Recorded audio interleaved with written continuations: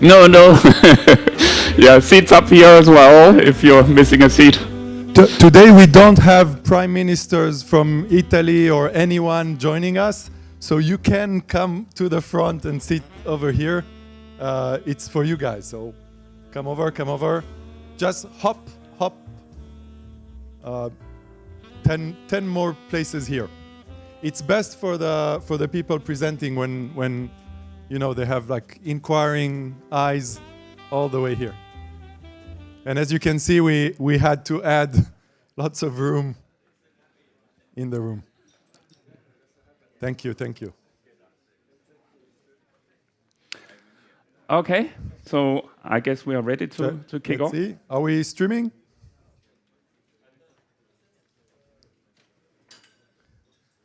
You guys let us know when you're streaming.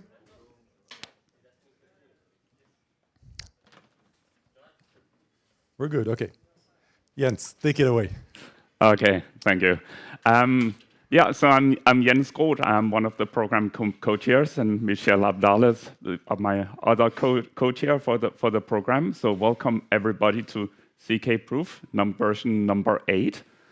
So it was a super challenging task to chair the program because we had many more submissions than we expected. All of them very good submissions. So we had like this desperate rush when we saw how many submissions to, ask additional program committee members to join in and so forth. And we ended up selecting, squeezing as many of the submissions into the program as we possibly could because the quality was in general so high. So I'm very excited about the program. We had 71 submissions in total and accepted 42 of them. And the result is the program we have today with lots of really interesting technical developments. From a practical perspective, so this room is PLEIADI. That will be running one of the ZKProof tracks. Then at the far end over there is Leo Gemini, and that will be running the second track of talks for ZKProof. And then we are sort of like co-situated and working together with IOP Fest. So they will be in the Libra Towers, a room just next to us. And tomorrow we will be working together with the RClip Day, and that will also be in the room next to us. So I hope you will enjoy the conference. I want to thank our sponsors for ZKProof. And I think that is about it for my initial remarks. Anything I'm missing, John? No, that's good. Anything I'm missing, Michelle? Okay, cool. Any remarks I should mention about IOP Fest? Yeah, Giacomo. Okay, so anybody going to the IOP Fest opening remarks, go there. And yeah, well, enjoy the conference, find your rooms, and enjoy all the talks. Thank you very much.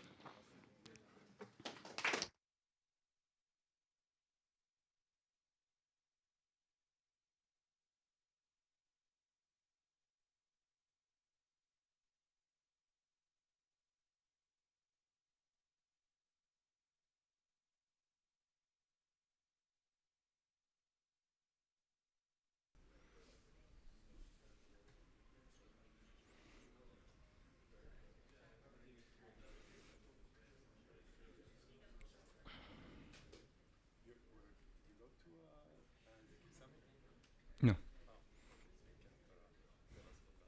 I thought you meant last year.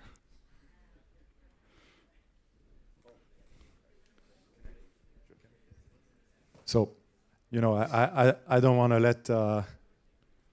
let a room with you here that can answer any question just stand.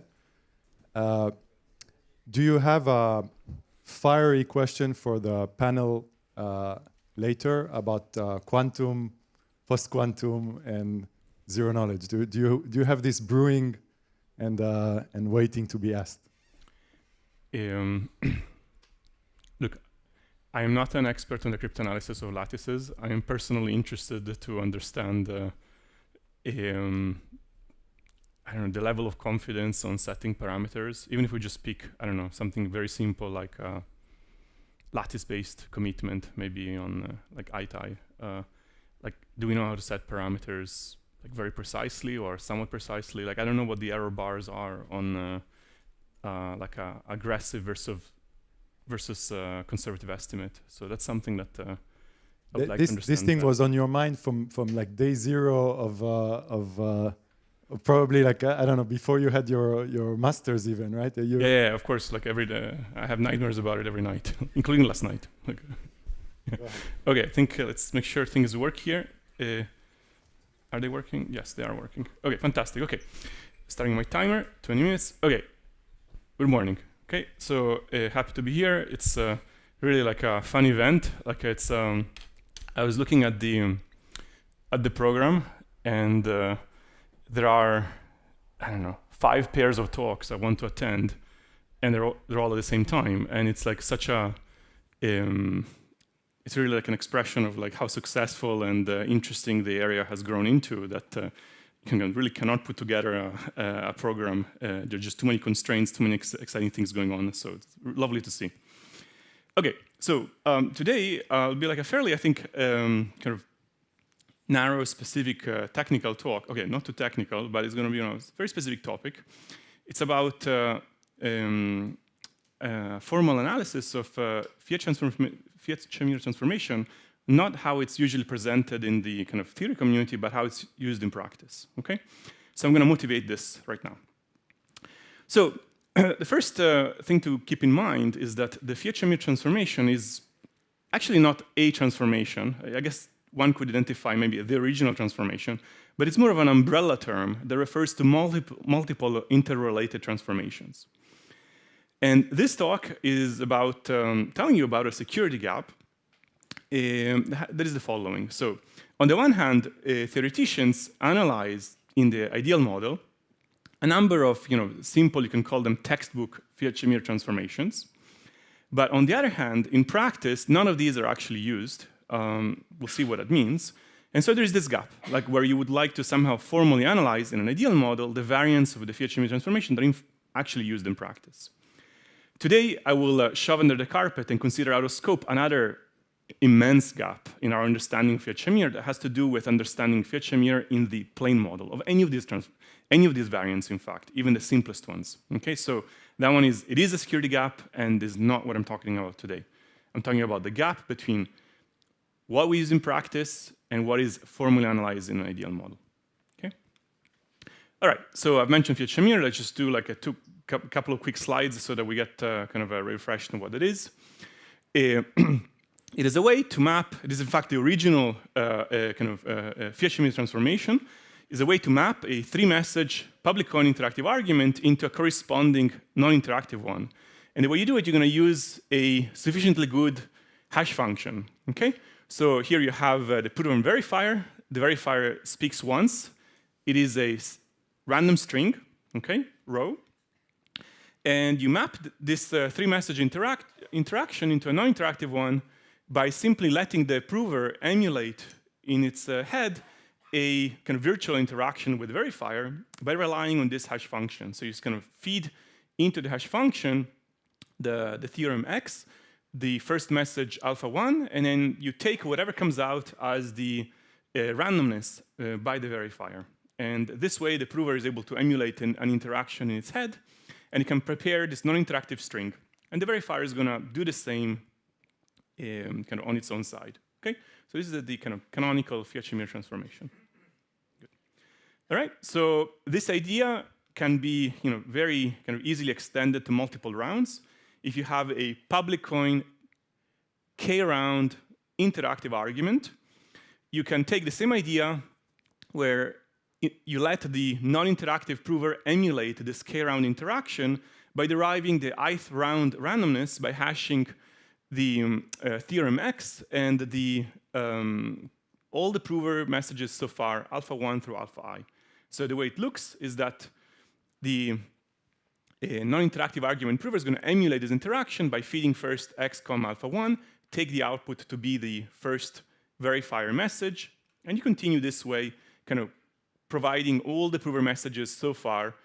This allows the prover to prepare a non-interactive argument string to send over, and the verifier is going to reconstruct what the prover kind of intended through this argument string. Okay, and that's it. So this is kind of the basic Fiat Shamir for multiple rounds.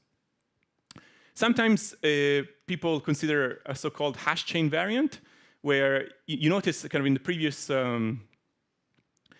variant, you keep hashing the same things over and over. So here the idea is to reuse the last hash output together with a new prover message. So, okay, the first round remains the same. The next time around, you reuse the previous hash output, row 1, and you just add row 2. Actually, there shouldn't be an X there. It should just be row 1. And so on and so forth. Okay? So it's like a hash chain variant. All right, cool.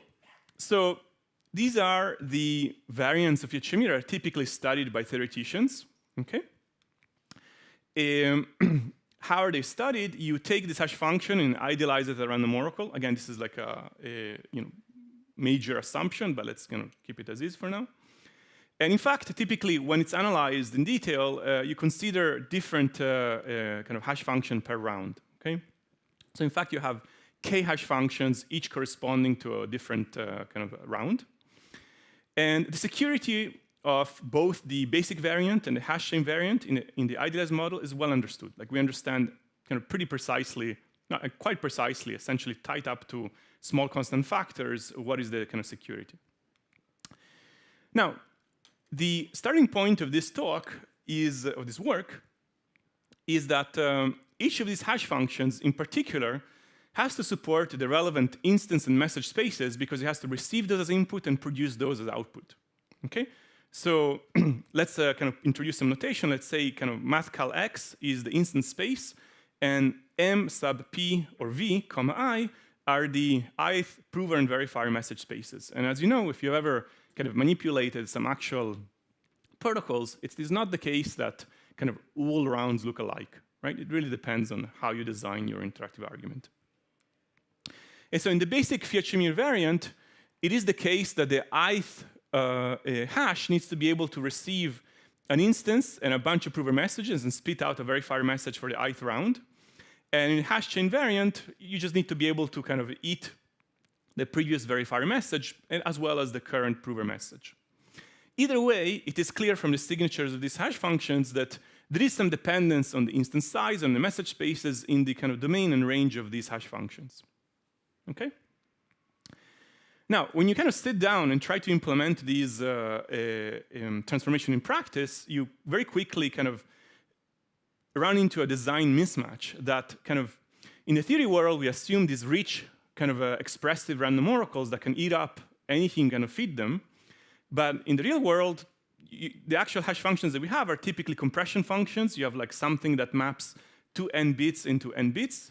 Or maybe you have permutation functions, right, that kind of scramble n bits into n bits. Or maybe in general, n, I don't know, field elements or some alphabet symbol into n alphabet symbols, right? And this is not very surprising, but it is still a fact, right? And so the question is, kind of, what do you do about it? So some of you might already start thinking ahead, well, don't we really have all this indifferentiability framework to express these things? I'll get to that in a moment, okay? And there are some like security gaps to be talked about there. But before we get there, I just want to sort of mention sort of kind of what we do in this work. So we kind of propose a cleaned up, I mean, so if you look in the implementations out there, what people primarily do, they use somehow some spongy-like construction to actually go ahead and implement Fiat Shamir in practice. We looked at what's out there, we proposed a sort of canonical or cleaned up variant, and we analyzed it. So we have a formal analysis with precise security bounds in the ideal permutation model. And then we kind of propose a kind of in our opinion, clean and usable, flexible, open source implementation of this specific variant, okay?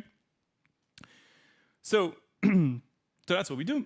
What I'm going to do now is kind of talk about what proving the security bounds entails and how this teaches us something interesting about classical notions that come up in symmetric key crypto, specifically in differentiability. Okay? But are there any questions so far? Like I know I have like some time at the end, but if there's anything not clear at this point, I can already answer.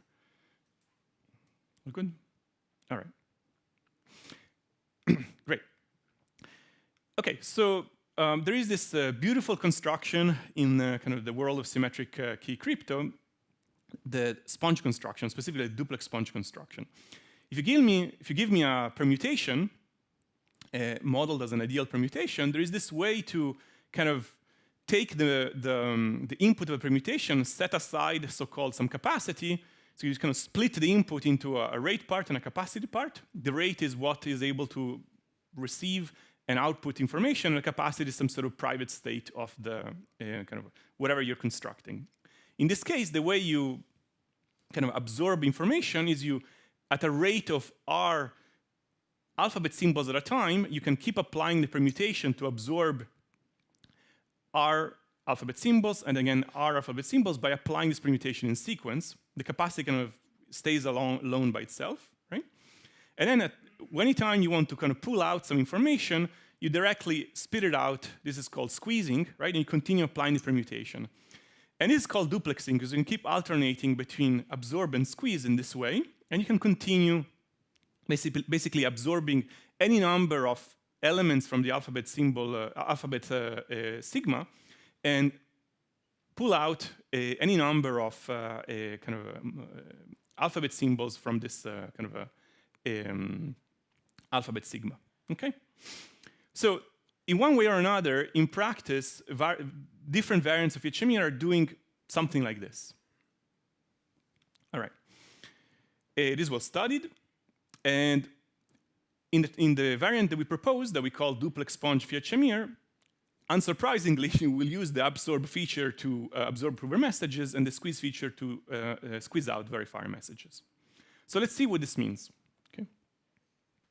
All right. So in the case of a Sigma protocol, in this duplex sponge HME, you have some ideal permutation, and what you're going to do is use the absorb to eat the instance, pass your state onwards, absorb the prover message, pass your state onwards, squeeze out the verifier message, and continue this way, right?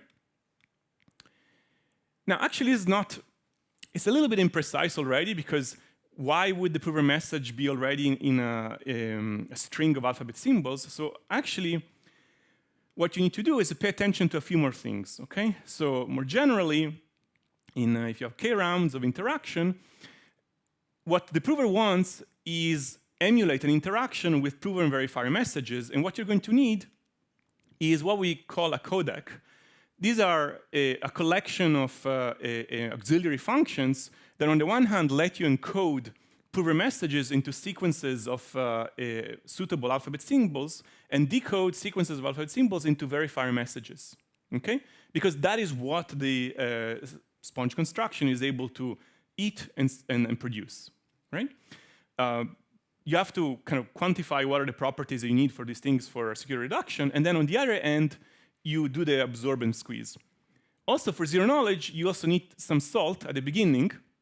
We call this tau, right? And we'll see later how that affects security, okay? And you do the same on the verifier randomness on the verifier side, where you kind of encode and decode the things. If you look at the number of times that you call the permutation, it's kind of minimal in the sense that if a certain amount of information is what you have to absorb and squeeze, this kind of minimizes the number of calls to the permutation. So that's a construction. Essentially, there's no real big contribution other than just trying to sort of nail down a specific variant that looks particularly clean and analyzable, right? So our contribution is in analyzing this construction. All right.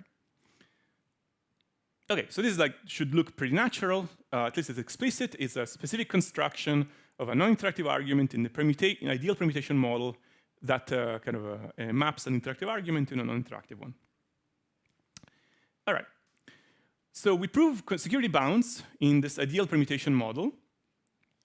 Now, because in practice these permutations are efficiently invertible, what you actually need to do is in the security analysis, you give to the adversary oracle access to the ideal permutation and its inverse. Okay, you have to kind of keep track of both at the same time, right? So we prove bounds on the kind of knowledge soundness error. Okay, so the base kind of in these non-interactive Fiat-Schemmer transformations, what controls the security of the non-interactive argument is so-called status duration soundness error of the underlying interactive argument. So that's kind of your baseline. And in addition to that, you're going to have some additive error, t squared over sigma to the c.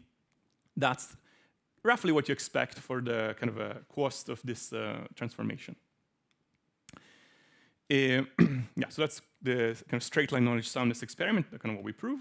We also prove zero knowledge, where the zero knowledge error of the corresponding interactive argument is the honest verifier zero knowledge error of the interactive argument, what you would expect, plus a linear term over sigma to the either capacity or this privacy parameter, whichever is smaller. Okay, we have small explicit constants for both, and that's the kind of explicitly programmable zero knowledge property in the kind of ideal permutation model. So that's what we prove. All right, in the last kind of 5 minutes, I would like to kind of relate these results to classical notions of indifferentiability. Okay? Now, the takeaway for now is that that plausibly secure looking transformation is in fact secure, and we have explicit bounds for it. And so, from my perspective, this means that, okay, this is like a particular construction we can rally behind in practice and try to use like as is, right? Or at least if you want to do any small variations of it, you have like a formal security analysis that you can use as a starting point and see if your particular variation is one that can still be proved secure, right? Kind of important.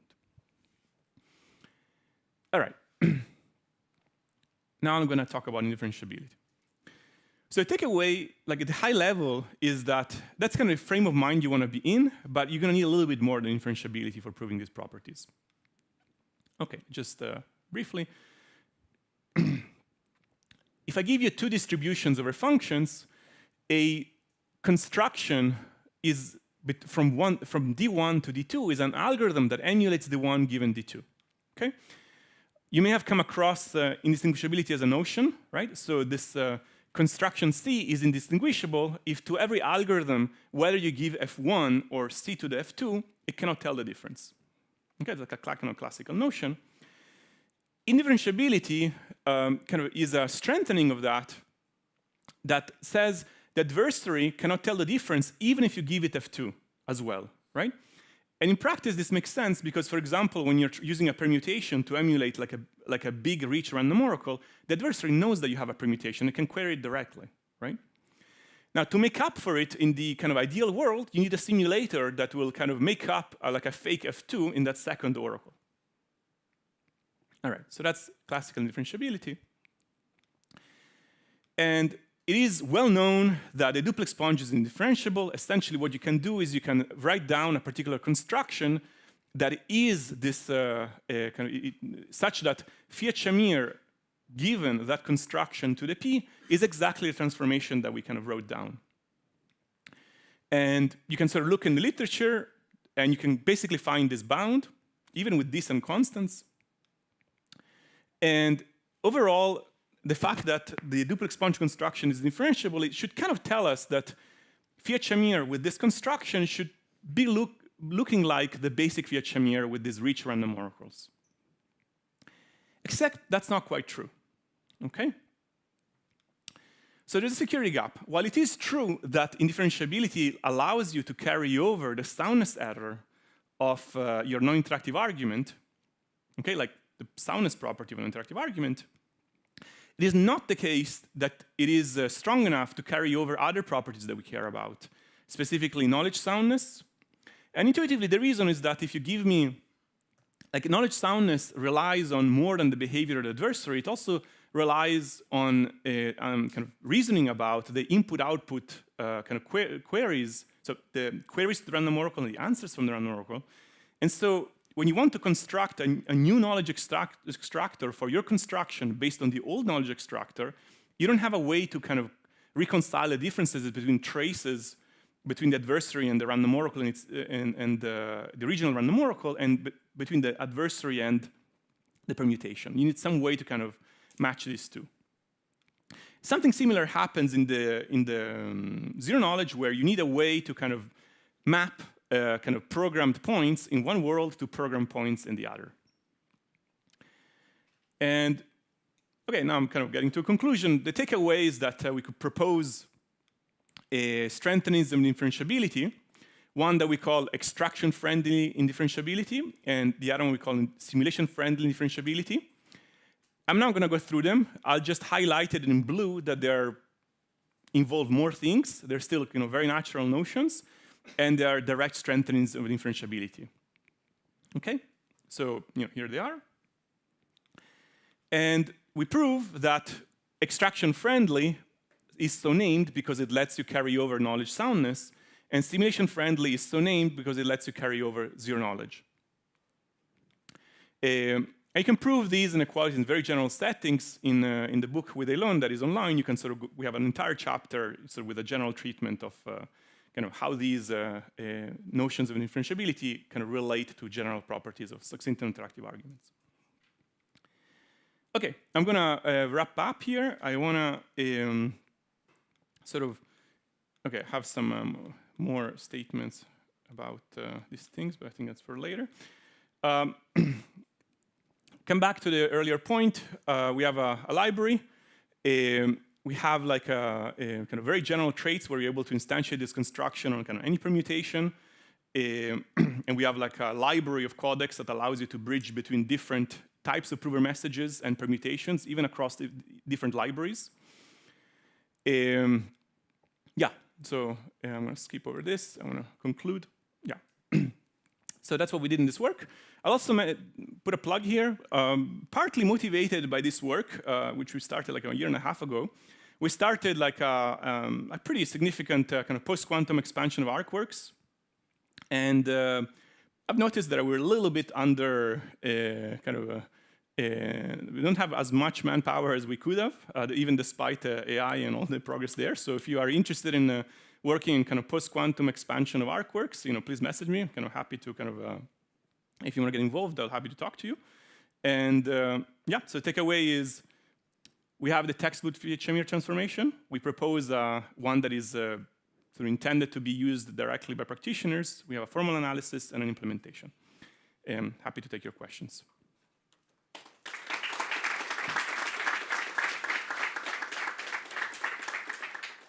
Okay, question back there.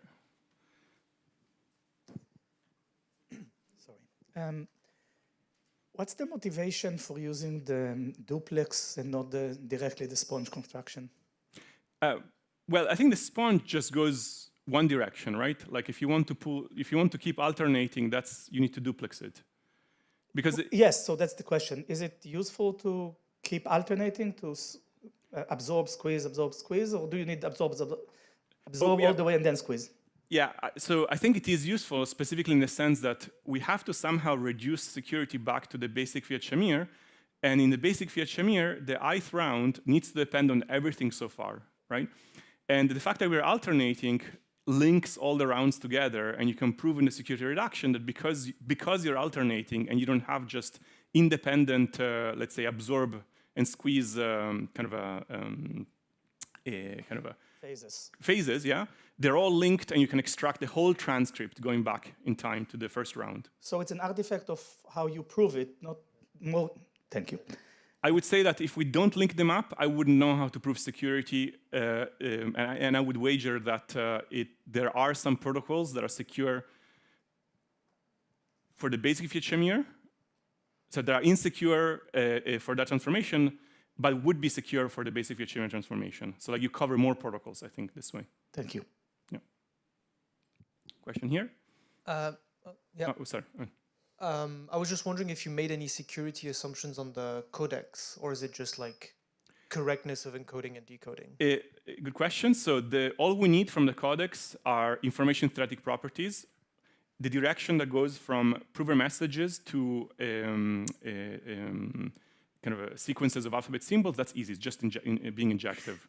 The way back is what you need is some sort of a preservation of uniformity, right? So you produce uniform sequences of alphabet symbols, and you want the decoding to kind of preserve that. So you have some, and in general, you have biases, right? This is not like a super simple problem.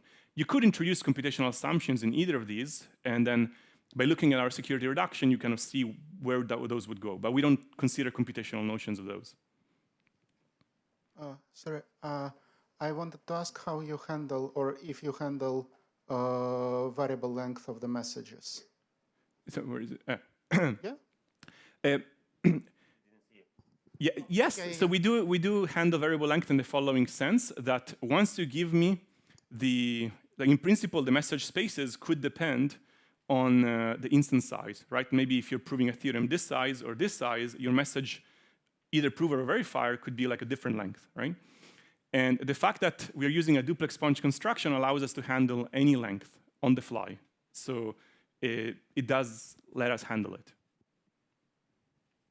Any more questions? There's one here. There's a, yeah. Is there any security difference between the hash chain version and the basic version? Which one should we be using? In a sense, neither, because the hash chain is also too ideal. But yes, there are security notions. When you go from the basic version, the security is entirely determined by the state restoration soundness of the underlying interactive argument. When you go to the hash chain version, because you have a hash chain, now you have an additive security term that you lose, and which is roughly corresponding to the probability of finding a collision. So you lose this additive t squared over 2 to the output size of the random oracle. But even the hash chain version is kind of too ideal. It's not what people use in practice, because you still have to absorb or receive as input, like let's say a prover message, and that one could be, I don't know, something that is not that a compression function may not handle enough, right? So what people do is, if they're using a hash chain version, they're actually not using that one. They're using a refinement of it, where you have a sub gadget that is eating up whatever you need to eat at that round, right? I think people should just use the kind of duplex sponge based ones. Like it just seems to be the easiest one. Yeah. Thank you for many questions. I'll be around if you have more. Yeah. Ade.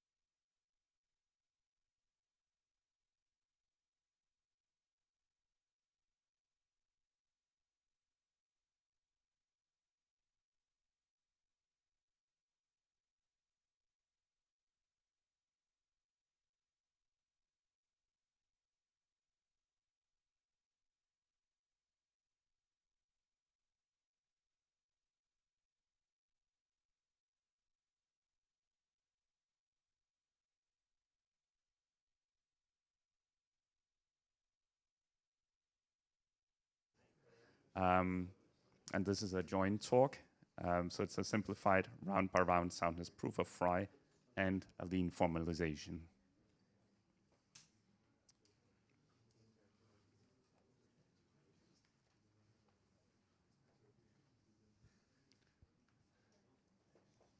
And it looks like we are ready to get started. Maybe. Oh, sorry, can you hear me? Great. Thank you for the introduction. So as Jens mentioned, I am Nicholas. I'll be telling you about a simplified proof of Fry, and then my colleague Yoichi will be telling you about how he wrote a lean formalization for this. The proof is joint work with Albert Retta and Benedict Ruckner, and the formalization is Yoichi's work with maybe some machine assistance. I don't know. So the first question you might ask is, why are we proving Fry again? Like, I'm sure we have security proofs of Fry. Why are we doing this? And actually, let's take a quick survey. With a quick show of hands, can you raise your hand if you are familiar with Fry? Like, if you've seen Fry before and you've tried to work with it? Great. Now, please keep your hand up if you've read a security proof of Fry or attempted to read a proof. Okay, great. We have a reduction already. And now, please keep your hand up if that proof made sense to you on the first attempt. Okay, maybe let's say after 2 or 3 attempts. Yeah, okay. 3 hands still up, shaky hands. Okay, Great. So that kind of motivates already why we are doing this. Accessibility is one reason. The next is formal verification. If you want to write a formal verification of the proof, it'll be a lot easier if the proof itself is simpler. And the last thing is maybe we'll learn something about Fry. So with that, let's go into part one of the talk, which is the soundness proof. It's an ambitious program, right? We have about 20 minutes to go through what is Fry and the proof, so we might speed run some parts. Please feel free to ask questions if it doesn't make sense. This slide, hopefully if you're at IOP Fest or ZKProof, maybe you've seen something similar before. What is interactive proof of proximity for Reed-Solomon codes? So we have a Reed-Solomon code, we'll call it C0, an initial function, F0. And the goal is the prover wants to convince the verifier that F0 is in the code C0. This is an interactive protocol, so we're going to have verifier sending randomness, the prover sending functions. And it's an oracle protocol, so the prover is not actually sending the full functions, it's just giving oracle access to the verifier. Hopefully this makes sense. The verifier at the end outputs a decision, accept or reject, that should be down there somewhere. The security properties are your usual, proof system properties, completeness and soundness. Completeness tells you that for anything that was in the code, the verifier should accept a proof from the honest prover. We're taking a few shortcuts. And soundness tells you that for anything that's not in the code, the verifier shouldn't accept very often. This accepting probability should be upper bound by something. We're doing a proof of proximity, so we're allowing this bound to depend on delta, delta being the distance between the initial function and the code. So if we were to plot this, it would, maybe look something like this, where on the x-axis I have distance, y-axis I have this upper bound on the accepting probability. And the further I get from the code, the easier it should be to reject. I have it as a straight line, but probably won't be.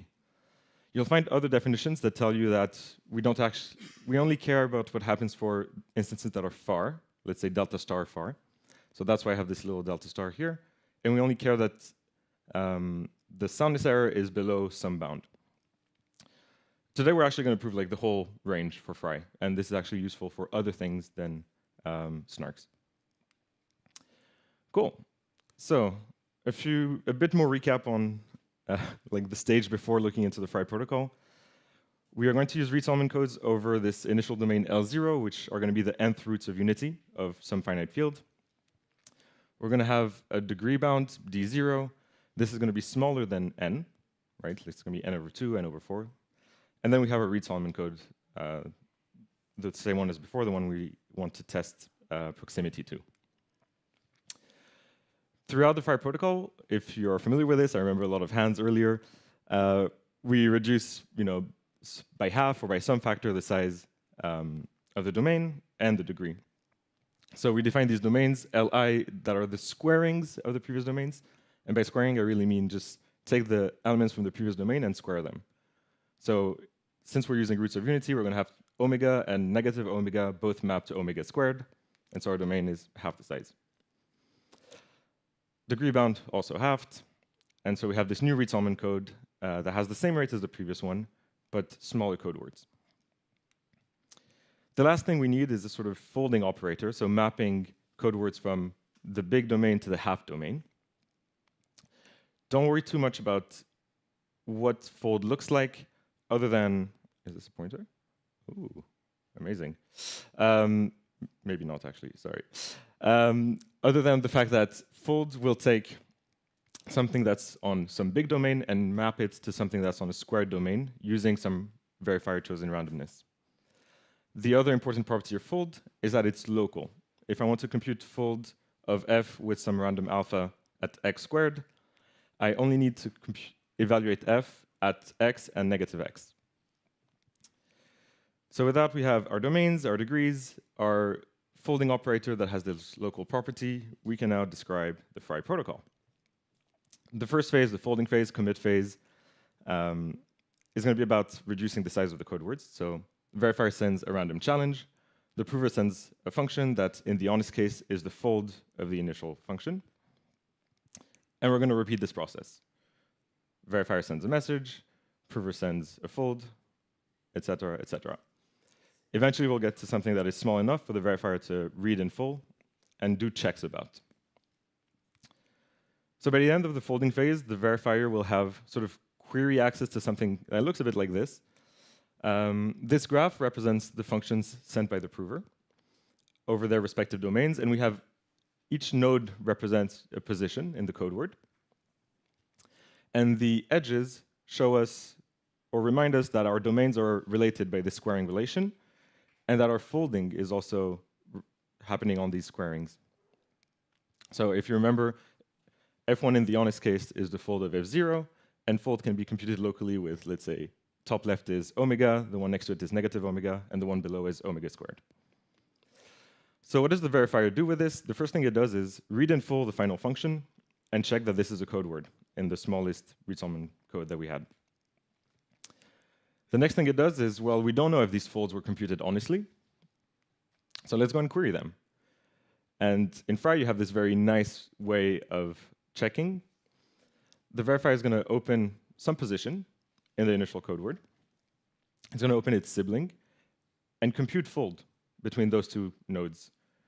It's then going to compare it to the node below it. So very concretely, F0, you take the top two, you open them, you compute fold locally on those two, and you check if it matches the opening of F1.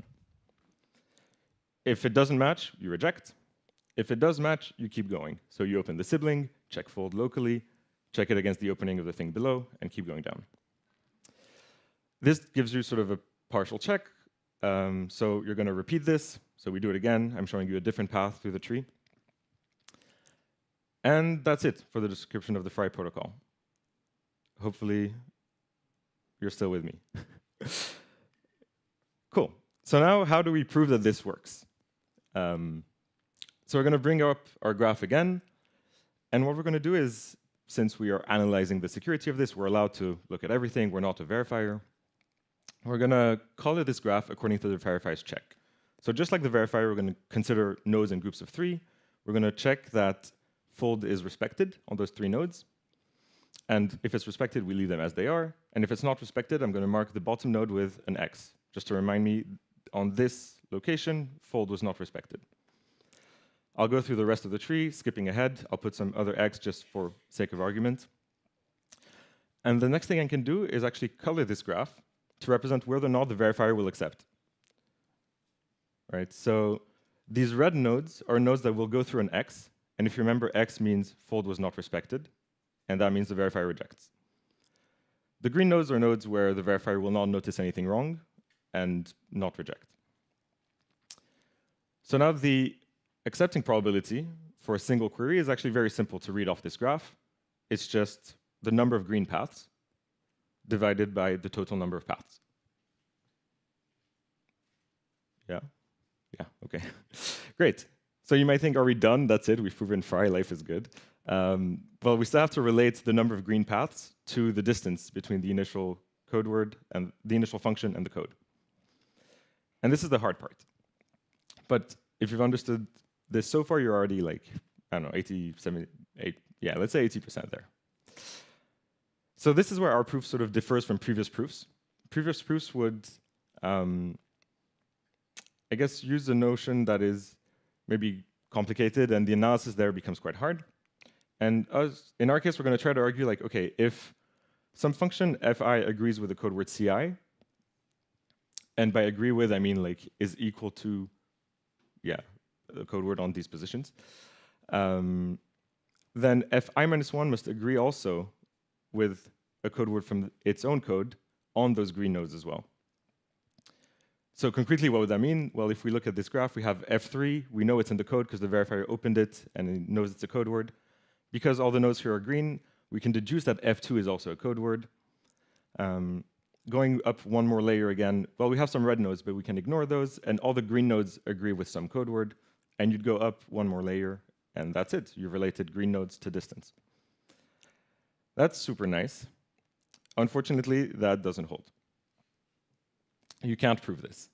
But we can prove something a bit simpler or a bit relaxed, is that if there's a large enough set of green nodes where fi agrees with the code word ci, then you do have this sort of propagation of agreement through the green nodes, except with negligible probability over the choice of alpha I. So I've added sort of two things, right? Before we just had if fi agrees with ci, fi minus 1 agrees with ci minus 1. And I'm saying I need a lot of green nodes, and this might fail. Proving this, actually, before we say how we prove this, if you remember what green nodes are, they are nodes where the fold was computed honestly. So actually this statement is about fi on green nodes, which is the honest fold of fi minus 1. So this statement is not about fi ci, it's actually about fi minus 1 and its honest fold. So this is a statement we can make about the code, and a statement we can sort of prove about the code. The notion of large enough, I need to be a bit more specific. We're going to keep it as a parameter of the analysis. We're going to call it theta. And I'm going to say that a set is large enough if it has a 1 minus theta fraction, if it is a 1 minus theta fraction of the underlying set. So to bound the probability that's in P2, we are going to go into sort of coding theoretic tools. And the one we use here is mutual correlated agreement. I won't be explaining what this is in this talk. I think the next talk will actually cover mutual correlated agreement.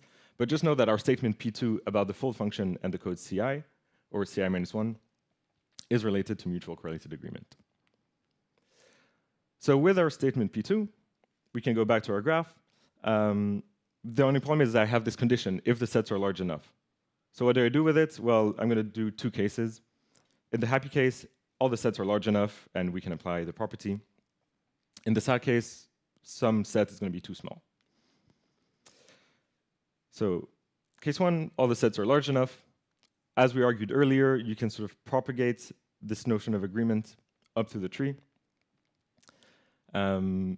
So there is a code word that agrees with F3, means there is a code word agreeing with F2, one agrees with F1, and a code word agrees with F0. So this relates, like we said earlier, the number of green paths to the distance between F0 and some code word, U0. And this actually gives you a relation to the distance to the code, right? Because the distance between F0 and U0 is greater or equal to the distance between F0 and the code as a whole. So happy path, easy. The sad path is actually even easier, because if you have any set in this graph that is smaller than a 1 minus theta fraction of its support, then it must be that the red nodes are like a big set. There's a lot of red nodes. There's a lot of rejection paths. So actually, you can argue that if any set is small, then so must be the top set. And therefore, we can bound sort of the number of green paths by 1 minus theta. And then I have this to the t, sorry, because we're doing t queries. So that's kind of it for the Frey proof. The main thing to remember is essentially relating the verifies check to the probability of acceptance, and then relating that to distance to the code. This is the theorem as it's proven in the paper. It's for round by round soundness. What I've been saying so far is like, oh, assume we don't have a bad fold. This is what we're doing here. In this theorem, you'll recognize the mutual correlated agreement error. That's our property P2 that I was talking about earlier. And then you also have in this query error the two regimes, the 1 minus theta regime in the sort of bad, unhappy path, and the 1 minus delta regime in the happy path. So if we were to plot it, it wouldn't be this perfectly linearly descending thing that we had earlier. You descend linearly until theta, and then you plateau. You stay at 1 minus theta. So I promised additional insights. We have like a little bonus, I guess, which is previously, if you were to try to extract a code word that agrees with F0 and Frey, you'd have to do error decoding. So you know that you're delta close, but you don't know exactly where. And so you're sort of limited to these error decoding algorithms. With this proof, you actually know exactly where F0 agrees with the code. It's on the green nodes. So that means you also know exactly where F0 might disagree with the code. And those are erasures. So now we can actually, if we set theta, our notion of large enough to be, within capacity of the code, then you can erasure the code on this agreement set. Or since we're working with polynomials, interpolate from the green nodes. We do a lot more in the paper. Like I said, we do the round-by-round soundness analysis properly. We show also that this folding phase that sometimes is called the commit phase is actually a commitment. And that's something that I don't think was proven beforehand. It has applications to data availability, and that's also upcoming work with Benedict. The paper's on ePrint, and I wanted to thank specifically ZK Security for supporting this work, even though it wasn't our top priority. But if you're interested in audits, please do contact us, because we have a lot of great people who know these proof systems extremely well. With that, I thank you very much, and I'll hand off to my colleague Yurichi. Hello. Okay. The microphone is working. Thank you. It's the formalization thing. And is this next? Yes. So Nico wanted this work to be turned into a formal proof, meaning like machine checked. Machine checked is now ambiguous. Not AI checked proofs. It's more like mechanical checks on like proofs that look like computer programs. And when the check passes, it's a proof in some type of theory. And then, so Nico wanted this work to be formalized. And I had a look at the preprint. And I saw some trees and the polynomials and very elementary probabilities and no cryptographic assumptions. So this was very nice. The existing libraries should support this.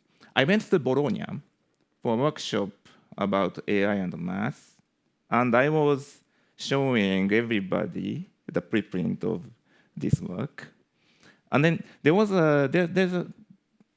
a sponsor called Harmonic, and they were making an agent that turns LaTeX document into lean proofs that's formalized.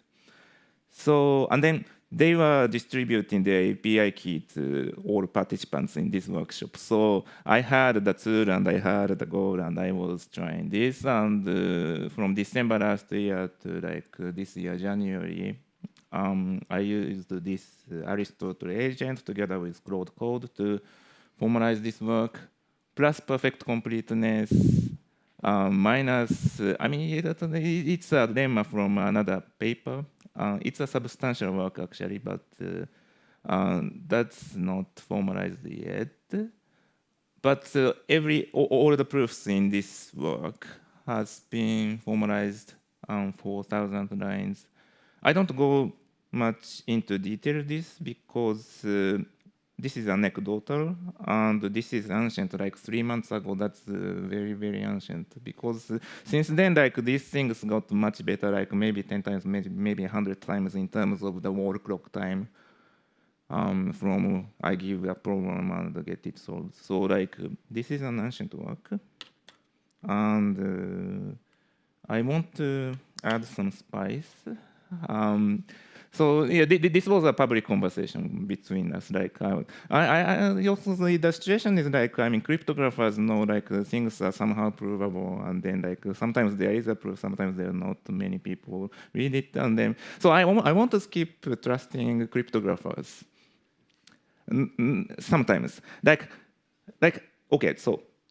About like cryptographic assumptions, which cryptographic assumptions I can rely on, or some things like cryptanalysis. Like, I mean, so many clever people tried on this thing. How much confidence do you have? For this kind of thing, I of course need the expertise of cryptographers. But about reduction proofs, I want to skip trusting cryptographers. And then when you formalize a proof, in a mechanized way, it becomes non-interactive. Maybe a perfect paper proof is also non-interactive. You read it and you understand everything, no questions. But that never happens. Is this a typo? Did you consider that case? And isn't there a gap?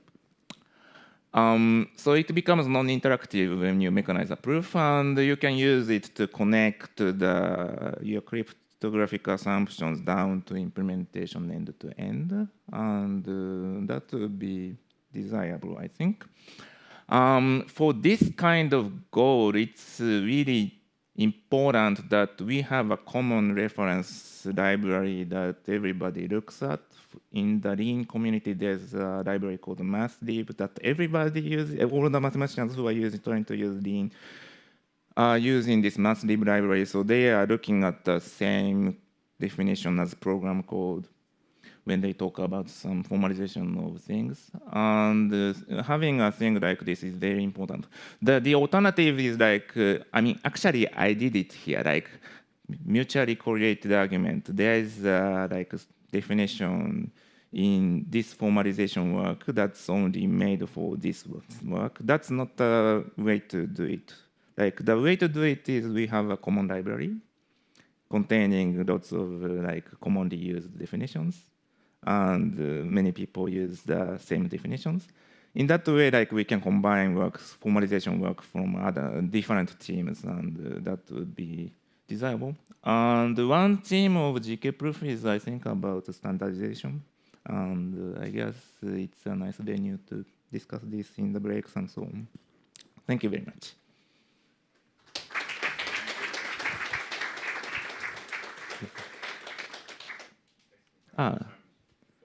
Yeah. For Nico and Yuichi, if they are in. Actually, can I start myself with a question to the audience? Do you now feel like the Friar proof is more tractable or is still like as messy? Show of hands quickly? Yeah, like, yeah. Okay. We did some work. But yeah, do you have any questions? Happy to take questions. And also, if you guys could, raise your hand so the speakers could see you. How different is the bound that you get from previous proofs of Fry? Same bound. The only difference is that previous proofs reduce to correlated agreement. And if you have improvements in correlated agreement, you also have improvements in their bounds. In our proof, we reduce to mutual correlated agreement. And so if there is a gap between those two notions, then there will be a gap in soundness or like in the analysis. But so far, all the proofs that prove correlated agreement also prove mutual correlated agreement. Like they both descend from a stronger notion.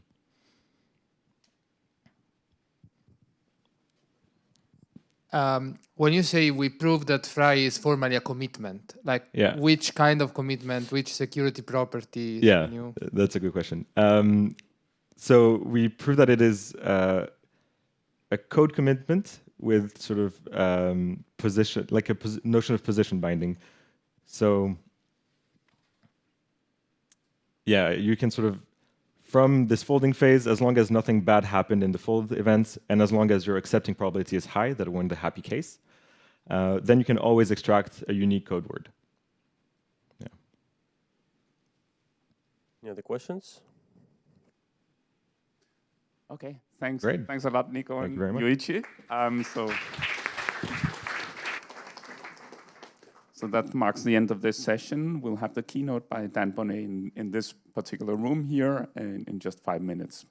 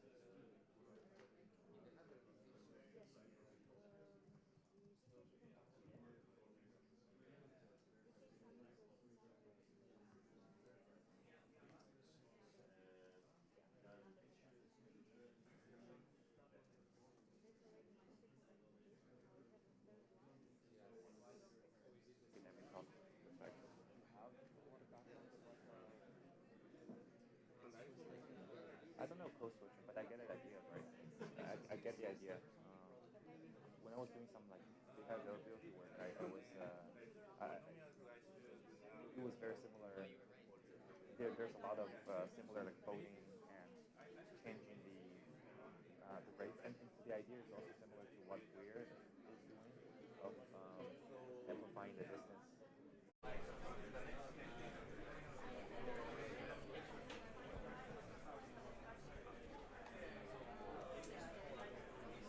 Check.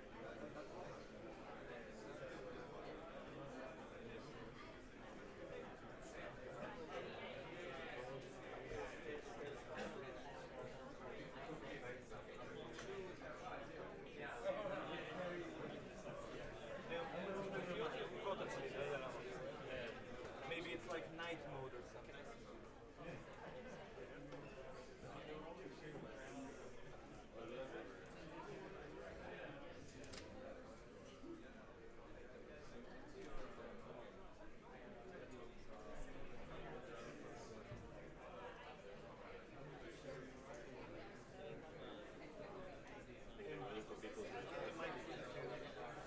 Also, well, he's gonna say something. It's open. Okay, I think we are about filling the room. So very excited to present the keynote coming up here by Dan Bonet. We're going to work with Day1 and Giacomo and it's about the proximity price, what is known, what it is, and what is currently known. Okay, let's just give it 10 seconds more to not have the full of people and we'll get started. Sounds good.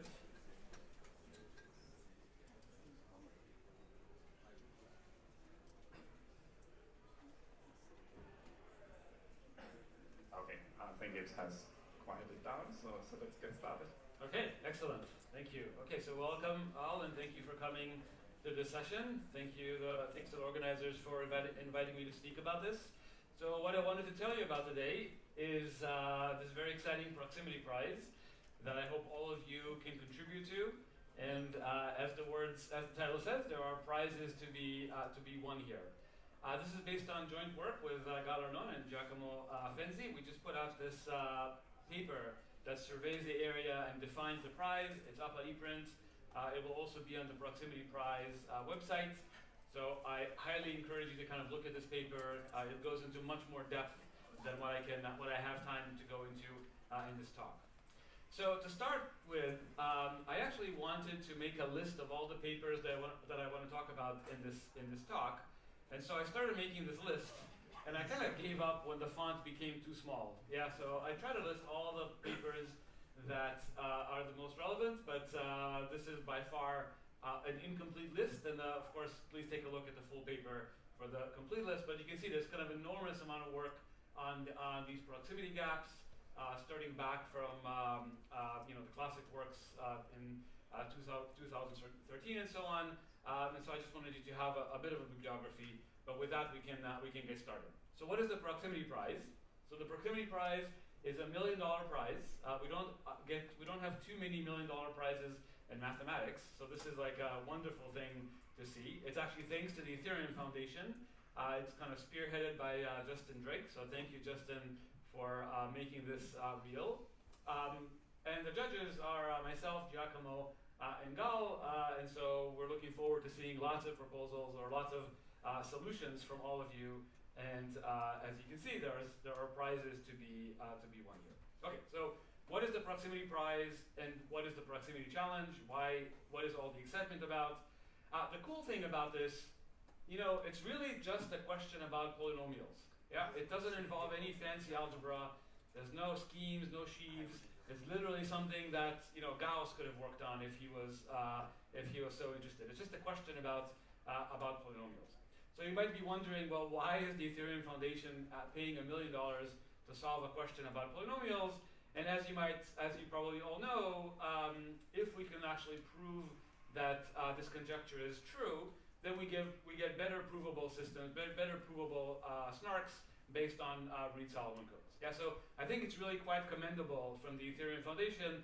They want to kind of minimize the number of conjectures in the systems that run the blockchain, and this is kind of a way to do that. Yeah, so everybody needs to prove this so that we can eliminate an important conjecture in the development of snarks for the purpose of blockchains. Okay, so far so good? So that's kind of the high-level settings. So now you wonder, well, what is the proximity challenge? Like, what is the problem that we're trying to solve? And so let me just show you. So if you open up the first page in the paper, basically we list these two grand challenges. So I don't want you to read this.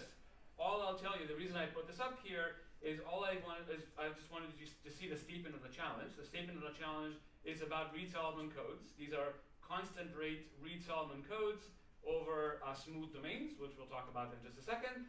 And the problem really is, can you identify the largest distance delta such that the mutual correlation error for the code C at this distance is basically negligible? Yeah, that's the whole challenge in just a few words. Find the largest delta, prove that it's the largest delta. That makes the mutual correlation error be negligible. So that's one grand challenge. And the other grand challenge has to do with the standard list decoding problem in coding theory, which again applies to read-Solomon codes. The challenge is, can you find the largest delta such that when I give you a read-Solomon code, the list decoding size of the code at this distance is also negligible in the size of the field. Yeah, it's the size of the field divided by this fraction. Yeah, so these are the two grand challenges. I can tell you that there are a lot of connections between mutual correlated agreement and list decoding sizes. But as we know, with everything we know today, these are kind of two independent challenges. It would be great if one challenge implied the other, but right now, these are kind of two independent challenges. So now you're probably saying, well, who cares? Why are these grand challenges important? And more importantly, I just said a whole bunch of words, but what do these words even mean? Yeah, like I imagine not everybody here even knows what the mutual correlated agreement is, or maybe even list decoding. And so what does this mean? Why is it important? And that's what I wanted to talk about in this lecture. Yeah. So I'll start with what do all these words mean? Like I'll unpack the grand challenge for you so that you can understand what the problem is.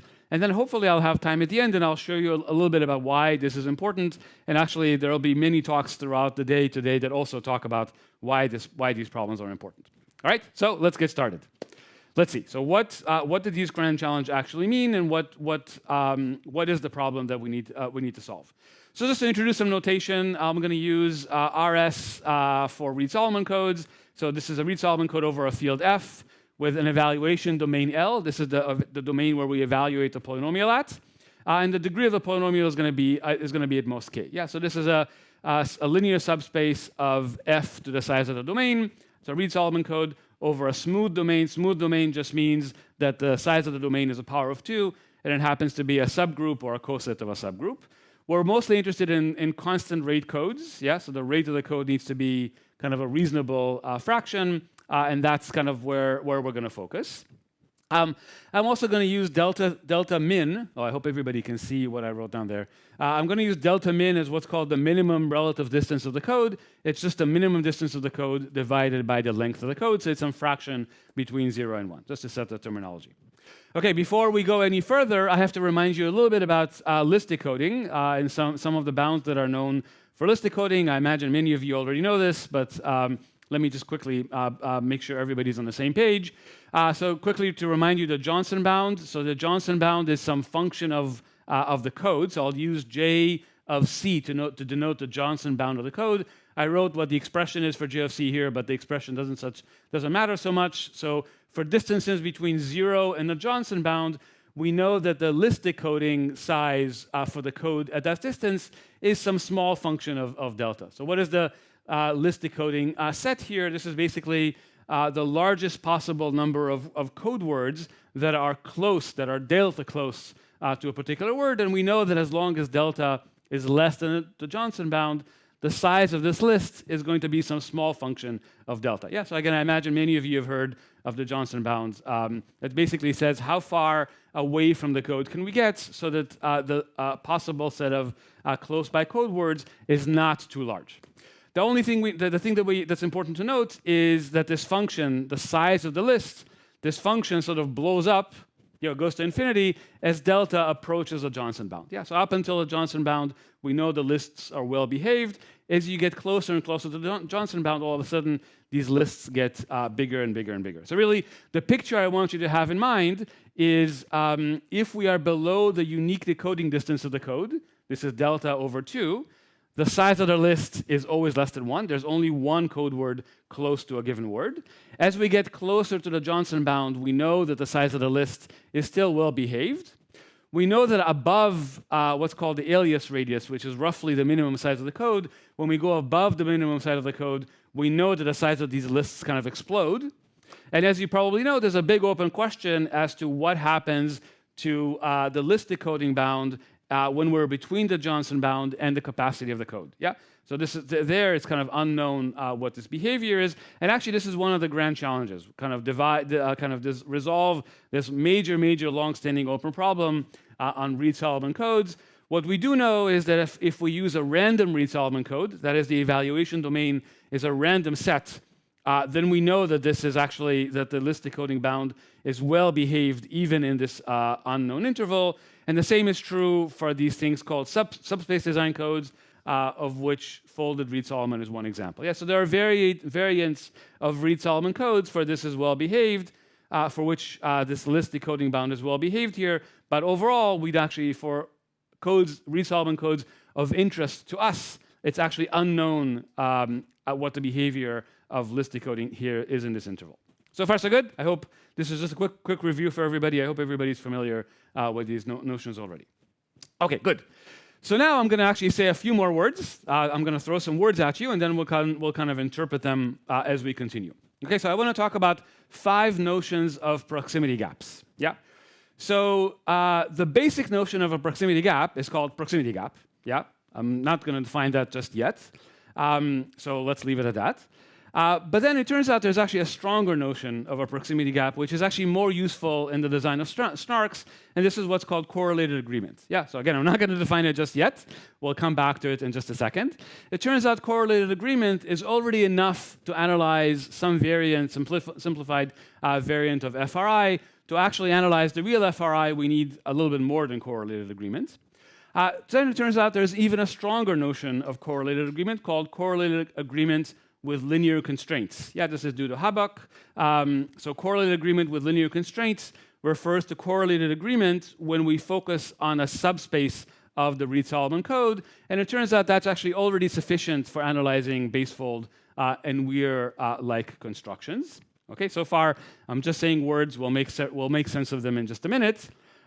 There's even a stronger notion of a proximity gap called mutual correlated agreement, which is kind of what's important to us. And it turns out that that actually gives us a very simple extractor for things like basefold and Weir.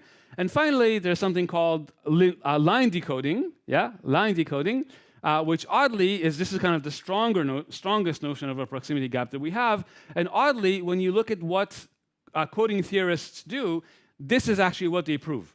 Yeah, so line decoding is actually what the coding theorists prove for us, and that implies all the other notions of proximity gaps. Yeah, so I think this is kind of a nice picture to show the different types of proximity gaps that are out there. What I want you to remember is actually what people actually prove, that what the coding theorists actually prove is the strongest notion that implies all the other ones. Okay, because of that, and because I only have limited time, I'm actually going to only talk about kind of the strongest 2 notions. I'll talk about line decoding and I'll talk about MCA. I'm kind of not going to talk about the other 3 today. That's in the paper. All the results about the other 3 are in the paper. So we're just going to focus on these 2. I'd like to make actually a controversial statement, which is that because the coding theorists prove line decoding, which is the strongest notion, actually we might as well forget about the 3 other notions of proximity gaps down the chart there and just focus on MCA, mutual correlated agreement. MCA turns out to be like a really useful notion for analyzing snark systems, and that's kind of the one that we should be focusing on, and that's actually what we're going to talk about in this talk. So far, so good. Nobody wants to shoot me for saying this, hopefully. And so we're going to focus on line decoding and mutual correlated agreement. All right. So far I just said a whole bunch of words. I'm not sure it made sense to many of you, but let's kind of go and define what these things are. So now we start our story, kind of the talk begins now. So the starting point that I want to talk about is this first notion, this line decoding notion. And so, yeah, let's talk about what does it mean for a code to be line decodable. I think it's a really beautiful, beautiful notion. The first time it's actually written as a LaTeX definition block, oddly, is in this paper by Goel and Guruswamy, just from earlier this, just from last November. Although this notion of line decodability was kind of in the air for many times. Yeah, in many earlier papers, it's just kind of formally defined in this very recent paper. So what does line decoding actually mean? It's a kind of a very elegant and beautiful notion. So let me explain what it says. So we'll say that a code is a linear code is line decodable. We'll parameterize it by distance delta, and then these two other variables a and b. So we'll say that it's line decodable if it's true that for every line in the space, yeah, so this is a line in f to the n. Remember, our code lives in f to the n. So it's a linear subspace of f to the n. We can look at lines in f to the n. Yeah, just think of a simple line in the space f to the n. Every line has the following property. If there are a code words that are delta close to the code on the line, yeah, so there are a code words that have there are a words on the line that have code words at distances at most delta, then it must follow that b of those close by code words actually are collinear. Okay? It's a very, very simple property. Let's do it visually. I mean, this talk is going to be very visual, so let's do this visually. So we have our line here, and the line has a bunch of words on it, not code words, just arbitrary words. Let's suppose that there are a close by words, so the little green squares are going to be code words. So let's suppose that there are a close code words that are close to this line. Then it so happens that b of them must be collinear. That's the whole property. Yeah, so if we have a close by code words, b of them have to be on a line. This is, I really want you to remember this definition, so let's do this one more time. Yeah, I believe in learning by repetition, so let's say it one more time. So we have an arbitrary line in f to the n. The line in f to the n has a bunch of words on it. There are a code words that are close to this line, and because there are a code words close to the line, some fraction of them, some b subset of them must be collinear. They must be on another line. Okay, that's the property that's called line decodability. Yes, the code satisfies this property. We'll say that it's delta AB line decodable. Delta, again, is the measure of distance.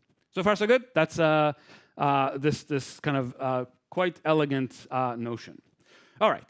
So more generally, we can talk about, actually, I'm going to only talk about line decoding when we look at lines. More generally, you can talk about curves, where maybe we don't just, a line is a linear combination of 2 points.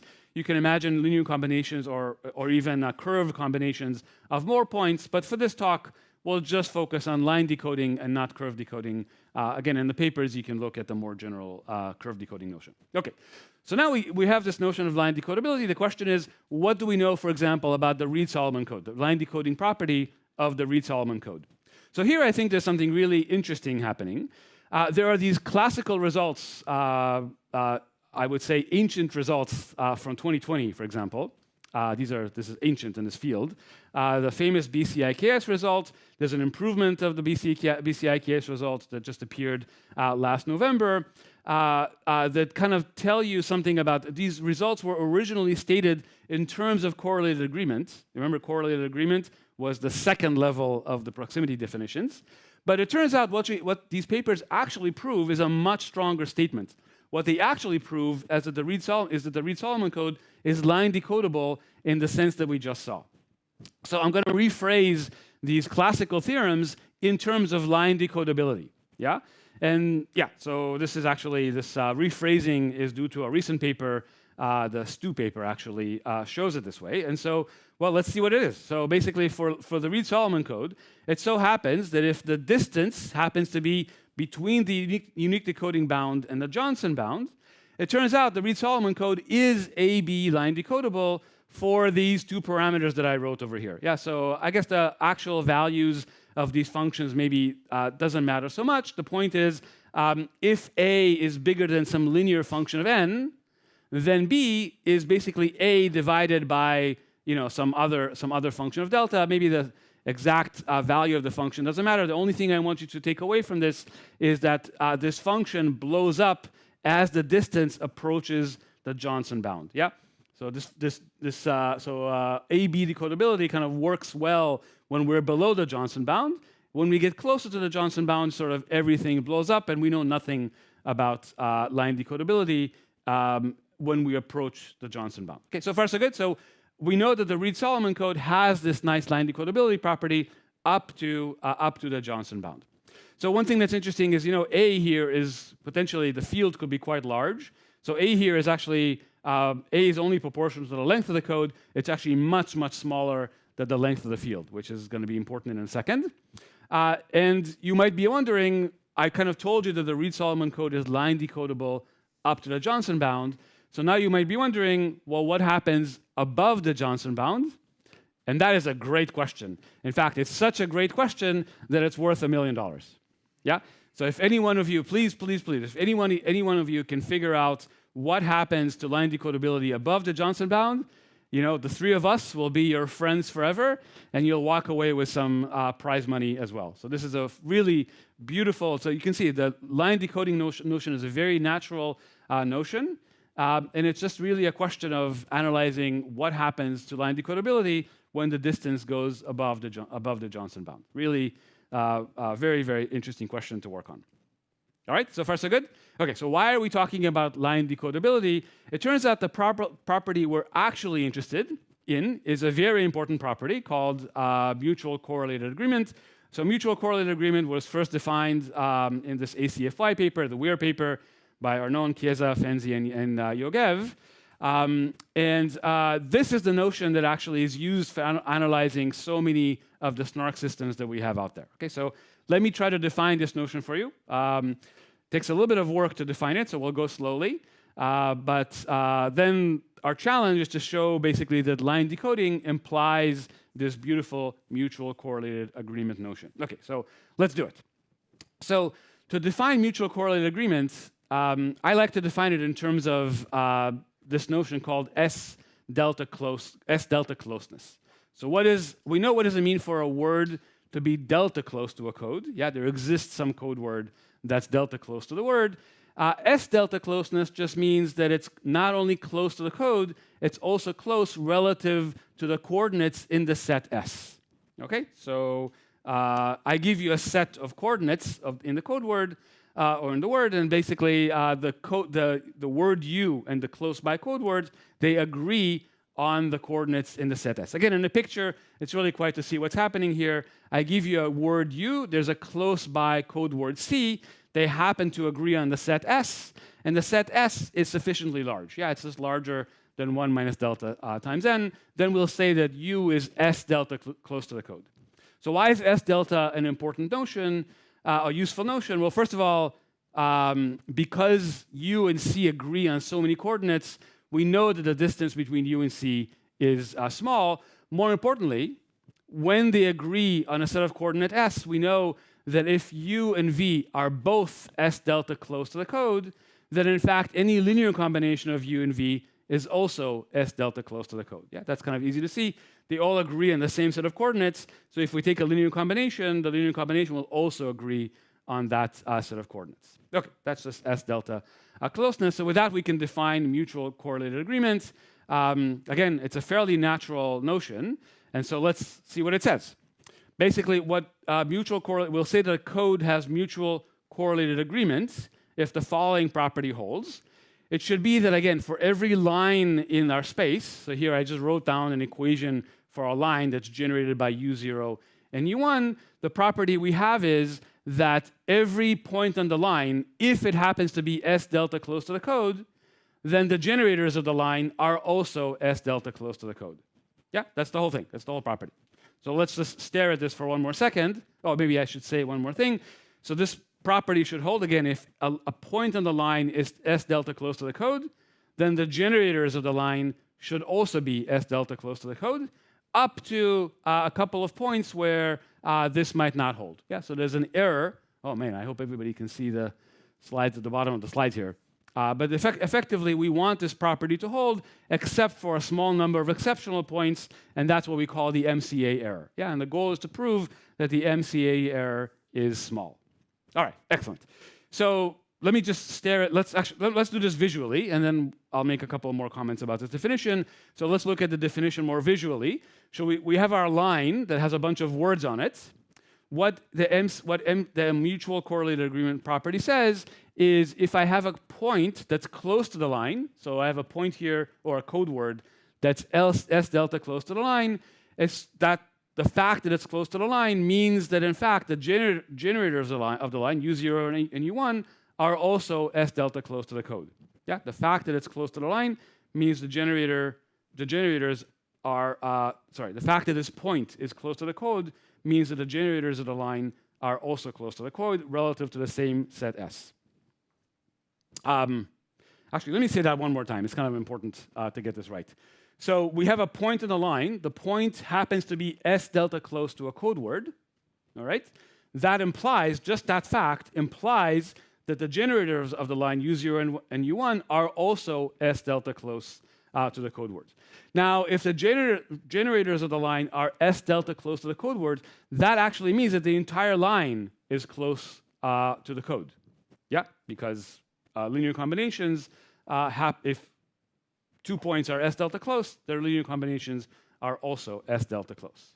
Okay, very good, very good. So in the case of unique decoding, basically there's nothing more to say because every point on the line only has one code word close to it. In the case of list decoding, there could be other code words that are close to the line. Yeah, so here's another code word that's close to the line. It happens to be S prime delta close to the line. Well, that by the mutual correlated agreement property, that should imply that the generators of the line are now also S prime delta close to the code. Okay, and so on and so forth. If we have another point that's close, if we have another code word that's close to the line, this one happens to actually not imply the generators are not S prime delta close, so that's an MCA error. Okay, so there should just be a small number of exceptional points, but all the other points will satisfy the MCA property. So let me say it slightly differently, in that we know that if U0 and U1 are S delta close to the code, then all the points on the line must be S delta close to the code. What MCA says is the converse of that. Yeah, if I have a code word that's close to the line, it must be that the reason it's close to the line is because U0 and U1 are close exactly with respect to the same set.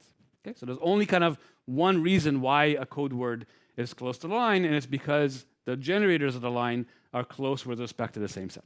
Okay, so that's the MCA property.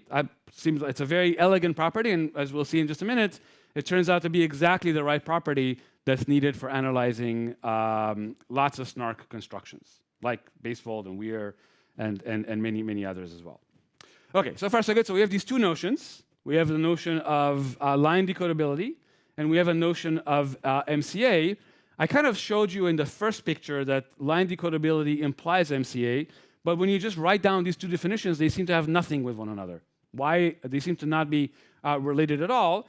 So let me state the relation theorem. The relation theorem basically moves us from collinearity to agreement, and the theorem says if a line is a n plus 1 line decodable, yeah, so remember if a points are on the line, n plus 1 of those points must be collinear, that implies that the MCA error is at most a over f. Yeah, so this is a beautiful theorem, really quite cool.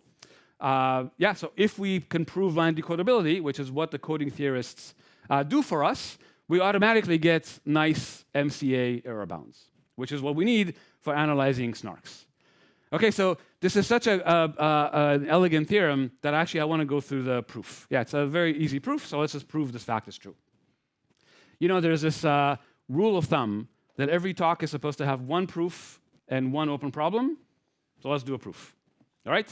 It's not too difficult. So let's go ahead and prove this bound. So we're going to prove it by contradiction. Okay, so suppose that the MCA error is actually greater than or equal to A over F.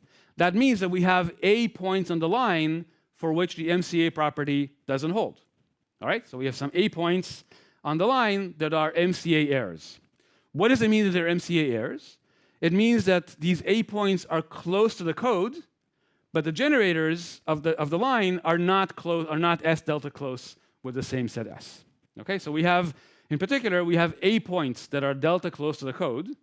So what do we know? If we have A points that are delta close to the code, that means that n plus 1 of those code words, of the close by code words, must be collinear with one another. Yeah, that's basically what line decoding gives us. Okay, so yeah, so we have n plus 1 points that are on the line. Each one of those points happens to be Si delta close to the code with respect to some set S. And we know that these n plus 1 close by code words, we know that they're collinear. All right, that's literally what line decodability gives us. So far, we didn't do anything. We just kind of just used the line decoding property. Well, now there's a small observation, which is to say, if we have n plus 1 subsets of coordinates, right, our code words are length n, so we have n plus 1 subsets of a set of size n, that implies that there must be some I star such that Si star is contained in the union of all the other sets. Why is that? Well, if Si is not contained in the union of all other sets, that means that there must be some point in Si which is unique to Si and not contained in all the other sets. But we have n plus 1 sets and only n points, so it can't be that every set has a unique point that's not contained in all other sets. Yeah? So there must be some set Si star that's contained in the union of all the other sets. Okay, and this is where now we're going to use the collinearity of the close by code words. That means that this is like a simple observation that the generators of the line, U0 and U1, must be in particular Si star delta close to the code. Yeah, this is maybe takes a second to see why, but it's actually fairly easy to see why. And if that's true, that means that Pi star is actually not an MCA error, but we assumed that Pi star actually is an MCA error, so that's our contradiction. Right? So that's it. That's the 4-line proof that this is true. So it shows you that this line decoding property, which is a very simple property to state, right? If A points are on the line, if A points are close to the code, B of them must be collinear, actually exactly gives us the MCA property that we need. Right? So that's kind of a good thing to remember. And from this now, we know that the Reed-Solomon code is line decodable. From that, we can just derive the MCA error for the Reed-Solomon code. Yeah? So here you can see this is basically a classic bound now for the Reed-Solomon MCA error bounds up to the Johnson bound. All right. So of course, if the field is sufficiently big, this MCA error will become negligible. Okay, great. And so again, the challenge now is kind of the thing that we want everybody to think about is basically what happens when the distance goes above the Johnson bound. What happens to the MCA error? That's really what the proximity challenge is all about. Prove that basically the MCA error is small even when delta is above the Johnson bound. So up until the Johnson bound, we have these really elegant bound. This is based on the results just from last November. And so the question is what happens above the Johnson bound? And that actually takes us back to the grand challenge. So the grand challenge basically says find the largest distance such that the MCA error is still negligible, and hopefully now the words make sense so you can kind of understand what the proximity challenge is all about. Okay, good. So what's known about this? So effectively we know, as we just said, we know that up to the Johnson bound for a Reed-Solomon code, we know the epsilon that the MCA error is negligible for a large enough field. We know that roughly above the capacity of the code, we know that that MCA fails. In other words, the MCA error actually sort of blows up. And the real question is what happens in between. Yeah, that's exactly what the proximity challenge is about. And what we're hoping is that the MCA error is still negligible as we get closer and closer to the capacity of the code. Yeah, that's kind of a summary of what's known and what the challenge is about. All right, make sense? So we'll see if anybody solves this by the end of today, but that would be pretty cool. This is a pretty hard problem, actually. Yeah, so it'd be It'll be really nice to see progress on this. So let me summarize this one more time. So here again is what's known. We know that below the unique decoding distance, we know that we have very good MCA. We have very good bounds in the MCA error. Up to the Johnson bounds, we know that we also have decent bounds on the MCA error. We know that roughly at the capacity of the code, the MCA error breaks down. This is based on a very, very cool negative result. Yeah, so the MCA error sort of blows up next to capacity, and the question is sort of what happens between these two bounds. That's literally the $1 million challenge. Yeah, so it's a nice summary of what's happening. Okay, good. I want to say a few more things about MCA errors, and then I'll talk about the applications of MCA. Okay, so let's see. So the Goyal and Guruswamy paper, actually, what they actually prove beyond defining line decoding and its connection to MCA, what they actually prove is that there's a whole bunch of codes for which the MCA error is small up to capacity. Yeah, so the challenge is solved for many families of codes, except for the codes that we're most interested in, except for the Reed-Solomon codes over smooth domains. So in particular, they showed that for folded Reed-Solomon codes, MCA error holds up to capacity.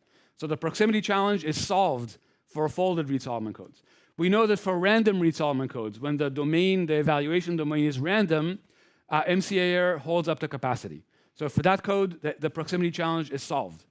The only problem we have is bounding the MCA error up to capacity for a particular evaluation domain. Yeah, for these smooth evaluation domains.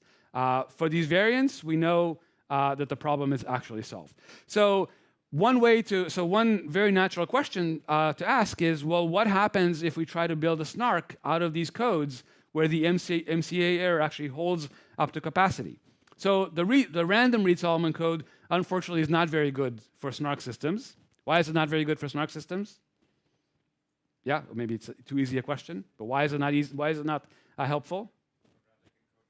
Yeah, exactly. The encoding time is quite terrible. However, it turns out folded Reed-Solomon actually have pretty good encoding times. Folded Reed-Solomon, the encoding time is pretty much the same as regular Reed-Solomon. And we just said that folded Reed-Solomon, the MCA error holds up to capacity.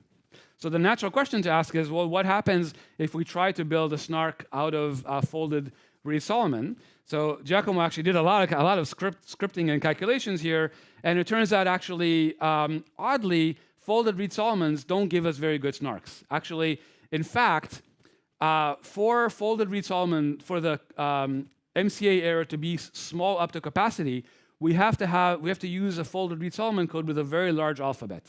And it turns out the very large alphabet negates the fact that the MCA error can be larger than what it is for the regular Reed-Solomon code. Yeah. So there's an amazing open problem here, which is to try and actually either improve the alphabet size for MCA error up to capacity for folded Reed-Solomon, or maybe try to use folded Reed-Solomon in some other way to build better snarks. Today, they don't give better snarks, but there's an amazing open problem to try and get them to build better snarks out of them. I will mention a recent result that suggests that maybe the alphabet size is inherent. We're not going to be able to shrink the alphabet size for folded Reed-Solomon, but there may be other ways around that. Okay, so remember my rule of thumb: every talk is supposed to have a proof and an open problem. So here's your open problem. Try to build snarks, good snarks up to capacity using folded Reed-Solomon. Okay, cool. So the last thing I want to do, I guess I'm running kind of out of time, I want to quickly show you why MCA is such an important tool in the design of snark systems. Yeah, so why do we care about, why is the Ethereum Foundation paying so much money to resolve this MCA problem? And to do that, let's just look at one example protocol. I guess it comes up very naturally in Weir and in other, other snark systems. So yeah, so let's just look at an example problem. So suppose we have a linear code C, again, it's a subspace of f to the n, and the problem we want to solve is the following question. So here the verifier basically has two code words, U0 and U1, that are presented to the verifier as oracles. The verifier has another vector S and two values T0 and T1. what we're trying to do, what the prover wants to convince the verifier is that U0 and U1 are delta close to code words, and those code words actually satisfy some linear constraint. So it's not just an IOPP. It's not just proving that U0 and U1 are close to code words. The code words that they're close to are also satisfy certain constraints. And I guess Ali is going to talk about this question also later in the day today. But I want to kind of give you a brief overview and to explain why it's connected to MCA. So is the problem clear? We have these two code words we have these two words U0 and U1. We want to prove they're close to code words and that the close by code words satisfy a certain constraint. You can see the constraint here is that the code word inner product of vector S happens to be equal to this value Ti. All right, so let's look at a very simple protocol. The first thing that comes to mind, I mean, you know, in the design of Snarks, I guess there's really only one idea. What's the one idea? It's usually random linear combinations. Yeah, I guess recursion is another idea. But the main idea in designing Snarks is random linear combinations. And so let's just do that. So let's design a protocol for this problem. So the protocol works by the verifier sends a random value. The prover is going to create a random linear combination of the two close by code words. It's going to send the resulting code word back to the verifier. The verifier is going to do some spot checks. So it's going to choose some positions x1 to xl, and in those positions, it's going to do spot checks to check that the code word really was a combination of U0 and U1. Okay, that's the whole protocol. So we want to prove that two words are close to the code. We take a random linear combination and prove that the result is close to the code. Okay, so far so good. This is complete if, in fact, UI happens to be a code word, which is good enough. And the question is, why is this protocol knowledge sound? Yeah, why can we extract the close by code words that satisfy the linear constraints if the verifier accepts in this protocol? Okay, this is like I would say this is like the simplest protocol you can imagine for proving such a statement. So we just want to be able to analyze this protocol. All right, so let's build an extractor. Let's build an extractor, and you'll see that MCA pops up very, very naturally in this question. Okay, so how is the extractor going to work? The extractor is given the verifier's view. So it's given U0 and U1. And its job, it's also given the random linear combination Z, and it's given the code word that the prover sent to the verifier. The extractor's job is to output now two code words that satisfy the linear constraints. So the code words have to be close to U0 and U1, and they have to satisfy the linear constraints. So what is the extractor going to do? Well, it's going to find some sort of agreement. It's going to look for the error positions between the code word that the prover gave and the linear combination of the two words that the verifier was given as input. Okay, so it's going to find the locations where there are errors. Yeah, that's kind of easy to do. You just kind of go position by position and see if there's an error or not. Okay, so far so good. What does this set have to do with anything? Well, because C is actually a code word, and because we did all these spot checks, we know that the linear combination is actually S delta close to the code with very high probability, right? That's actually what the spot checks prove for us. All right, so far so good. Well, because of that, because the linear combination, this is a point on a line, yeah? This is some point on a line generated by U0 and U1. Because this point on a line happens to be S delta close to the code C, the MCA property, by definition, implies that the generators of the line are also S delta close to the code C. That is exactly the MCA property, yeah? So the fact, again, we know that U0 plus ZU1 is S delta close to C. We know that the generators are also S delta close to C. Yeah, again, that is literally the MCA property. The cool thing about that is that now, because the extractor was able to compute this set C, this set S by itself, effectively the extractor knows exactly where the error locations are in the words that were given to the verifier. Yeah, so the MCA property, kind of, I don't know, I thought this was really cool. It's a really, really nice consequence of the MCA property, is just by looking at where the errors are in the linear combination, you can deduce, you can kind of learn yourself where the errors are in the generators U0 and U1 of the line. So now the extractor knows exactly what the error locations are, And so to recover the code words, all it has to do is just do erasure detection. Right? It knows where the errors are. So now the problem of recovering the code words is a fairly easy problem of erasure correction rather than list decoding. You don't need to decode, you just need to recover from errors at known positions. All right? That's what the MCA property lets us do. And of course, once you error correct, you output C0 and C1. So as a result of this, we get very simple extractors that use erasure correction as opposed to list decoding. So this is why it's such an important property. If you look at the extraction theorem, so what is the probability that this actually works? I can tell you that the probability that the extractor fails is bounded, you can see, by the MCA error plus some list decoding bound, and contrasted this with the number of spot checks that we do. So we did T spot checks, each at a distance delta. So the probability of failure here is going to be, the probability that the spot checks fail is going to be at most 1 minus delta to the t, which means the larger the distance that we can handle, the smaller the number of spot checks that we need. The smaller the number of spot checks, the shorter the snark proof will become. Okay, so we want to have a large delta so that we have to do few spot checks so that the proof is shorter. But the larger the delta is, the bigger the MCA error and the list decoding error are. So this is exactly why we need to understand exactly how the MCA error behaves above the Johnson bound so we can go to distances that are above the Johnson bound. So we want to kind of maximize delta so that this term is smaller, but we can't maximize delta too much if we can't bound the expression on the left here. And that's where the $1 million prize is, right? The $1 million prize is really to help us maximize delta and still be able to bound the expression on the left. Okay, so the goal here is to be able to bound the MCA and list decoding errors for the largest possible delta. That's the goal. Yeah. And so why this is true, this is in the paper, and I just want to point out we need bounds on MCA and list decoding for delta greater than the Johnson bound. Yeah, that's kind of the problem. All right, so to conclude, I want to remind you again, there's this amazing prize. There aren't that many prizes in mathematics, yeah? So this is kind of an amazing prize that the Ethereum Foundation, I think, did something really quite beautiful there.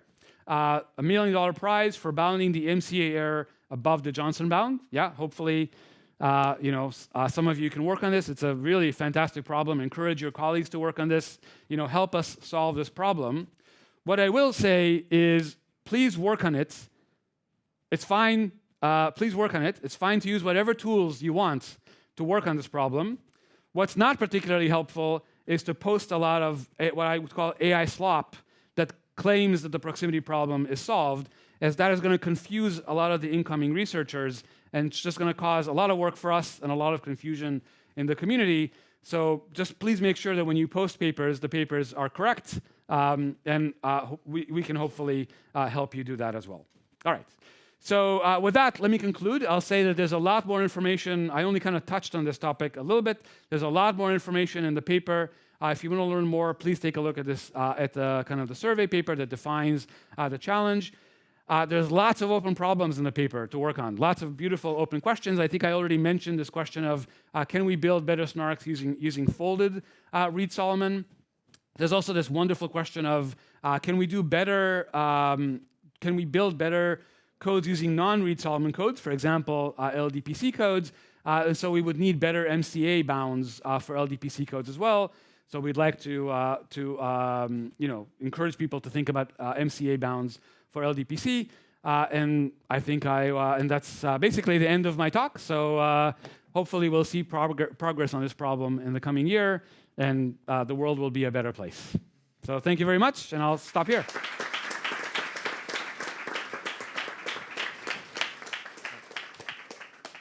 Okay, we have maybe a few questions on the topic. I will start with one question. Yeah. How does it feel to bring money to this to this game? Like, is this a common thing that mathematicians all of a sudden decide that this thing is worth $1 million to solve? I guess this is not the only problem that's worth $1 million. We do have these millennium challenges that are also worth $1 million each. Yeah, so we have seen things like this before. But this is commercially motivated $1 million, right?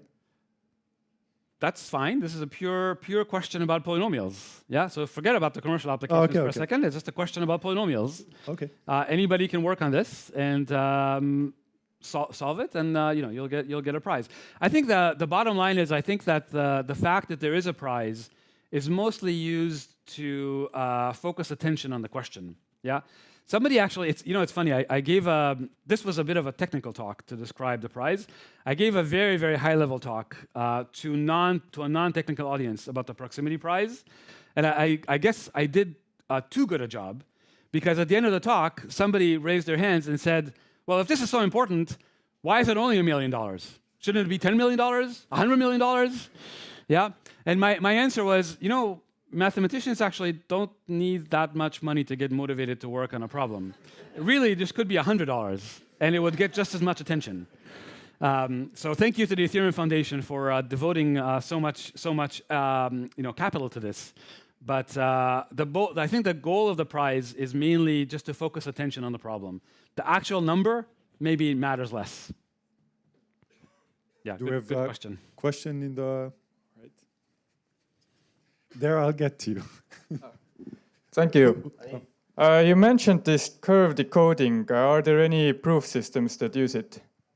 Yeah, actually, curve decoding comes up as soon as you try to batch more than 2 words. Yeah, so if you try to batch 10 words, typically you would batch them using powers of a random linear value, and that immediately brings you up to like curve decoding for degree 10 curves.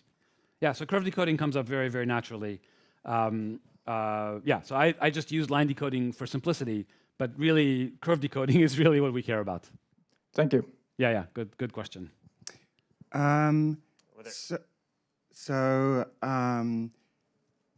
Foldable RS codes are efficiently decodable. Yes. And they have good properties. Yes.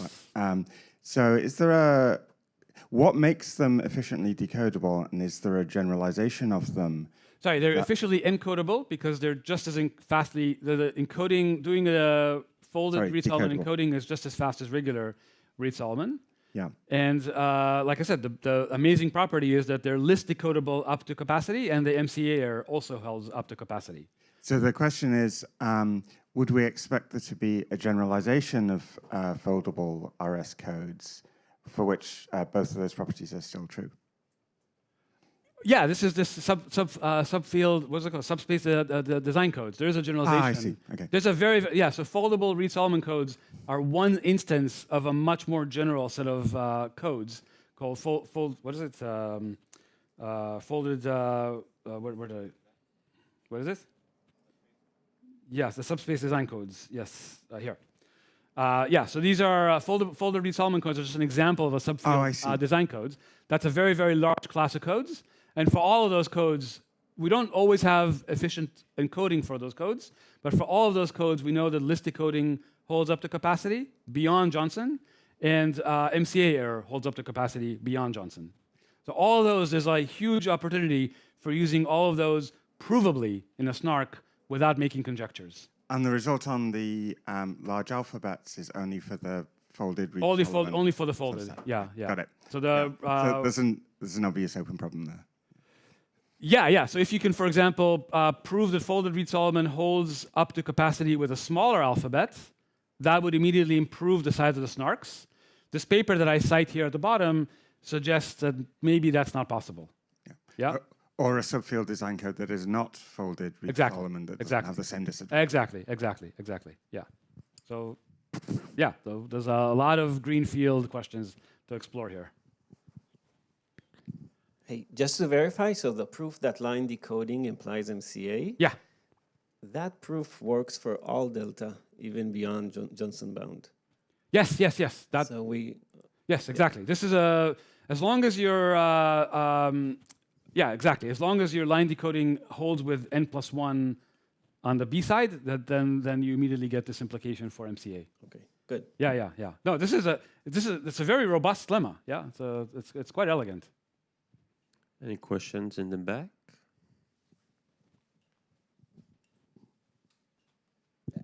actually, now that I'm staring at this proof, would this generalize even for the curve? Yes, yes. This version of this. Yes, yes. This holds for curves see. as well. Yeah, Okay. yeah. It was it was easier actually for curves. Actually, the expression is a little bit. It's a good point. So if you have a curve of degree d, yeah, then you just need to replace n+1 by dn+1. So you need for curves you need a slightly stronger linear decodability property, but it's basically the same property. Yeah. So surely you and the judges have thought about how to potentially solve this problem. So I'm curious your thoughts and why this is a hard problem and why you haven't solved it yet. Oh, okay. Yeah, Jack, well, how come you haven't solved it yet? Yeah, I think the reality is if you look at the two challenges, if you look at the two challenges, then there's one challenge on MCA error, and there's one challenge on list decoding bounds.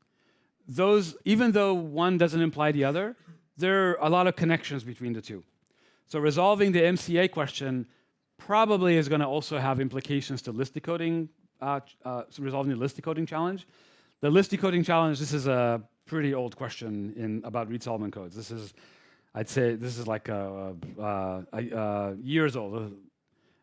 It dates back to like even the history of the prehistory of coding theory, 60s, 70s. So this is a pretty difficult question. And because they're connected, this would probably suggest that this question is not going to be easy to solve, but that doesn't mean that it's impossible. We just need one new idea. Yeah. So yeah, please do it, Chelsea. Okay. Thank you very much. Great. Yeah, thank you.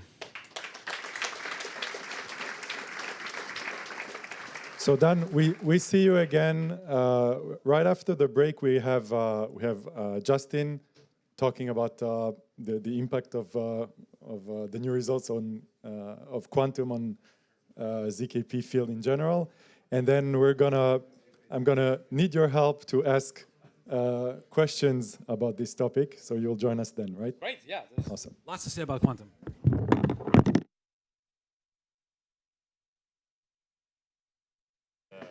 And for IOP Fest, we will be meeting back at 2 o'clock in the room nearby.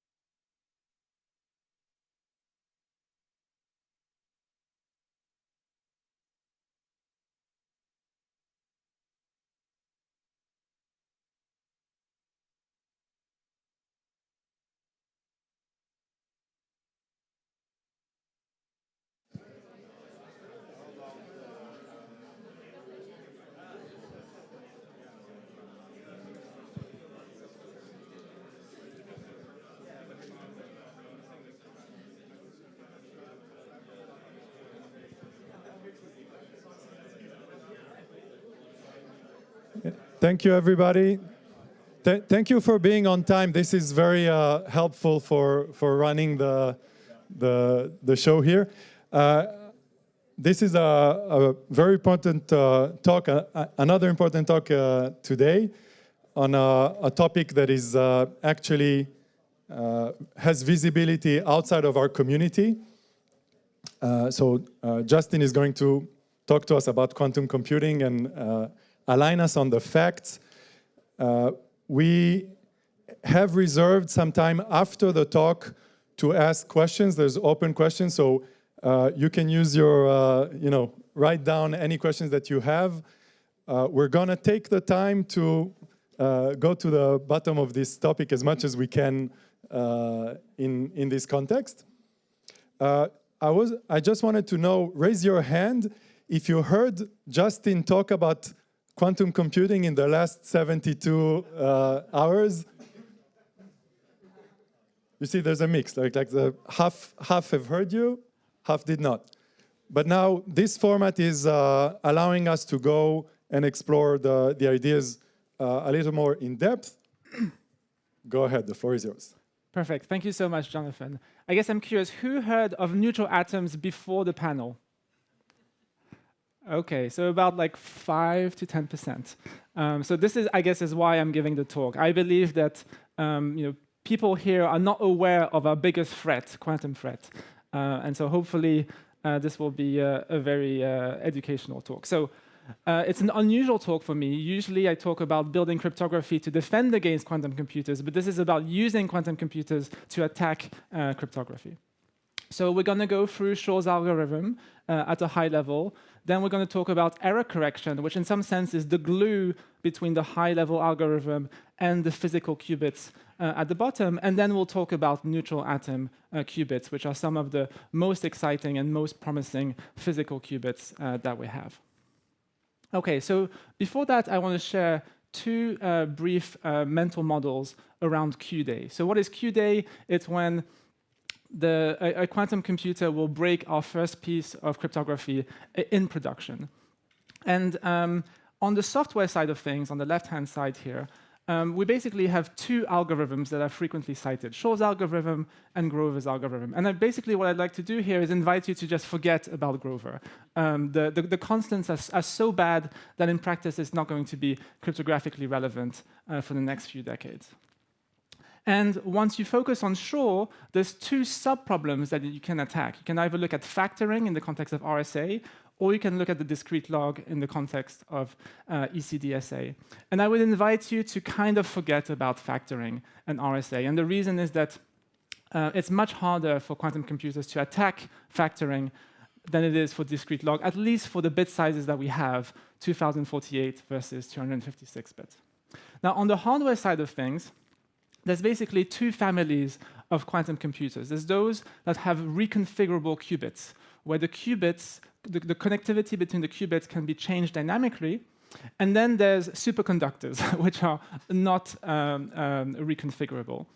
And this is maybe a bit of a spicy opinion, but I think that you should potentially forget, or at least discount, superconductors in this story, because they don't have this superpower of reconfigurability, which I will talk about later.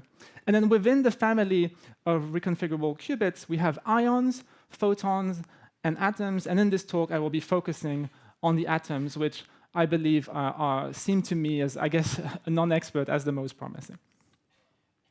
Now, as I've learned more and more about quantum cryptanalysis, my opinion has changed dramatically. But last year, I believe there was a 1% chance that by 2032, we would have a cryptographically relevant quantum computer. And here I was just basically listening to the experts who were saying that it could happen by then. But then I was invited to join this Google paper, and in February of this year, the probability of having a cryptographically relevant quantum computer by 2032 shot up dramatically because there was this massive optimization to Shor's algorithm, and I took the time to learn more about this stuff. And then recently, in the last few weeks, my probability has shot up dramatically. I now think there's a 50% chance that we're going to see a cryptographically relevant quantum computer by 2032. And this is due to this so-called oratomic paper and neutral atoms that we'll talk about. And really, this, in my opinion, should affect timelines for many people in this room. We're starting to see a trend. So Google has announced that they want to migrate to post-quantum cryptography by 2029. We also have Cloudflare that has the exact same date. And the Ethereum Foundation also has a similar target for Ethereum L1. Now, what is this oratomic paper? Question. Why only 50%? Because there's just fundamentally a lot of uncertainty. 2032 is in 6.5 years. It's very, very difficult to predict the future. There's like some unknown unknowns. There's also some very known hard challenges. So this is basically a rough order of magnitude. I'm just saying it's quite likely that we'll see them by 2032. So what is this oratomic paper? It happens to be the most upvoted archive paper ever in the history of the archive. So there's this website, scirate.com, that rates archive papers. Archive, if you're not familiar, is basically ePrint, but for physicists. And the title of the paper is Shor's algorithm is possible with as few as 10,000 reconfigurable atomic qubits. And really what I want to do in this talk is try and unpack the title a little bit. So we're going to talk about Shor's algorithm. We're going to talk in part 2 about error correction and the reconfigurability of these qubits. And then finally, we'll talk about the neutral atoms. OK? Cool. So let's get started with part 1, Shor's algorithm. So in 1994, Peter Shor here dropped this bombshell.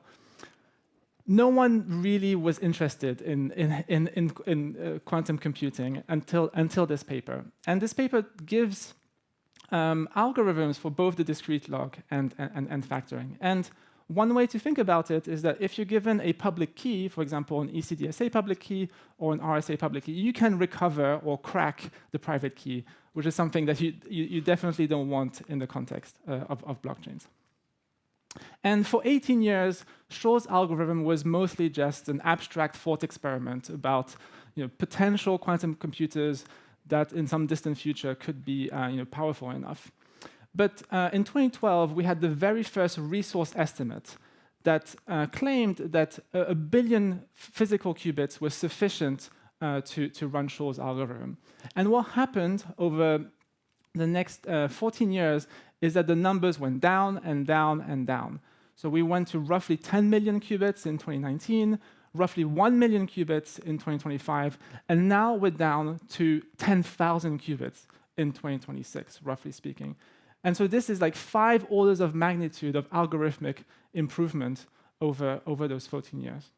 And the number 10,000 is actually a very important number, because on several quantum platforms, it's what you can comfortably fit within a single quantum processor, or a single QPU, which means that you don't need to have multiple QPUs that are networked together with quantum networking, which is a hard engineering problem for which it would be nice to avoid. And here, basically, we can avoid on some platforms. So what is Shor's algorithm?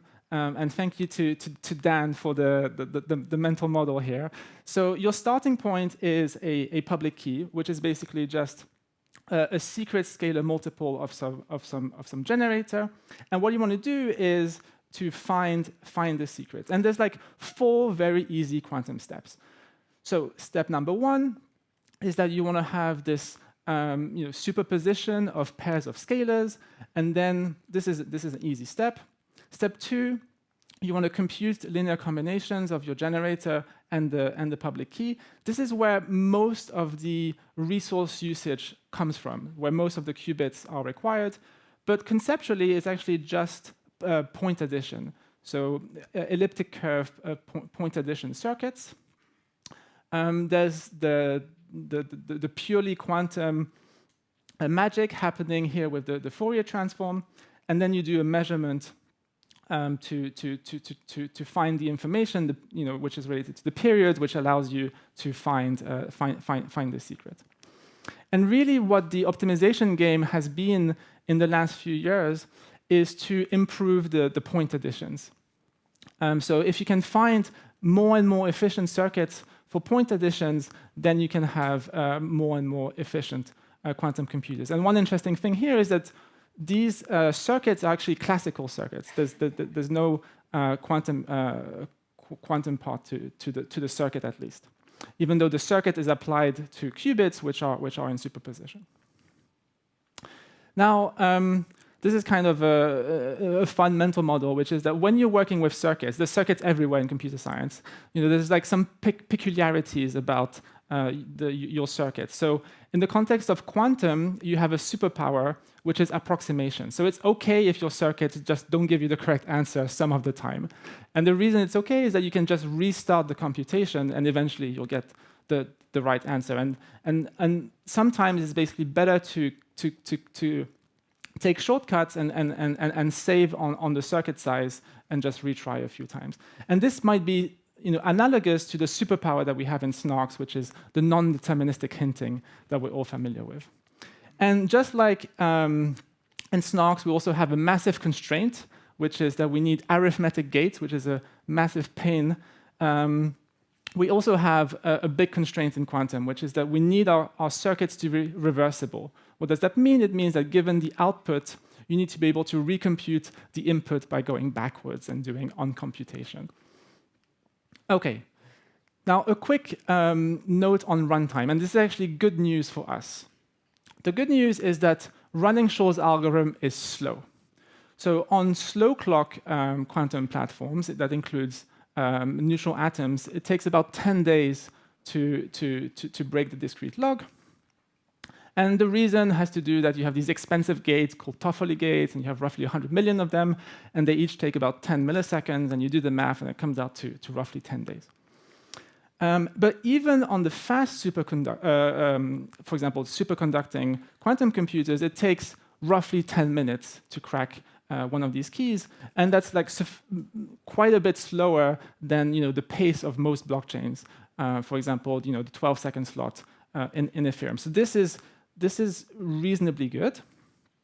And if you look at RSA, roughly speaking, you want to be multiplying the numbers by 100, because the circuit depth of these quantum algorithms is just a lot larger, and this is the reason why I suggest just forgetting about RSA for now and focusing on the discrete log. But there's a little bit of a downside to this, which is that we are the very first on the chopping block. Like, we're not going to have a canary in the coal mine like RSA breaking first. We are going to be the first ones that break. OK, so now I want to give you a little bit of an interlude and share a few stories on quantum censorship. And this is a bit of a interesting sociological trend that I think is worth talking about. So I have 3 stories. So story number 1 starts with Craig Gidney. He is basically the world expert in optimizing Shor's algorithm. He's done this for 10 years, and he's the one who basically shaved off roughly 2 orders of magnitude with Shor. And during Quantum Industry Day last year, he gave a talk full of optimizations. And then at the very end of his talk, he has a slide which says, "A thing I can't tell you about." OK. And he also says that this is his favorite optimization, and he's just going to keep us in suspense, and that he was told he probably shouldn't mention it. OK, interesting. So it seems like the most exciting optimizations are no longer being shared publicly. Exhibit B, the Google paper itself. So the Google paper has a zero-knowledge proof that proves the existence of a Shor optimization without actually revealing what this optimization is all about. So it's a zero-knowledge proof about these point addition, like reversible circuits. And they have engaged with the US government to develop the zero-knowledge proof. And this is what they state publicly in the blog post. And one of the cool things here is that the paper actually uses infrastructure that we developed in the blockchain space. So they knew for sure that they wanted a zero-knowledge proof. They didn't want to reveal how to do it, but they were not aware of the fact that we had these awesome like Rust to ZKProof compilers, and they ended up choosing SP1. And as is usually the case with zero-knowledge proofs, there were bugs. And so literally just a few hours after producing the proof, Trail of Bits comes up with another proof, proving that they know an even more efficient quantum circuit. But of course, they cheated. They used a bug in the guest program that Google used. So Google had to recompute the proof. And just to give you order of magnitude, it took 3 hours to recompute the proof on a cluster of 10 H100 GPUs. And ironically, the proof that they use is a Graph16 proof, which is not post-quantum secure. But we're working on actual ZK proofs for hash-based schemes as well. OK, final story. So unfortunately, I can't disclose my source here. So in some sense, this is a reputational zero-knowledge proof. But someone who's like very trustworthy basically wrote, neutral atoms could break 256-bit discrete log by 2029. And I'm actually very pleased that a few weeks ago, Scott Aronson, who happens to be a world-renowned quantum expert and quantum commentator, has the exact same date. So I'm not alone in putting this forward. He said, some of the most reputable people in quantum are now telling me a fault-tolerant quantum computer ought to break deployed crypto systems by around 2029. He wrote a sentence which is extremely long, so I had to trim it down. But this is all one sentence, and I haven't changed the words here. And I invite you to read his blog post. OK, so basically the moral of the story here is that from now onwards, we're in the dark on the best optimizations that we have for quantum. And even when we do have optimizations that are made public, we should assume that they're stale. We should assume that they were discovered maybe 6 months ago, or 12 months ago, or even earlier. OK, part 2, error correction. This, again, is the glue between Shor's algorithm and the neutral atoms. So one important thing about qubits to understand is the quality of the qubit, so-called the fidelities. And the physical qubits have a limit to how good they can be. So they can only have fidelities, roughly speaking, that go up to 4 nines, 5 nines, maybe 6 nines, meaning that the error rates are 10 to the -4, 10 to the -5, etc. And that's just not enough for computation. So we need to amplify, to find a way to amplify fidelities. And this is a little bit like amplifying soundness, by making more queries, for example, in a hash-based PCS. And the interesting thing here is that there's this threshold result, which basically says that when you reach 10 to the -3 in fidelities, you can get practical error correction, meaning that you can just amplify your fidelities by having more qubits. And so once you've reached that point, you should expect the fidelities to drop at a very fast rate, much faster than historically. And today, we're at this really exciting point where we've just reached 3 nines of fidelities on all of the major quantum platforms. And so over the coming months and years, we should be seeing logical qubits that have extremely good fidelities that will be close to good enough, if not good enough, for running Shor's algorithm. OK, so that was the quality of the qubits. But there's another consideration, which is the quantity of the qubits. Like, how many do you need? And this is a very important detail for the engineering. So here we have an array, which is like 16 by 16, so up to 256 atoms. And there's so these are the neutral atoms that I was talking about. And in 2021, I believe it's the Harvard team came up with this demo of Mario, and basically it shows that you can control individual atoms on the grid and you can move them around. And what this means in particular is that you can take two atoms that are distant, physically distant from each other, and make them proximate, very close to each other. And the advantage of this is that now you can perform 2-qubit gates on arbitrary qubits. So you have this so-called all-to-all connectivity, you have this reconfigurability, and this is a superpower.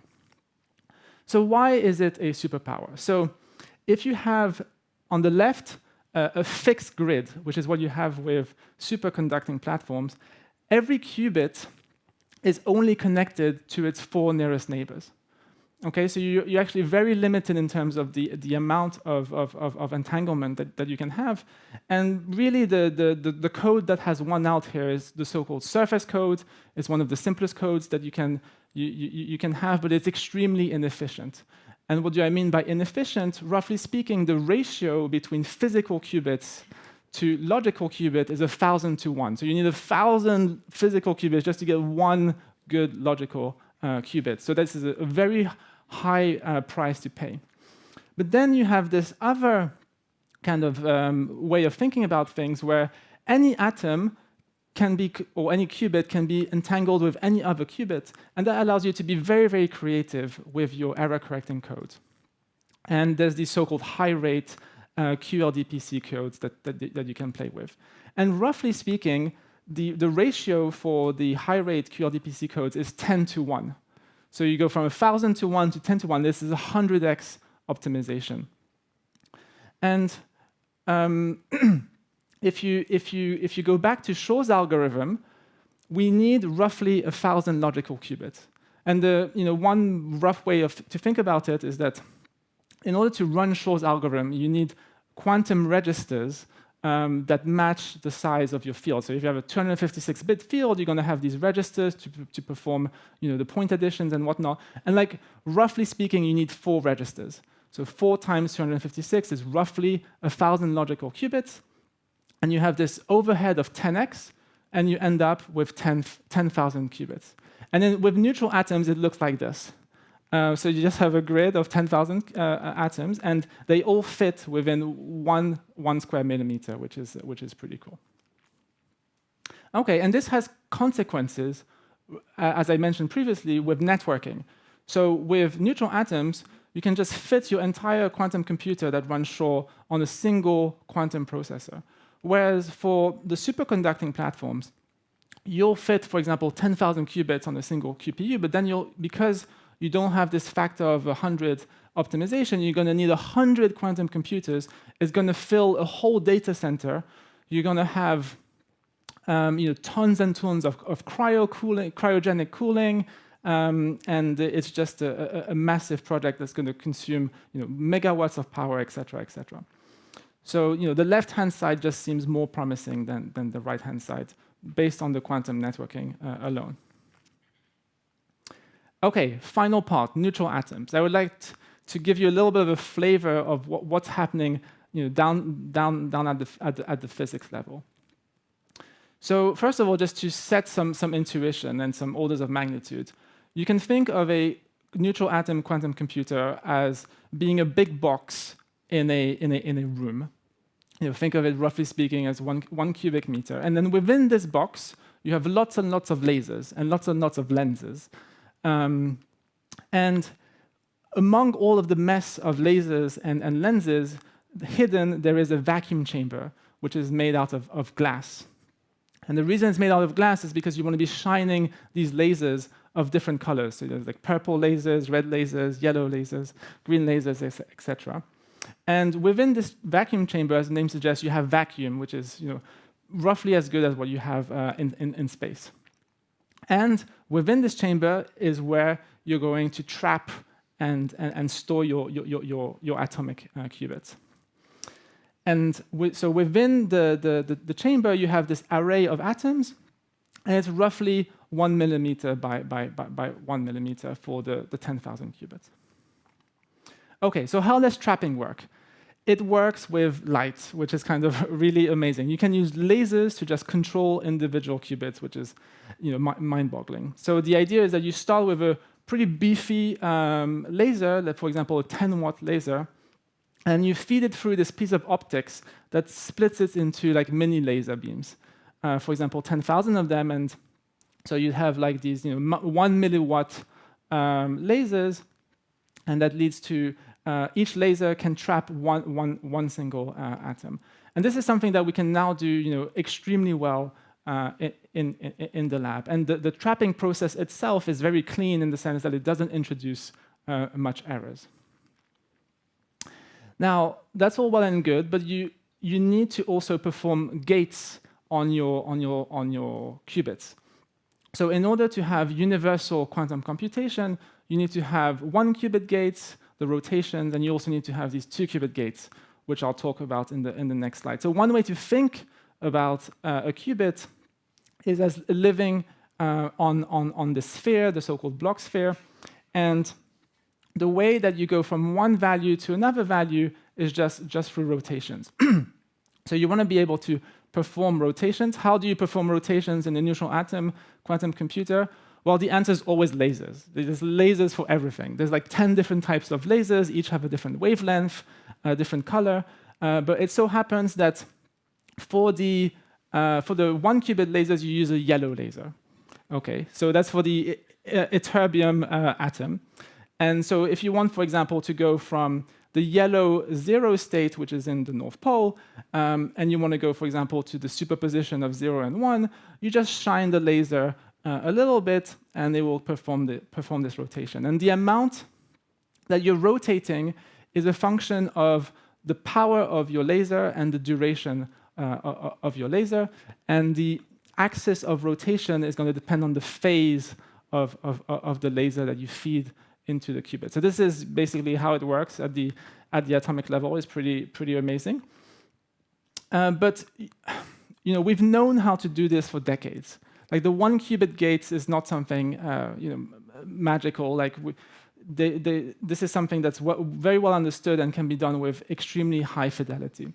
The much more challenging and interesting thing is the 2 qubit gates, which basically entangle qubits. And here we use a very special laser, which is the purple laser.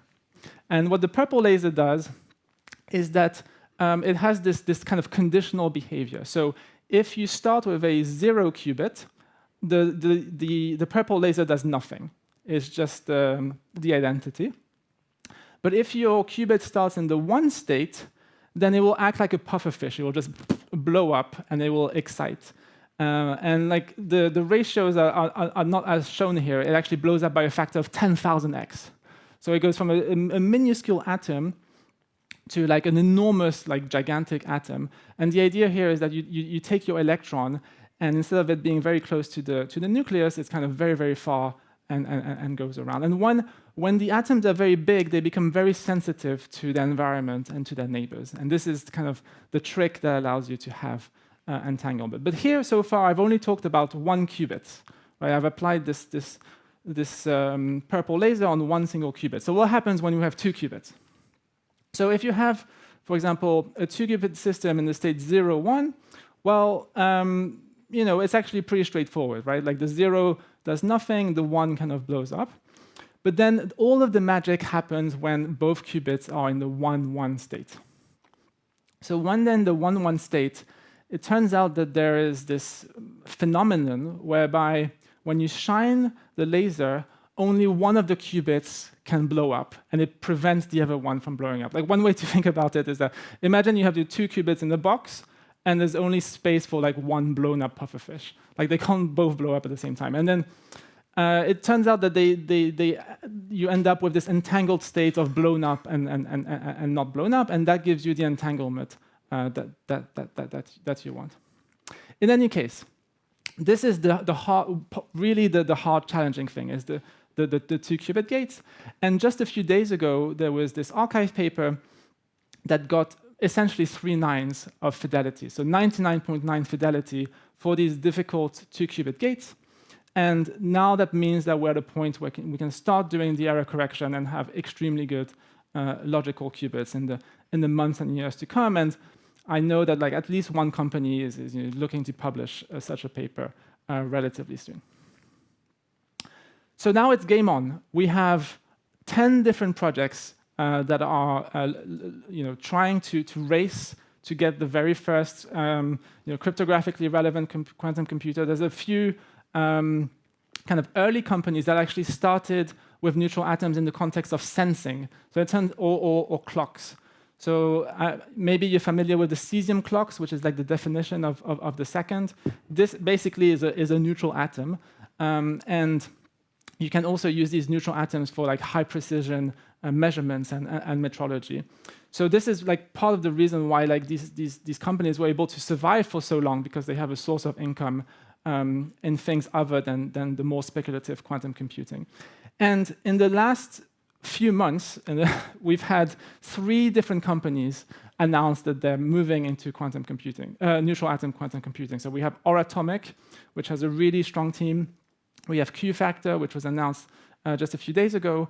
And we have Google Quantum AI. So this is interesting. Google historically has been a superconducting shop, and arguably the best quantum computing team in the world. And even them are seeing that the promise of neutral atoms, and they're hedging their bets, and they're now starting a neutral atom team within Google Quantum AI.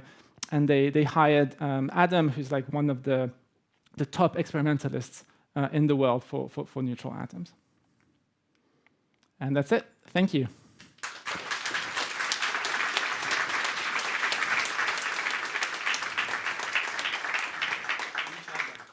Sorry? Which atom? You said atom. Oh, which atom? So. No, which atom? Oh, Adam Kaufman. Yeah, Adam Kaufman. Okay. Thank you so much for this talk. We can approach it in several ways. First, if you have immediate questions for Justin now, I will run with the microphone and let you ask the question. There, it's arriving to you immediately, of course. And then we will have a session where Dan is going to join us, and we will try to approach the topics in a growing order of controversiality to keep things spicy. All right. So let's start. Okay, so just like bits represent one of 2 states, you can have trits and quarts and so on that represent multi-level states, and you can apply that to Q-trits, Q-quarts, and so on. Are those possible using neutral atoms? Yes. So it turns out that when you're dealing with neutral atoms, you're dealing with the whole complexity of atomic physics, which I'm definitely not an expert in, but it's very, very complicated. And so if anything, you have these energy levels that you all learn in high school. And so if you have 50 energy levels, that in theory could be a 50D like qubit. But in practice, what people tend to do is to find a really stable 2-qubit substate. And whenever you move away from this 2-qubit system, you so-called leak. So there's this leakage problem, which people are trying to fight as opposed to harness right now.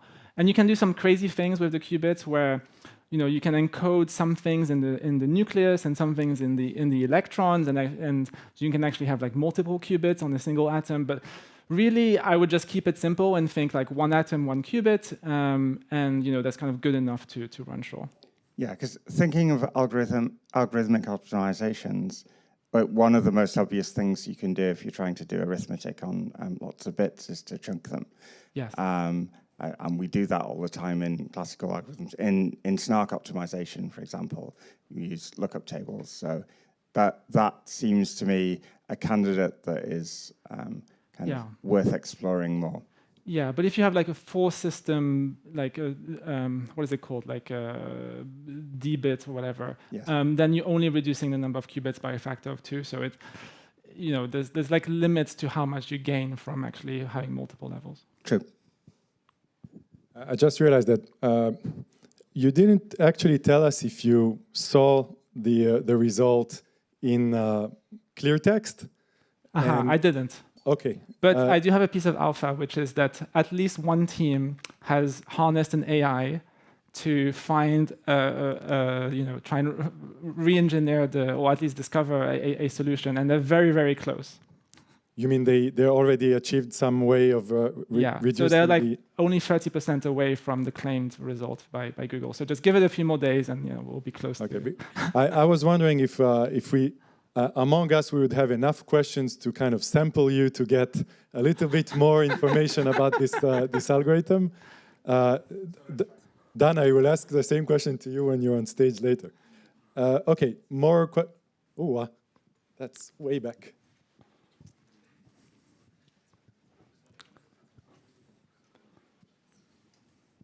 Thank you. Justin, just a quick question. So major bottleneck is, of course, actually having the working error correction.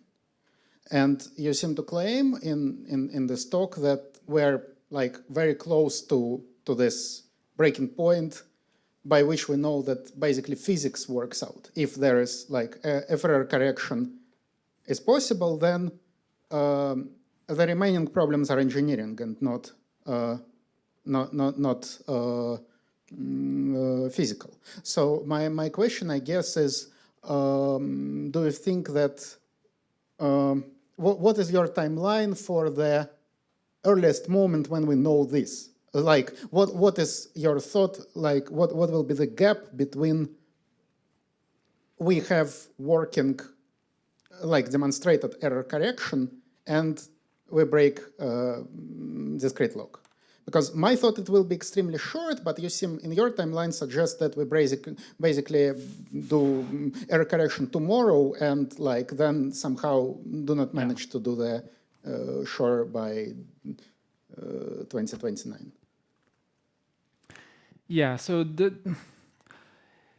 if you're a theorist, then once you've reached the threshold from a physical standpoint, then you can just amplify as much as you can. But in practice, there's like these so-called noise floors where like you amplify and then you hit some sort of like random like engineering thing that you don't completely understand, and you need to work through it.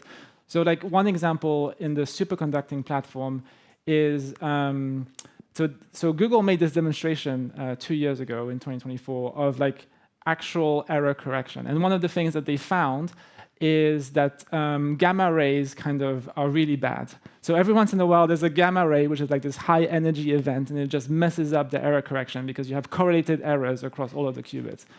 And so, they were able to get to a certain like logical level, but then, it was hampered by, this noise source. And so you kind of have to work your way through all of the noise sources and eliminate them like one by one. So things like vibrations, things like magnetic noise, things like gamma rays, like all of this needs to be sorted out, or like the vacuum quality is not good enough. So even though I think we'll be moving much faster in terms of fidelities that we've been historically, with a slow grind on the physical stuff, it will still be not immediate. Hi. What are other applications of quantum computing? So are they just trying to break cryptography, or there's something else and it's just... Yeah, so there's all sorts of applications. Like one of them is materials design or drug design. And the way that people pitch it is that in order to generate a new material, maybe a room temperature semiconductor, or maybe a drug or whatever, like you want to harness AIs.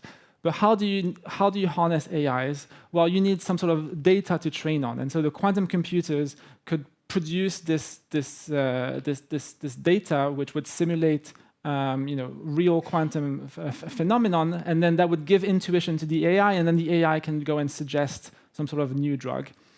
But the way that the AIs work is that they would suggest 1,000 new drugs as opposed to just one, and so you can also use the quantum computer to simulate your drug and basically do the filtering. So it's both for the data generation and the filtering. I mean, there's also talks about like quantum solving optimization problems, in finance and things like that. People don't seem too excited about that. And then there's another application, which is AI. So Google Quantum AI, when I heard the name, I was like, this is ridiculous. Like they're putting two buzzwords next to each other, quantum and AI. But actually, it turns out like quantum AI is like a real field of research, and there's like some, apparently I'm told, like very exciting results. And I don't know exactly what's going on, but basically you can leverage the superposition of the qubits to store like an insane amount of data in your models, and that could improve the efficiency or the quality of the models. I don't know exactly, but it's a real thing. Hi, I'm Liam. Why did Google switch from superconducting to neutral atom? Like, is there like disagreement amongst quantum computing experts about this? Or like, what is the explanation for the shift? Okay, so first of all, they haven't switched. They're like hedging.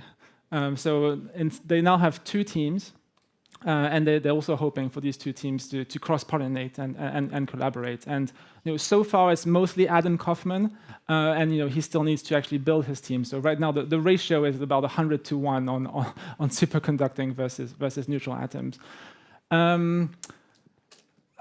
I mean, there is a story behind this, but I can't like share all of the details. But basically, like the guy who leads, or he's like very high up in Google Quantum AI, Ryan, he's been talking to a bunch of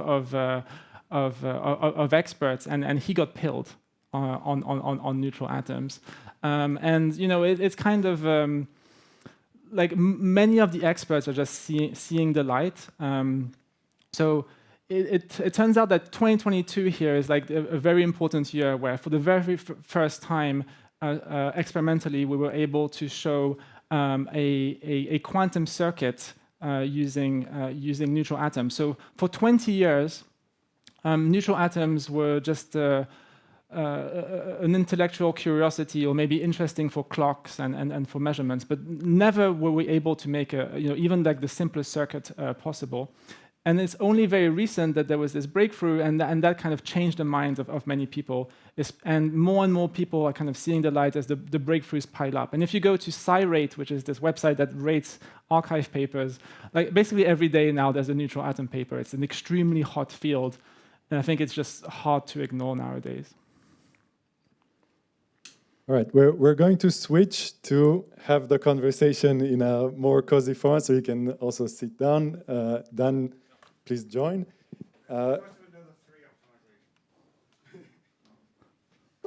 You should get the $1 million prize on the proximity gap. Okay. Let's get this one. Put it in the center. Okay. So maybe we can start. We can start this this little talk with this kind of elephant in the room. You suggested it. The fact that we need to trust the words of the practitioners in this space, because now everything is under wraps, and so you come with such and such is peeled on so and so technology, and I've heard this guy and that guy. It's about the reason why we're also having this conversation, because it's basically the only way that we have as a community to figure out what's going on. So at the meta level, first maybe can you establish the credentials, if you will, of why we should listen to both of you? Like what did you do in the space? I know that everybody, when they start talking about these topics, they immediately go, listen, I'm not a physicist, I'm not an expert, I'm not everything, but you guys spent a lot of time in this space, so please allow us first to understand like how much weight to assign to what you're saying, because I think it's a core part of understanding. Okay, yeah, so, well, first of all, I guess, let's see, so I still remember actually when Shor's algorithm came out, and to be honest, I myself even wrote some papers building on it back when it came out. So it's not like I'm new to the space. I've been following the space for quite a while. For a long time, I have to say, the experiments that were being done were using this NMR techniques, the nuclear magnetic resonance methods, which clearly didn't scale. So I kind of became a little bit skeptical, because those methods were clearly not going to get us anywhere.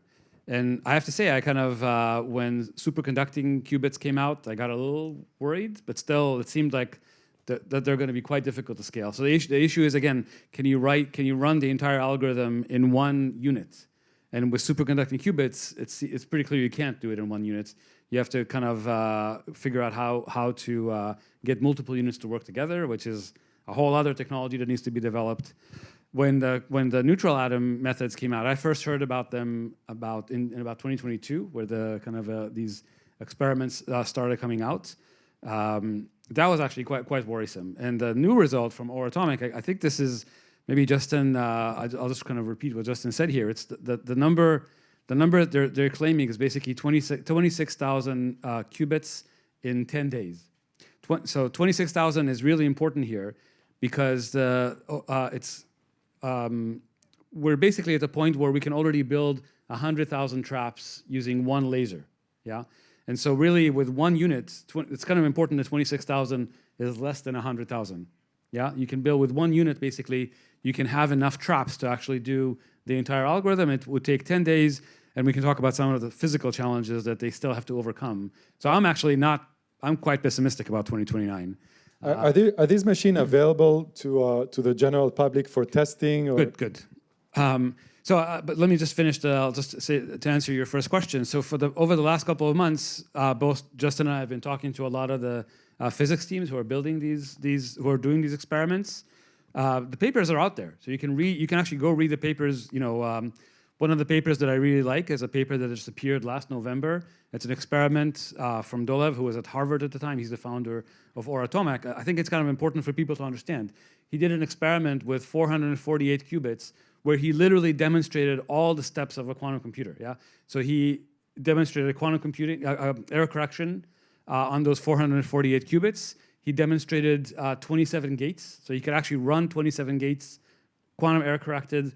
And then the last thing that needs to be done, which we can talk about, is this magic state distillation, which is a fairly complicated thing that he also was able to demonstrate to work. So really, he really showed that all the steps actually work. Now it's just a matter of scaling it up to 26,000 qubits and have it run for 10 days. The other thing that's really important to say is also a paper from last November showed that he was able to build quantum memory, just keep the state stable for 2 hours. Before we were measuring these things in microseconds. Now he got it to be stable for 2 hours. And Adam and other physicists they all say once you get it stable for 2 hours, going to 10 days is not that much harder. Yeah. So it's like all the pieces are coming together. And we're not talking about things that happened a decade ago. We're talking about papers from last November. Yeah, November 2025. So there's been like a shift in the physics experiments that kind of make all of us and all of you should be quite nervous about how quickly things are changing. So it's not like we couldn't give this talk 5 years ago. Yeah, just things haven't happened then. But now things have changed, and it's time for our community to take this threat more seriously. At the same time, I have to say there are a lot of challenges left to solve before we can run Shor's algorithm at scale. So I'm quite skeptic about 2029. We can go through the challenges. I think it would be, the way I like to say it is, if we had an Apollo program, 3% of the US budget was devoted to building a quantum computer. We might have that and we don't know, right? Yeah, we don't know. Well, we can all talk about things we know. Maybe we can do it by 2029 with the current level of funding where it's just a bunch of small startups and small teams working to build it. It's very unlikely this will be done in the next decade even. Justin, in what you presented, you gave a left side, which was the software, and the right side, which was the hardware. It seems like gravitating the talks around the hardware, this is the things that we can verify those papers, try to reproduce, go and collect the results outside. But then the other side, the cryptographic advancements, those are the sides that we're going to be kind of relying on these conversations. So maybe again, what brought you to get into this space deeper and look at those lasers and get excited about it? Yeah, I mean, unlike Dan, I have no credentials in this space for the quantum computing specifically. I was invited by the Google folks just to review, the Ethereum section or whatever, and I just took the opportunity to learn more, and I was like totally nerd sniped, and especially after the Atomic paper, I've pretty much done nothing other than like learn about neutral atoms. So, I spent hundreds of hours in the last 5 weeks just learning about neutral atoms. And I think I've watched like most of the YouTube videos. That's how I learn a lot. Like I just it's like Bitcoin in 2012. You could still wrap your head around what's going on in the space, right? And you get to know the people because there's not that many people who make the presentations. And I'm starting to build a network of Telegram contacts and whatnot, and it's and the way that I roll here is like purely based on intuition. So I'm like an LLM, like ingesting all of this data and then kind of giving like reasonable kind of outputs, but not having like a deep understanding of what's going on. All right. So this is an important point. So many of the things that you described, like we said, we can go back to the papers and see them. So thank you for aligning us on the facts, right? These are, unarguable facts. But there's a question of tone. Like, what do we do with this information? Every time we marvel at the progress, there's a background, emotion of fear that is joined to it because it can impact a lot of what we're doing. How do you look at the tone of the conversation and what to do with this information that you described? And this goes to both of you. It's a kind of a core question because there might be impact to that tone. Yeah, the tone is extremely important. And I think it's important to not be alarmist and not to appeal to emotions. If we rush things, there's like two things that can happen that are bad. Like one is that we can just make mistakes in the new cryptography that we deploy, and we end up with a system which is actually, in practice, much weaker than what we have today. And there's various ways to shoot yourself in the foot. So we want to do this properly. We want to take our time. And the good news is that we have, quite a bit of time until, end of 2029.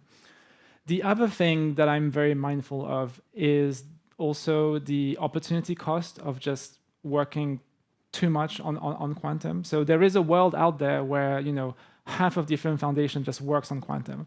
Like today it's like less than 5% of the Ethereum Foundation working on quantum. And,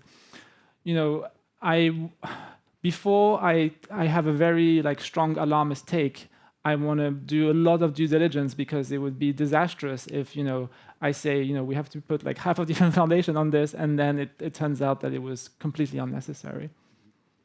Actually, can I add to that? I think this tone is really, really important. I mean, the message that people in our community should take is definitely don't panic. Yeah, there's time to fix these. That's usually what you say when you start panicking, right? No. This is really don't panic. Nothing to worry. There is time for us to address these things. I think we should not panic, but not ignore the threat. I actually like to say that this rush to post-quantum is really quite dangerous. And there are a bunch of examples that I walk through of companies that have rushed to post-quantum and have ended up hurting their classical security because of the fear of a quantum computer. Overall, their security went down. To be honest, even maybe I would even say that, for example, NIST even standardized their post-quantum signatures a little too early.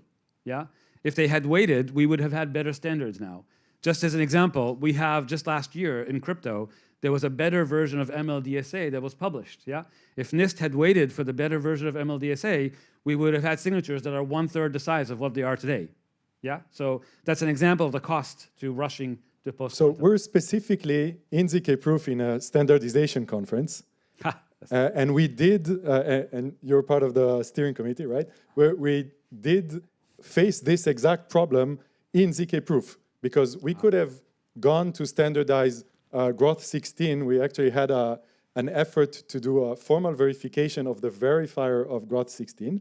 And we realized that part of the reason why there's no real strong traction in the industry to standardize the current best practice, right? Even the paper that was published was in the end proven using Groth16 at the end, this led to not having a standard with the current classical tools. So in a way, even the looming question of how fast quantum is arriving is affecting all of us right now with the current classical tools.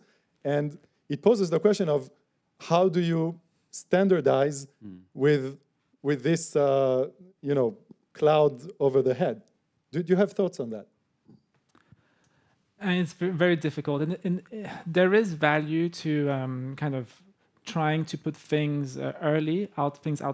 So one piece of valuable input is, we have hundreds of cryptanalysts that are looking at like all of these post-quantum schemes in the second round of the NIST, and it's very good because we learn about breaks with whatever, like all sorts of exotic schemes, and that's very useful information. And also even like the assumptions that we think are pretty strong, like lattices, it's good to have experts look at this more seriously.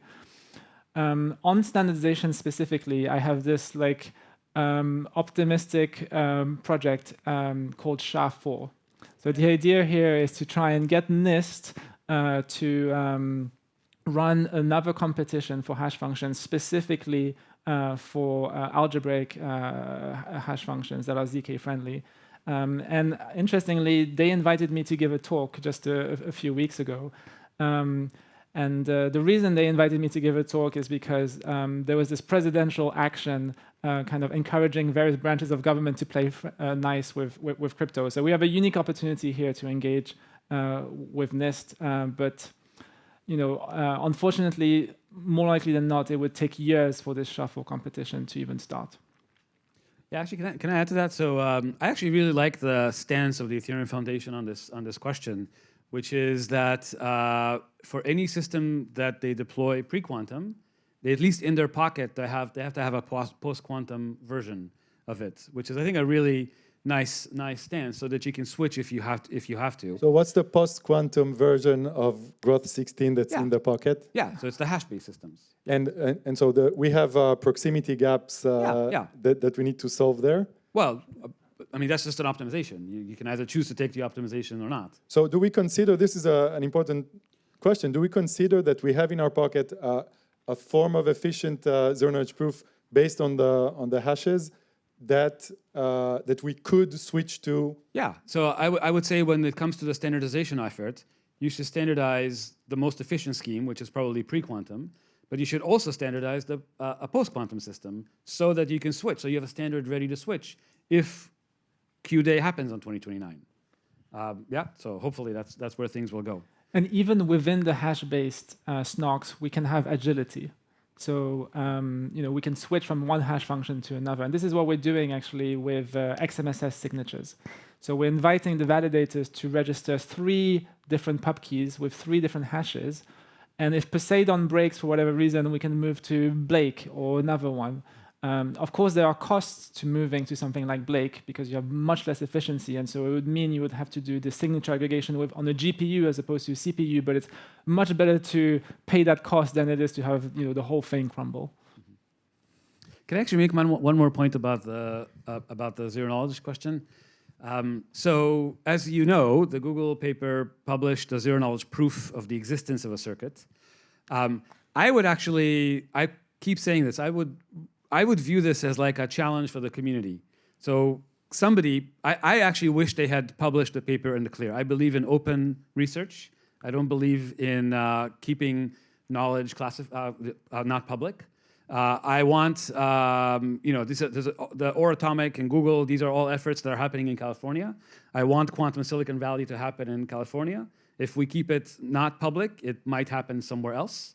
And so this is a challenge to all of you. Please figure out the circuit. Yeah, literally you can download the KickMix quantum emulator. The KickMix emulator, it had the documentation page is pretty short. These quantum gates are not that the Toffoli gates are really simple. By the way, Toffoli gate is a pretty simple thing. It's just a function A and B XOR C. That's a Toffoli gate. Yeah, so the question is just, can you implement elliptic curve addition using a small number of Toffoli gates? That's like a question that all of you can pose to Claude, and work on yourself. Yeah. And just for So context here, like it's basically one guy, Craig Gidney, that is just doing this manually. So he's been obsessed with Shore for the last 10 years. And all of the results come from him. And when chatting with him, you know, he doesn't even use AI. Like he's just rolling with pen and like doing it manually. So presumably if more eyes go on it and you use more sophisticated tools, we would get, you know, extremely good results. What was his name again? Craig Gidney. Yeah, he has a lot of papers on quantum optimization. I thought you were saying a challenge to the community of taking that proof and trying to reverse engineer what was the circuit there to try to break the zero knowledge there. What do you mean? It's a zero knowledge proof. That if Succinct got their proof correctly. Yeah, the proof actually, it was one of the reasons it was important for us to use Gross16 is because we really wanted the proof in the paper. Yeah, if we had a post-quantum proof, we couldn't put it in the paper. Dan wanted that. Yes, it was really important. It should be in the paper. So it's like four lines of yeah, text. To repeat the mechanism, you have a whole system running that can run like the simulation of what would happen with this algorithm, and then the result of running that in zero knowledge produces a tiny proof. Yeah. That is the thing that was published. So of course you're saying we can't go back. It's a zero knowledge proof. You can't go back. Okay. You have to invent the circuit yourself. Yeah. So that's one point I wanted to make. The other I wanted to make really quickly is there is a lot of development that needs to happen in quantum error correcting codes to get to a Shor scale computer. And you know, there are lots of algebraists in the audience here. Quantum error correcting codes is a purely algebraic question. Yeah, you can literally think about this. All of us are equipped to think about this problem. They're literally talking about using LDPC codes, which also come up in zero knowledge. And so it's an amazing area. So if like anybody has spare cycles, go learn about quantum error correcting codes, and you can really make a strong contribution. Let's talk about the lattices part of you know, the design space. Do you believe that the progress that you just described, that we managed to have shorter signatures, is this going to stop, or do you expect more progress there? Me? Oh, I see.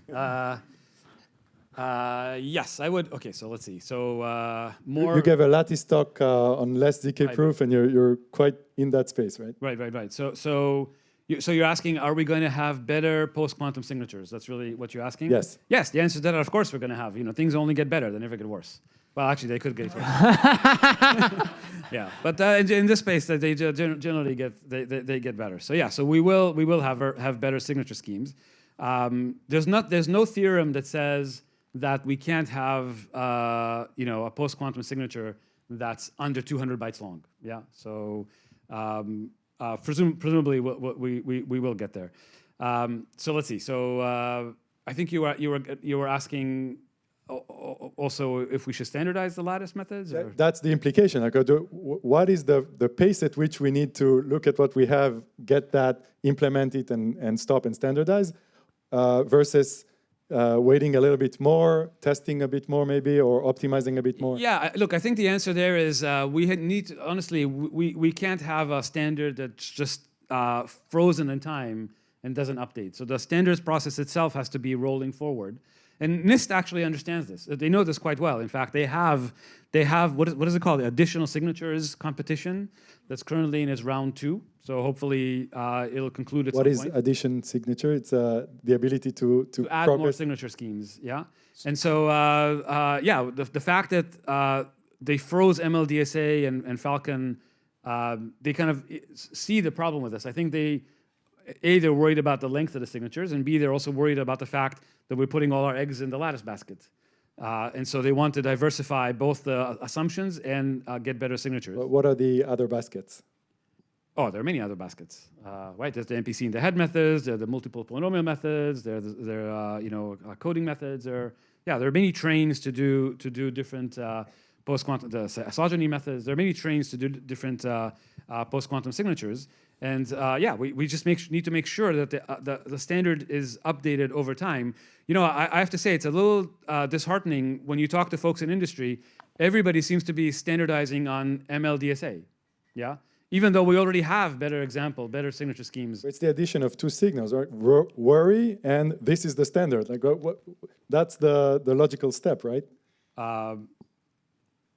Worry, so moving you to change what is currently available as a standard. This is there any other outcome? Well, as I'm saying, we already have better things than what's in the standard. So that's one thing to consider. The other thing to consider that comes up often is I think also even the EF is nervous about deploying lattice-based signatures because who knows, maybe lattice-based signatures are not as secure as we think. There's this fear of a classical attack, say, on lattice-based signatures. Probably, I would be fairly confident about the classical security, but there's still a justifiable fear about the classic security of these signatures. But the answer to that is fairly simple, which is just do what the web did for encryption, and that is let's use hybrid signatures, right? So when MLDSA signatures are so big that adding an ECDSA signature to it is like taking a bus and adding a football to it. It's not that much longer, yeah? And so the minute you do that, there is no classical attack on your, or at least if there was a classical attack on that, there will be a classical attack on blockchains today. So at least we're taking the classical threat off the table. And then the only thing to worry about is our lattice-based signatures quantum secure. Yeah, and that is... There was a scare around a paper that went around, and then we understood that probably the results don't hold, right? Yeah. Did that path open up doubt, or was that doubt shut down? Do you remember the researcher and the names? I remember the paper, but it was basically shut down. There was... Yeah, this is a Eli's paper. Yeah, that was an interesting attempt. I would encourage more people to look at the problem because we need more people to study the problem. But as far our present state of knowledge is that lattice signatures are perfectly fine in a post-quantum world. That could change tomorrow, but that's our present state of knowledge. Awesome.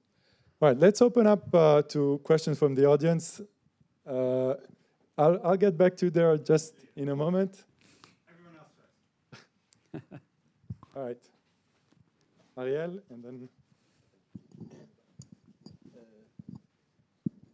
Okay, this is a suggestion, but yeah, I'm happy to... I think we should what's the word in I forgot the word in English, but a petition. I think we should sort of demand some demonstration of Shor on whatever, a larger than 0-bit elliptic curve before we do these migrations. I think this will be a win-win because I think, human nature, we don't do good work when we're held to low standards. And I feel the quantum industry is in a sense being held to a low standard. We're saying at some vague hint, we're gonna redo all our tech stack at great both risk from the upgrade and opportunity cost risk, like not standardizing Grout 16. So as a constructive thing, I think there should be maybe even a formal petition. Hey, Google is doing this very risky, huge upgrade. Ethereum is, we demand some demonstration of Shor's algorithm on some curve. Indisputable that it's really not just as good as a random guess, indisputable. And I think this will be good for everybody. It will make them do better work. Maybe they're doing awesome work. I don't mean to. I think it'll be good for the quantum people.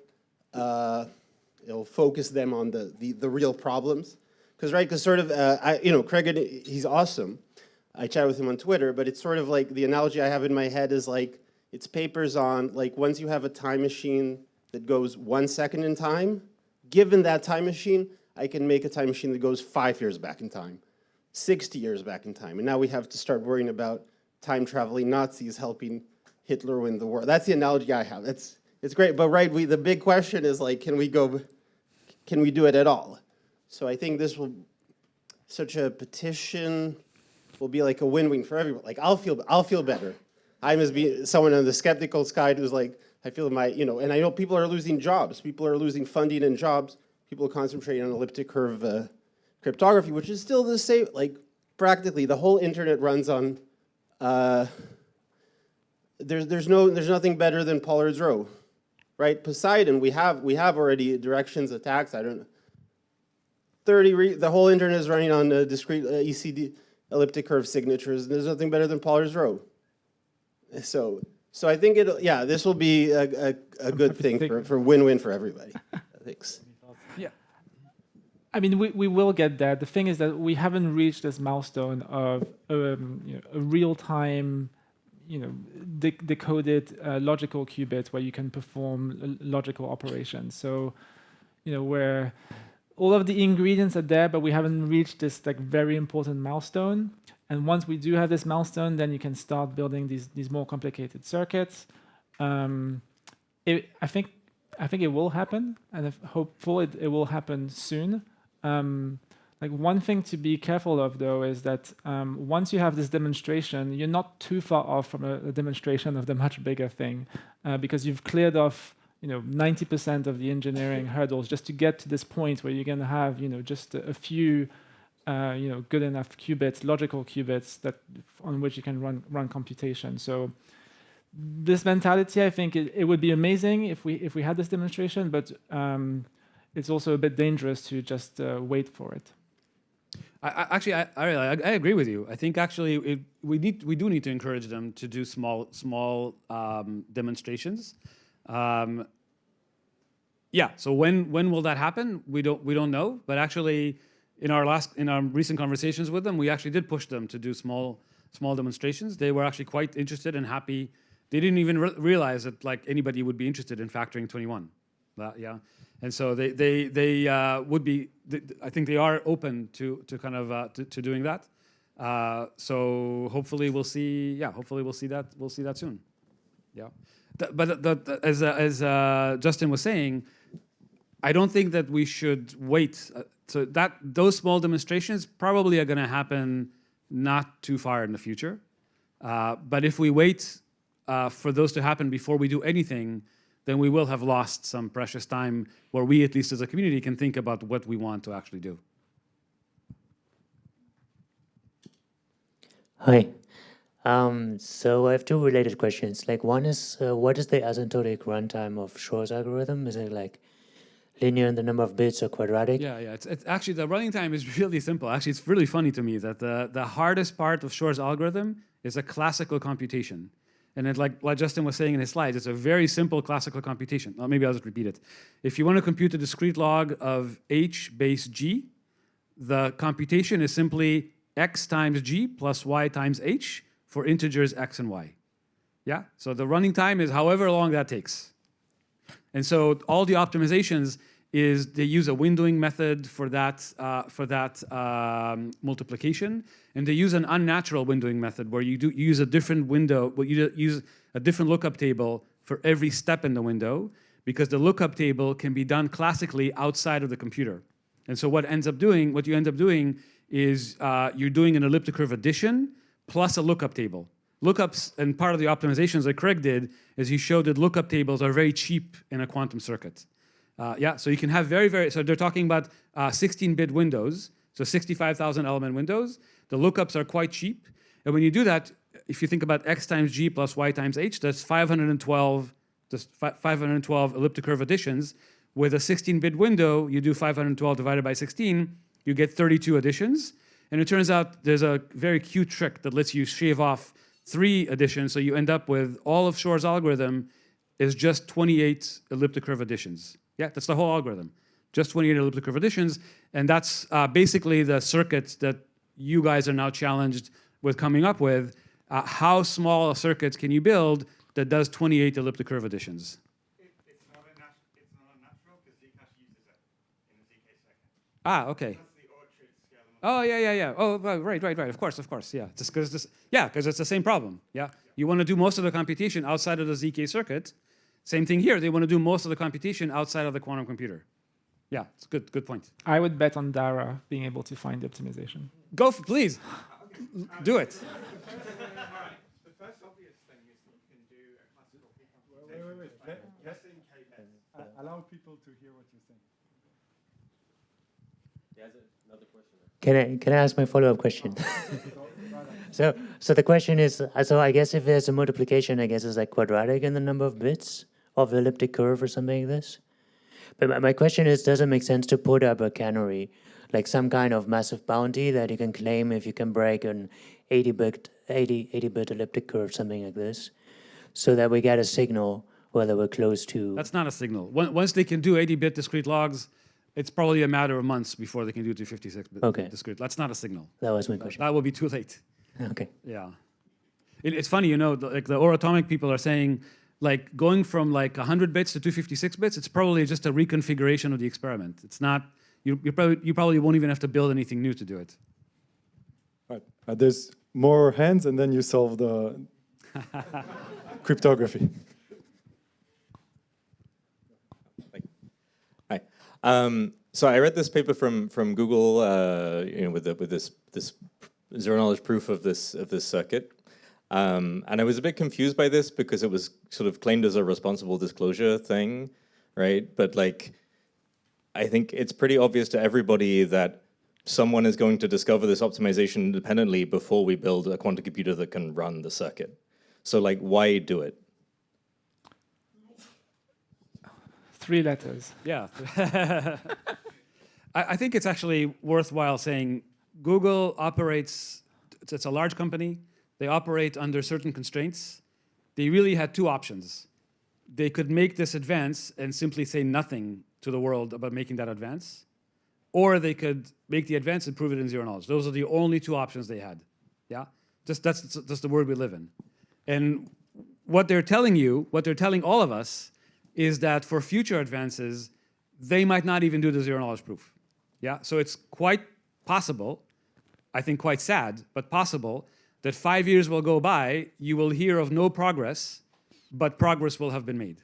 But that's the less progress we need, right? What they presented is okay. The algorithms are realistically realizable by once the physics catches up. No, there's still algorithmic. Like we still need to develop better quantum error correcting codes. QEC, there's a lot of work to be done on a QEC, and it's, again, I hope not. I think it would be really sad, but there could be advances in QEC that we just won't hear about. I hope not. But. Hi. So let's say that we meet the 2029 deadline, or maybe sometime later, quantum computers are deployed in practice. But I just want to ask a futuristic question, which is like, let's say that some companies or countries achieve a certain level of quantum readiness which other countries or companies don't achieve. So in that scenario, what role do you think will regulation play, if at all any? And can you comment about, like, will there be any, do you speculate any checks and balances on, like, what kind of quantum attack is permitted in a legal way, and so on? So if there was like one government to keep in mind, it's probably China. And in China, they do things very differently to the US. There's more of a centralized research effort, and there's not as much transparency. And when you talk to the Google guys, they tell you they publish the similar papers with 6 months latency relative to their papers. But yeah, it's possible that the U.S. government is just marching along very fast, and sorry, the Chinese government is marching along, and we don't know about it. In terms of regulation, like there is this one NIST date, 2035, and I believe the way it's framed is that the branches of the U.S. government have to update their cryptography by 2035. And as I understand, what's happening is that a lot of people are just anchoring to this date, and it seems like this date is just a bad date. It was just badly chosen. And I heard, the other day where the story behind this date, and it didn't give me much confidence. So what I think might happen actually is that this date will be revised, and there's potentially efforts happening to talk to NIST and convince them to change the date. So if you today are anchoring on this 2035 date, I urge you to just forget about it. What's the date again? 2035. So a follow-up on this. So maybe we are moving towards a multipolar world, or just a bit tangential. But in that case, do you also speculate that there will be some sort of a DAO or something about the governance of quantum rules or regulations in the world?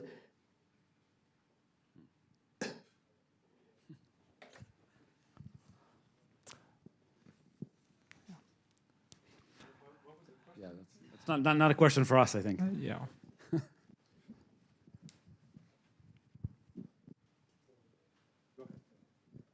Thank you. Yeah, I have a question. Are the entities that are running on RSA on the same schedule as ECSA, or are they going a little slower?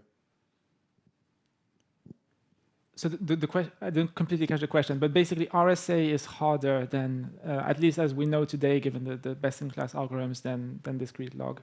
And like the way in which they're harder is that they just run, they take longer to run. So if indeed neutral atoms are gonna kind of win Q-Day, then we're looking at potentially a whole year to break one RSA key. So maybe we'll see like a super ultra high value key being broken, but we're probably not going to see widespread breakage of RSA, in the early 2030s.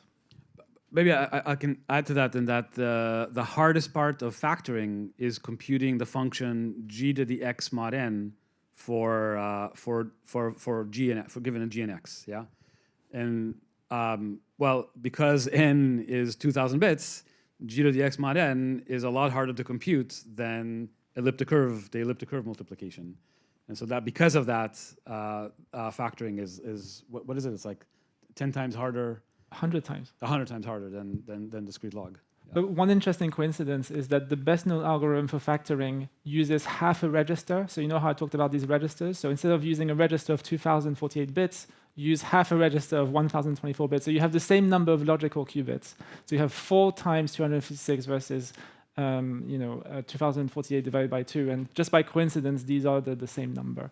So from a logical and physical qubit standpoint, it's the same, but the runtime is much longer for RSA. I should probably add that Oded Regev actually had a very cool paper a couple of years ago that gives a different way to do factoring, quantum factoring, that actually reduces the number of qubits, but that improvement is for factoring, not for elliptic curve methods.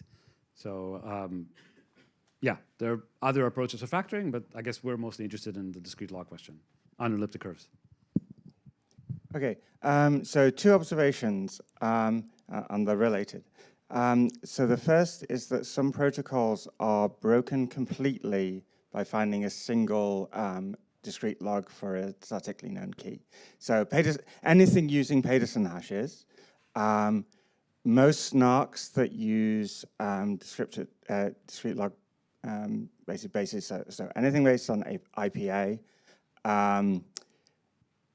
all you need to do is find a discrete log between 2 generators that are assumed independent, right? That means that you can afford to take a much longer time to find your discrete log. So forget about 10 days. If it takes 1,000 days, then that's fine. The protocol is completely broken for every key. And so we can consider kind of optimizations that might otherwise not be practical. So for example, guess k bits of the key. Then you only need to find the rest of the discrete log. And it's you have to repeat the algorithm 2 to the k more times, but it still works. So that only shaves off a constant factor. But I mean, I don't know whether there's anything more efficient than that. Maybe you can shave off 2k. Yeah, there is. You can actually trade off the amount of quantum computation to the classical computation. Exactly. So you can. This is why they go from 32 additions to 28 additions, or rather 31 to 28. That's basically making the classical step harder. Yeah. And that's the kind of. So that's the same. They're already using these kind of tricks. Yeah, I thought they would be because it's obvious. So does that not decrease our estimate of, or maybe this is already taken into account in the 2029 date? Is it? I mean, everything's taken into account, yes. And like, but I mean, so in the Google paper, for example, there are just a couple of sentences about this, and a lot of the kind of analysis of the impact on blockchains is based on the assumption that you need to break every key. So even the analysis of Zcash, for example, is just wrong because Zcash can be totally broken by finding one discrete log for balance violation. And so I think that's probably true for quite a few of the other blockchains that are affected. So we know that the Google paper has missed things. They knew in principle that... This is discussed. The fact that the SRS can be broken is in the Google paper. It's not in the specific analysis of Zcash. So they haven't kind of applied that conclusion to specific blockchains because, I mean, I guess they didn't know enough about the specific blockchains and what they depended on. By the way, I do want to clarify the 2029 date from Google and from Cloudflare. These are their targeted dates for the transition. Those security teams are not saying that by 2029 they'll have a working quantum computer. That date is probably too aggressive. We're not. So this is just the date to complete the transition. And same for Ethereum. Same for Ethereum. Yeah. It's going to take a while. Okay, 2 more questions. Yeah. Sorry. Oh, yeah. I'm going to go the completely opposite way from this talk, not because I believe it, but just for fun. About 10 years ago, there was a paper, I think, in the RWC conference, which was about the 1 gigabyte RSA signatures. So what I was wondering is if people are, let's say, not very happy about the new post-quantum signature and so on, has anyone actually looked at increasing the key size for ECDSA and so on, so that even if it's polynomial of time, it would take so long to break it that we could use it for a little while? It's not Go a ahead. blockchain question. Well, no, I think it is. The negative is... I mean, so today, for example, we have the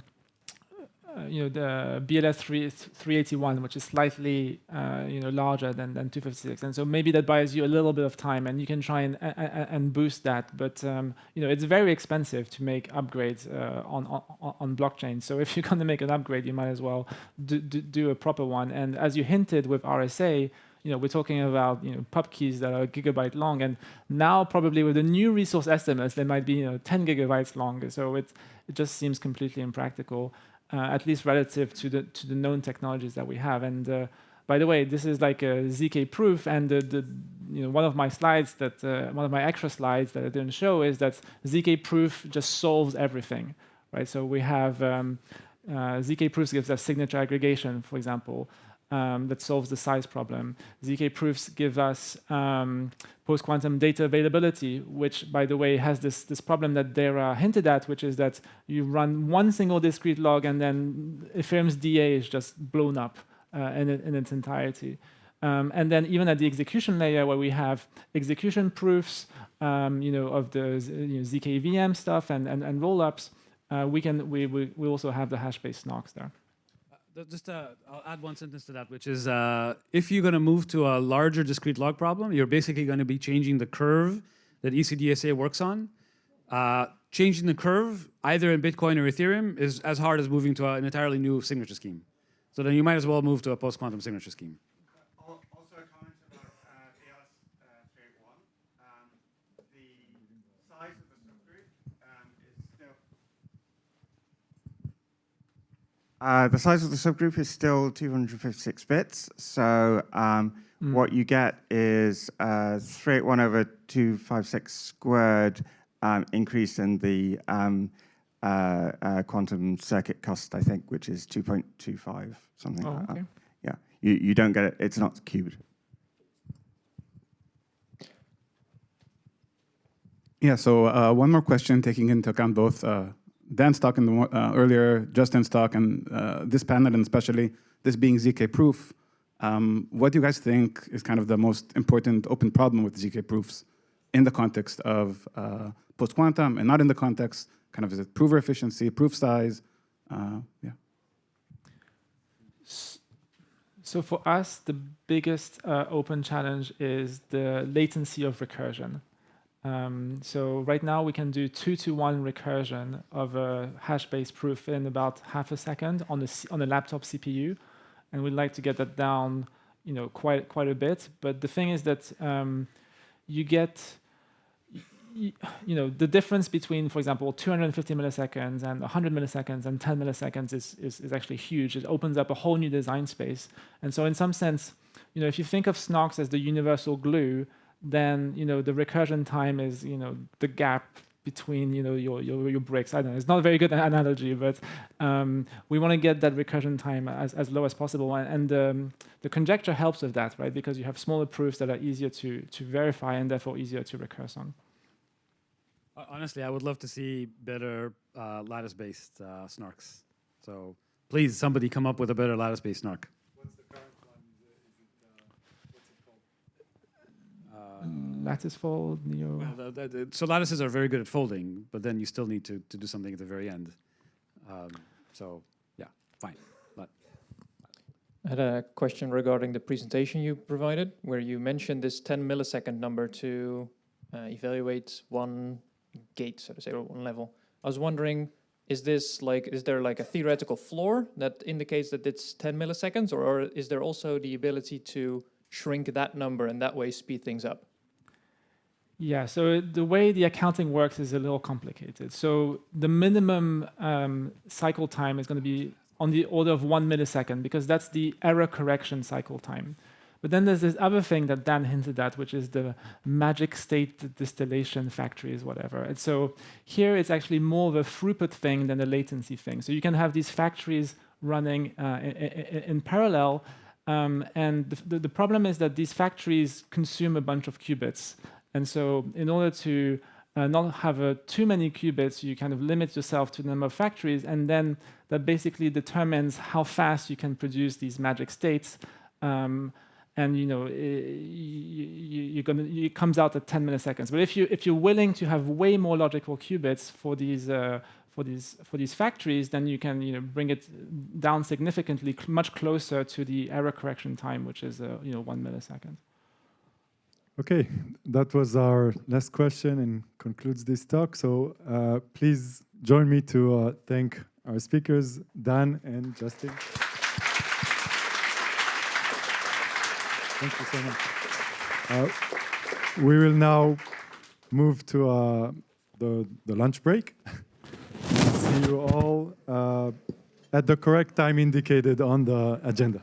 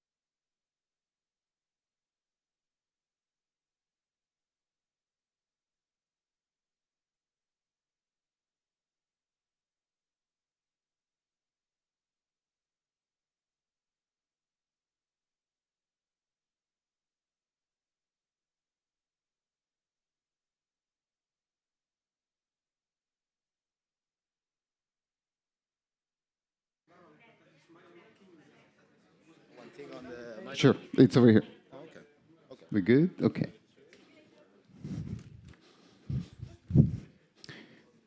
Sounds good. Okay. Welcome to the first afternoon session of today's ZKProof workshop. So the next session is going to be three loosely connected talks about analysis and assumptions of different proof systems. And the first talk will be given by Gaspar Antoine. What a wonderful world ZK snarks in the algebraic group model are universally composable. Gaspar, take it away. Thanks. Thank you very much for the introduction, Matteo. So yes, thanks to be there. Today I will present you my very recent work with my colleague at EMDA, Dario Fiore and Mark Pancholi. And we will talk about the universal composability of SNARK, and in particular SNARK that straight line simulation extractable.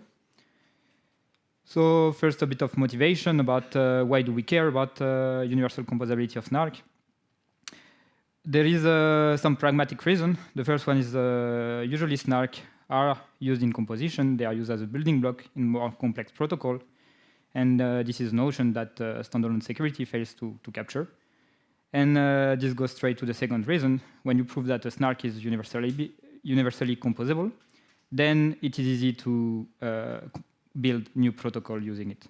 And this gives a very nice interface for designers. And there is even a more pragmatic reason. That's that if you have straight-line simulation extractability for SNARKs, then you are already very close to getting UC security. There is this paper from Grove in 2006 that showed that non-malleability and straight-line black box extraction give you UC security for ZKProof. So how do we model UC security for SNARKs and NISICs? As always in UC, we want to have a real world and an ideal world. And we will play against an environment that in the real world has access to a prover verifier and whatever else he wants. And all the parties has access to a CRS. And in the ideal world, we have the environment that plays the game against a UC simulator that needs to convince him that he's not able to distinguish between the real world and the ideal world. Okay? And in our case, we will focus on local CRS modeling of NISIC, which means that the UC simulator generates some different CRS for each parties in his head. Okay. So on top of this, because we need some idealized model to get straight line extraction from SNARK, straight line extraction means that you don't have to rewind to extract from the proof. And this is only possible if you have some ideal model for SNARKs. So in a very recent CC paper, Bobbles and all proposed a global observable generic group functionality. And the goal of this functionality is to give access to a group oracle as a shared resource. But this poses one problem. That is that because the resource is shared, it's not the UC simulator that does everything in its head anymore. And you have to give some observability rules such that the UC simulator can still extract proofs. But you need this observability rule to not give too much observation, because otherwise you would break the zero knowledge of your ZK snark. And they managed to do this by giving this very nice observability rule that is when you do an operation, if it involves a group element from different session, then you add it to an observation list that everyone can query. Otherwise, you just do the thing as a normal oracle. Okay, and yes, this is a simplified version of the functionality. In the TCC paper, the functionality is more complex. For example, if you have a new element that is appearing that is not assigned to any session yet, you can add it to an arbitrary session that you choose. They also define a symbolic functionality that creates a perfect separation between sessions. I will not come too much into the details about this because this is not important for the talk. What's important is how does it look like now. As you can see, as before, prover verifier adversary environment, everyone has access to the CRS. And on top of this, there's access to this global OGGM. And the simulator, in the ideal world, the simulator also has access to this global OGGM. Okay, and here you can see why he actually needs to be able to observe, because otherwise he would not know what the environment is doing with this functionality. So there is one big problem with this, that is you need to be able to find actually the representation of an element. What I mean by representation is that because the observability doesn't give you access to every group operation, it only gives you access to operations that mix elements from different sessions. You don't see, for example, an honest proof algorithm in session SID prime. And the UC simulator needs to be able to come up with a representation with respect to a specific basis. So they describe this find representation algorithm that basically gives you a representation of a group element for one basis. Very simple example. Here we have H that is with respect to two different group elements. Let's say you are just interested in getting the representation in basis GA. What you will get at the end of the algorithm will be 3. Okay, and then this is the main technical point of the wallpaper, is that from this, you need to be able to reprove that what you get after getting this representation is enough for you to extract. So you need to redo the simulation extractability proof such that it matches what you get from this find representation algorithm. Okay, so to put a bit more of context, now that I explained what is this global GGM functionality, let's just look a bit about what we know about snarks and UC modeling. So we know that from rewinding it does not work. Then we have some specific compiler from CRS or a random oracle model. I will not enter too much into the detail, but you need to quite change the protocol if you want to have UC security in these models. And then in the AGM, we have a specific UC AGM, but it doesn't work for NISIC. And the main reason is that in the AGM, only the adversary has to explain what he's doing. And for example, if you have like a non-necessarily generated proof, then you don't have the explanation that comes with it. And therefore, the environment can start feeding proof from different sessions. And in the OGGM, as I told you, we have only a proof for growth 16 because you have to redo the whole analysis. So the first question we can ask is, okay, can we have a very generic reduction from simulation extractability to UC? Okay, can we take any snark that we know that is simulation extractable in Shroop GGM and infer UC security from it? And then another question is like, most of the simulation extractability proof we know for snark are done in the AGM. So can we reuse also generically this proof in the AGM? And at the end of this talk, I hope you will be convinced that yes, we can answer yes to these two questions. So let's go for a first part of a recipe to get a very generic reduction. So let's say that, this is a slight modification of the simulation extractability game, but this actually matches exactly what usual simulation extractability game do in the real life. So basically the idea is that you can split the extractor in two parts. The first part, that is really the core of your extractor, that identify the important group element you need with respect to a given basis, for example, your CRS. And then you give it to FindRep. FindRep will extract the representation with respect to a basis. And you can then run a kind of dummy extractor that will just reconstruct the witness from the representation. And this is mostly syntactic. And this is actually syntactic because we want to match what you would get in a standalone security game. So what you might wonder is, okay, even doing this, it really looks like before. No, you just run FindRep.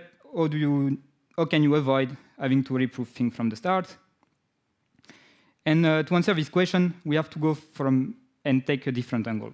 We have to look at the environment and think, okay, can we go for the straightforward, the dream way? Can we reduce the UC adversary to a standalone adversary? And now I will try to convince you that because simulation extractability in the standalone setting is already very close to UC security, it's enough. So let's just define a bit what is a standalone adversary. It's the adversary that most of you must be used to. It's like just you define your security game with a challenger, and the adversary talk with the challenger. He also has access to the GGM, and at the end, he must be able to come up with a proof for a false statement. Okay, and we are taking here, like for the sake of generality, we will talk about index relation, but this is not important for the talk. And here I'm also showing you a very simple UC wrapper that allows you to have a very similar game in the UC world and in the standalone world. And again, the idea at the end is that we want to reduce our UC environment to this standalone adversary. In other words, we want this standalone adversary to run the UC environment as a wrapper. I mean, the standalone adversary wrapping the UC environment. And having a forgery coming from the UC environment give you a forgery for the standalone game. If the standalone game is hard, this should not be possible. Okay, so let's go back and look at what it looks like now. So what we have is an environment in the real world that has access to prover, verifier, whatever it wants, the GGM functionality and the CRS. And we want to transform it to an environment that only talks with a standalone adversary. He can do proof, verify anything he wants. The adversary will forward proof and verify for the session SID to the challenger, and otherwise he will simulate everything else. And also important thing, here you can see that it's not the GGM, but it's the normal SHUB GGM without observability that you have access to. And actually this gives a bit of a problem because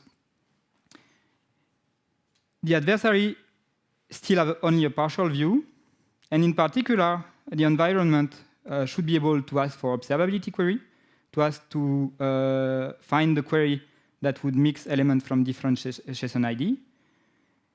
And the standalone adversary doesn't see the query that are made by the challenger to the group oracle. Okay? And you might wonder, okay, why is it a problem? The challenger is trusted. What can happen? So I will show you a simple example. Let's say that A and B are in the CRS of our proof system. And let's imagine this interaction between the environment and the adversary. Okay, so the environment asks to create a proof for SID. The adversary asks the challenger to create the proof. The challenger computes some things and output the proof. Here, the element H is not the proof itself. It's just some internal computation of your challenger. And then you forward the proof to the environment. Now, for some reason, the environment comes up with H. And the thing is, like, B, the standalone adversary, never saw H. So it's the first time he sees it, and the environment says, OK, give SID prime to this element. So the adversary says, OK, I'm giving SID prime. And then the interaction continues. The environment has to do an operation with this H and A. And here you can see that there is a problem. The problem is the view is different from what the standalone adversary is able to infer and what the UC view would have been in the simulated world. And this is a problem because now when you ask to do this computation for H prime, adversary B will add it to the observation list because it would mix two different SID. And trivially, by calling the observation, the environment can distinguish. So yeah, you can see that there is some subtlety about doing this reduction. So the problem is, okay, the adversary can forward, prove, and verify queries, but he cannot see what is happening inside. What he only sees is the final proof. And because of this, we need to argue that the full representation isn't needed. Okay? What you only need is to be able to decide if there is some foreign component or not at the end of a computation. And actually, as long as what I just showed you don't happen, you are always able to do it by using the group oracle to test if things cancel. Okay, basically because you track every query that the environment is doing, you are able to reconstruct part of the query that is in SID prime and check if this part can sell. And this is enough as long as the environment doesn't guess some internal group element of the prover. And we argue in the paper, it's a bit technical, but we argue that it shouldn't be able to find some internal group element. And therefore, because the only thing you need to do is to classify and not to reconstruct exactly the group and how it was built, it's enough to get the partial view. Okay. So are we done yet? Nearly, but not yet. So what we have right now is UC for any any simulation snark that is simulation extractable in the GGM, but we don't have UC for any snark that is simulation extractable in the AGM, for example. And even on top of this, we would need to add a random oracle if we want to capture Fiat Shamir. But this I will not extend too much on it because this is kind of easy to do, as long as we need a non-programmable random oracle. So now let's see how we can go from the AGM to SHUP GGM in a meaningful way, keeping kind of a black box way. Okay, so what do we know about AGM and GGM? We know that you can go from AGM to type safe or more GGM as long as you have an adversary that is type safe. Type safe means that you access the group representation only as a black box. Okay, this is a result from Jaeger and 124. And we know from Zandri paper, to label or not to label in 22, that if you have a single stage adversary, then you can go from more to SHUP.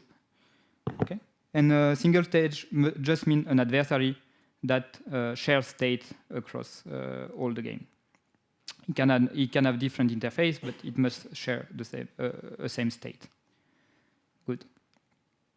So now we have a very clear path. What we want to do is get our simulation extractability proof in the AGM, check if it is type safe, and then when it's type safe, check if it is single stage, and then we have a simulation extractability in the GGM. As I said, then it's also possible to have a type safe random oracle, because maybe you wonder, like, what does it mean to have type safe, to have a random oracle in a type safe model in more GGM? Actually, it's from the latest paper of Jaeger and Mohan again. They defined the type safe random oracle.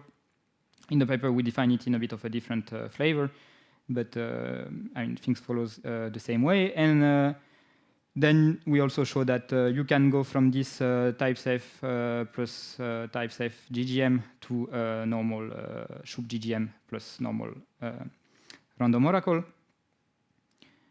And from this, we can actually concretely look at simulation extractability proof for Plonk and Marlin and see what is happening. So yeah, the idea is to type this paper from Faonio, Fiore, and Russo 24 that prove simulation extractability for Plonk and Marlin. For information theoretic reduction, it's kind of trivial because you just parse bit string and you forward polynomials. For computational reduction, it's a bit more work, but it's also quite simple because the main thing you need to ensure is that a few theorems are type safe and that the underlying the underlying assumptions are generically hard, but this is already done in the paper. So basically, you have a generically hard underlying problem. Everything is type safe. Everything is single stage. So not much work to do about this. And this comes to the conclusion that directly what we managed to do is like first look at the GGM and prove that from a standalone adversary in the GGM, I mean, you can reduce this standalone security to the UC security because you have a straight line simulation extractability in a black box way. And then we prove that you can take any straight line simulation extractable proof from the AGM, type it, and then lift it to the GGM. And therefore, this directly yields that Planck and Marlin are UC secure. You don't have to change anything in the protocol. There is no overhead, and it's following some very classical UC secure functionality. In particular, you don't need a programmable random oracle. So surprisingly, at the end, this comes up to be quite direct. Still a bit of open question, because I heard this morning that I needed to add a slide about open questions. So I think one of the main and hardest questions is, can you share the same CRS? I think, yeah, this is hard because there are some impossibility results around this, that you can't have UC security with non-local resources. So yeah, this is a hard question, and this is the main limitation that in our case, we assume that the CRS is different for every snark. Then the question is about the transparent snark. This becomes also quite more complex, because you need to add a programmable random oracle on top of the AGM if you want to do straight line simulation extraction. So yeah, this is also a nice question. And then adaptive soundness, that I think should be more about looking at it and solving it. That's it. I hope I have been clear. I'm a bit in advance, so. The speaker. Yeah, we have time for several questions, actually. Can you maybe clarify a bit, what do you mean by adaptive soundness in these open questions? Okay. Yeah, I mean, in our case, we assume, so it's about, wait, let me go back.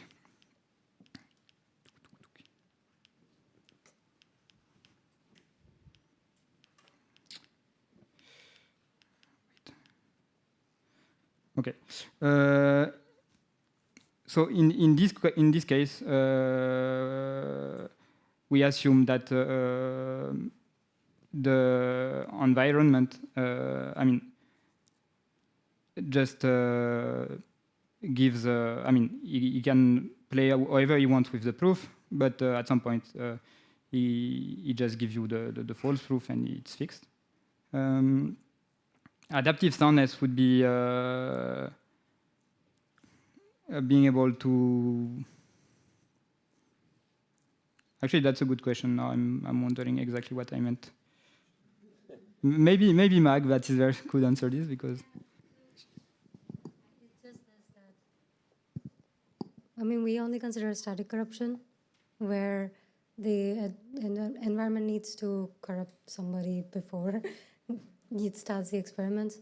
But in adaptive, I guess you wouldn't require the simulator to also explain how it came up with the proofs, because it can then corrupt parties adaptively. It's just a stronger model. You need adaptively secure simulation extractability maybe for that. Any more questions? Thanks a lot.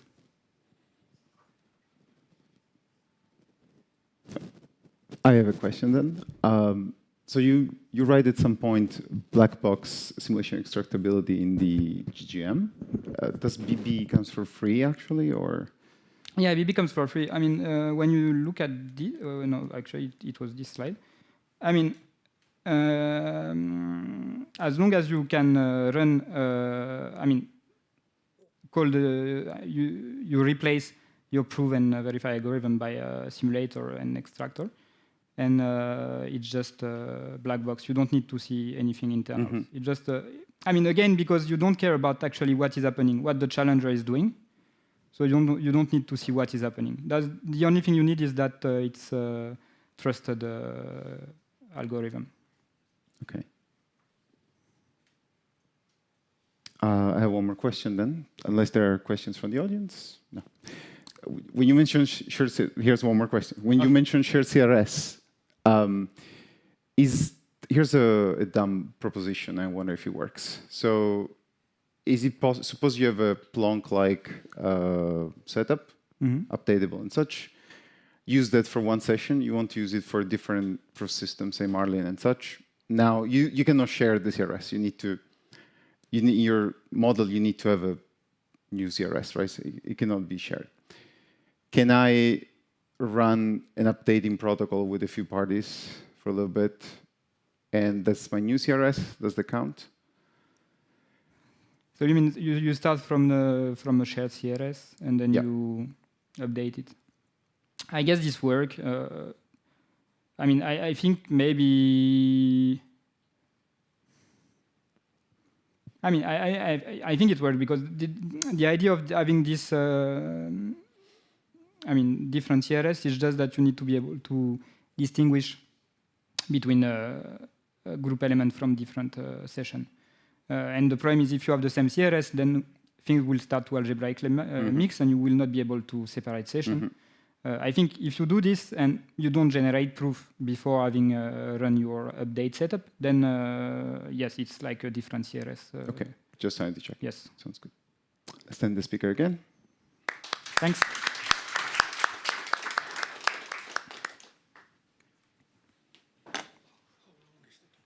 -5 minutes plus 5 minutes for questions.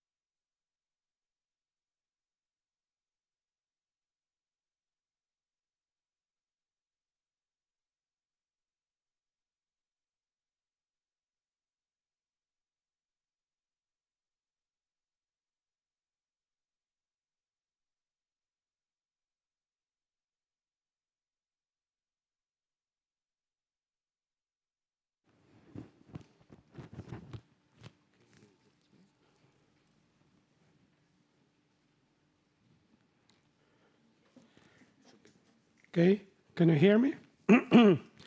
All right. So next talk is going to be given by Helga Lipma, and it's going to be about how Plonk is simulation extractable in the random workable model under falsifiable assumptions.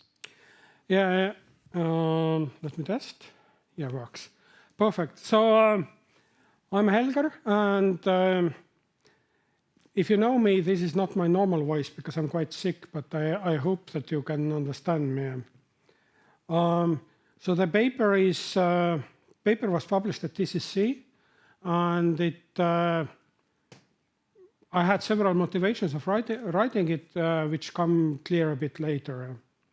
But first of all, let us very briefly recall what is a snark. But I will, because everybody here knows what is a snark, I will concentrate on the things that I need. So first of all, like always, we have an interactive argument. We have prover and verifier. They exchange a number of messages, and then the verifier either accepts or rejects. That's very standard. But then one thing that is also very, very important in this talk is that we have somebody who generates the CRS or SRS. And the SRS is generated in a way that there's at least in pairing-based settings, there's a trapdoor that is going to be discarded.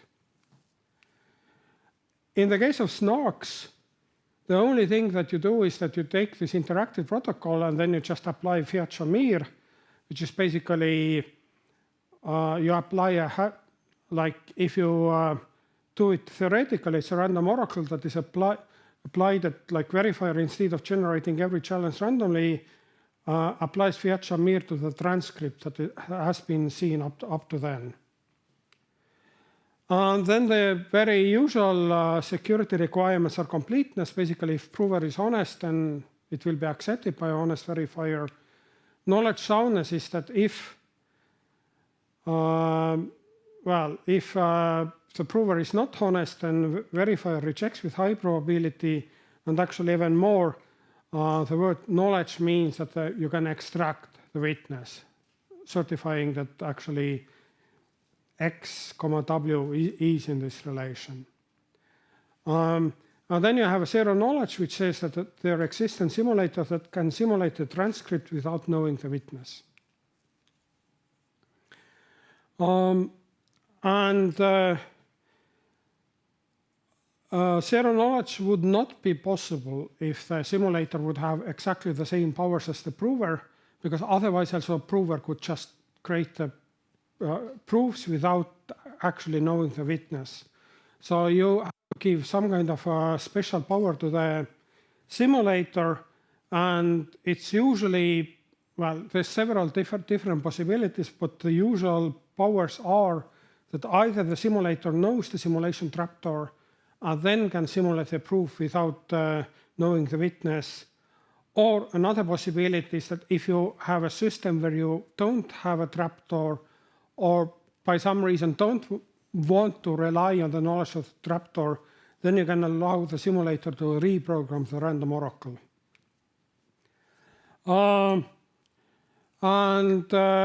Well, as people here know very well, if you design snarks, you have like many axes. So here is only 3 of them. One of them is efficiency, maybe / industry usage. The second one is weaker assumptions, like you want to construct the snark based on as weak assumptions as possible. And the third one is better security notions, like weak notions, stronger notions, etc. Industry is mostly interested in this one axis, which is efficiency. Weaker assumptions, better security notions give good conference papers. Of course, they are also important in practice. And then if you look at the efficiency industry usage, then there's a lot of different things. There are very, very impractical snarks. There's something that is kind of like practical in theory. Then somewhere in the middle you have Plonk, which is like very well known, widely adopted, etc. And then there's still like the axis goes on. In the case of better security notions, you can have just soundness, you can have knowledge soundness, you can have non-malleability, you can have simulation extractability, you can have UC security, and they're like small guys in the middle maybe. And if you're talking about weaker assumptions, then you can start with something that is very, very weird, that uses like AGM, random oracle model, IO, and whatsoever. And then you can try to like eliminate the weirdest assumptions one by one. Maybe, well, that is also maybe a bit controversial to say, but I think the most efficient snarks, like what you can hope for, is that their security is based only on ROMs, like hash-based snarks.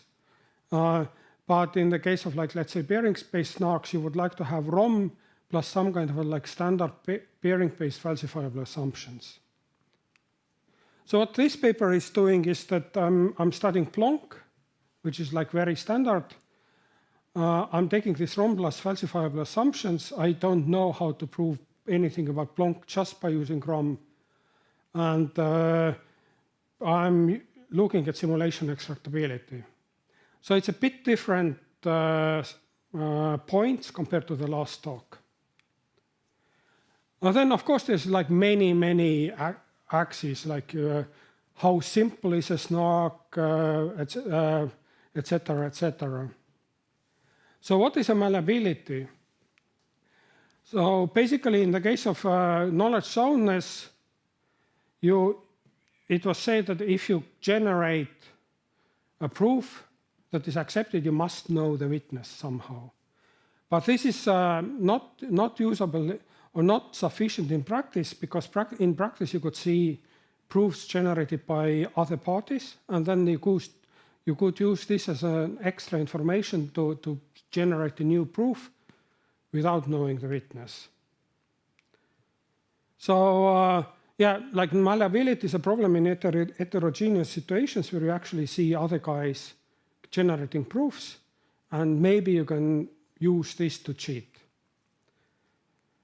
And this can, it's even a problem if that helps you to prove the same claim. but give a different proof, or it's a stronger problem if it allows you to create like a proof for a different claim.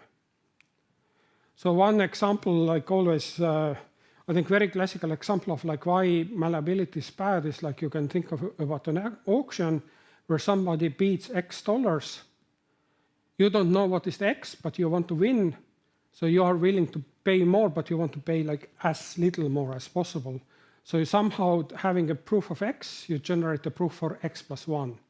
That guarantees you win, but delta you pay on extra is minimal. And then the next definition is simulation extractability, where on top of the proofs generated by the other provers, you also see proofs generated by simulators.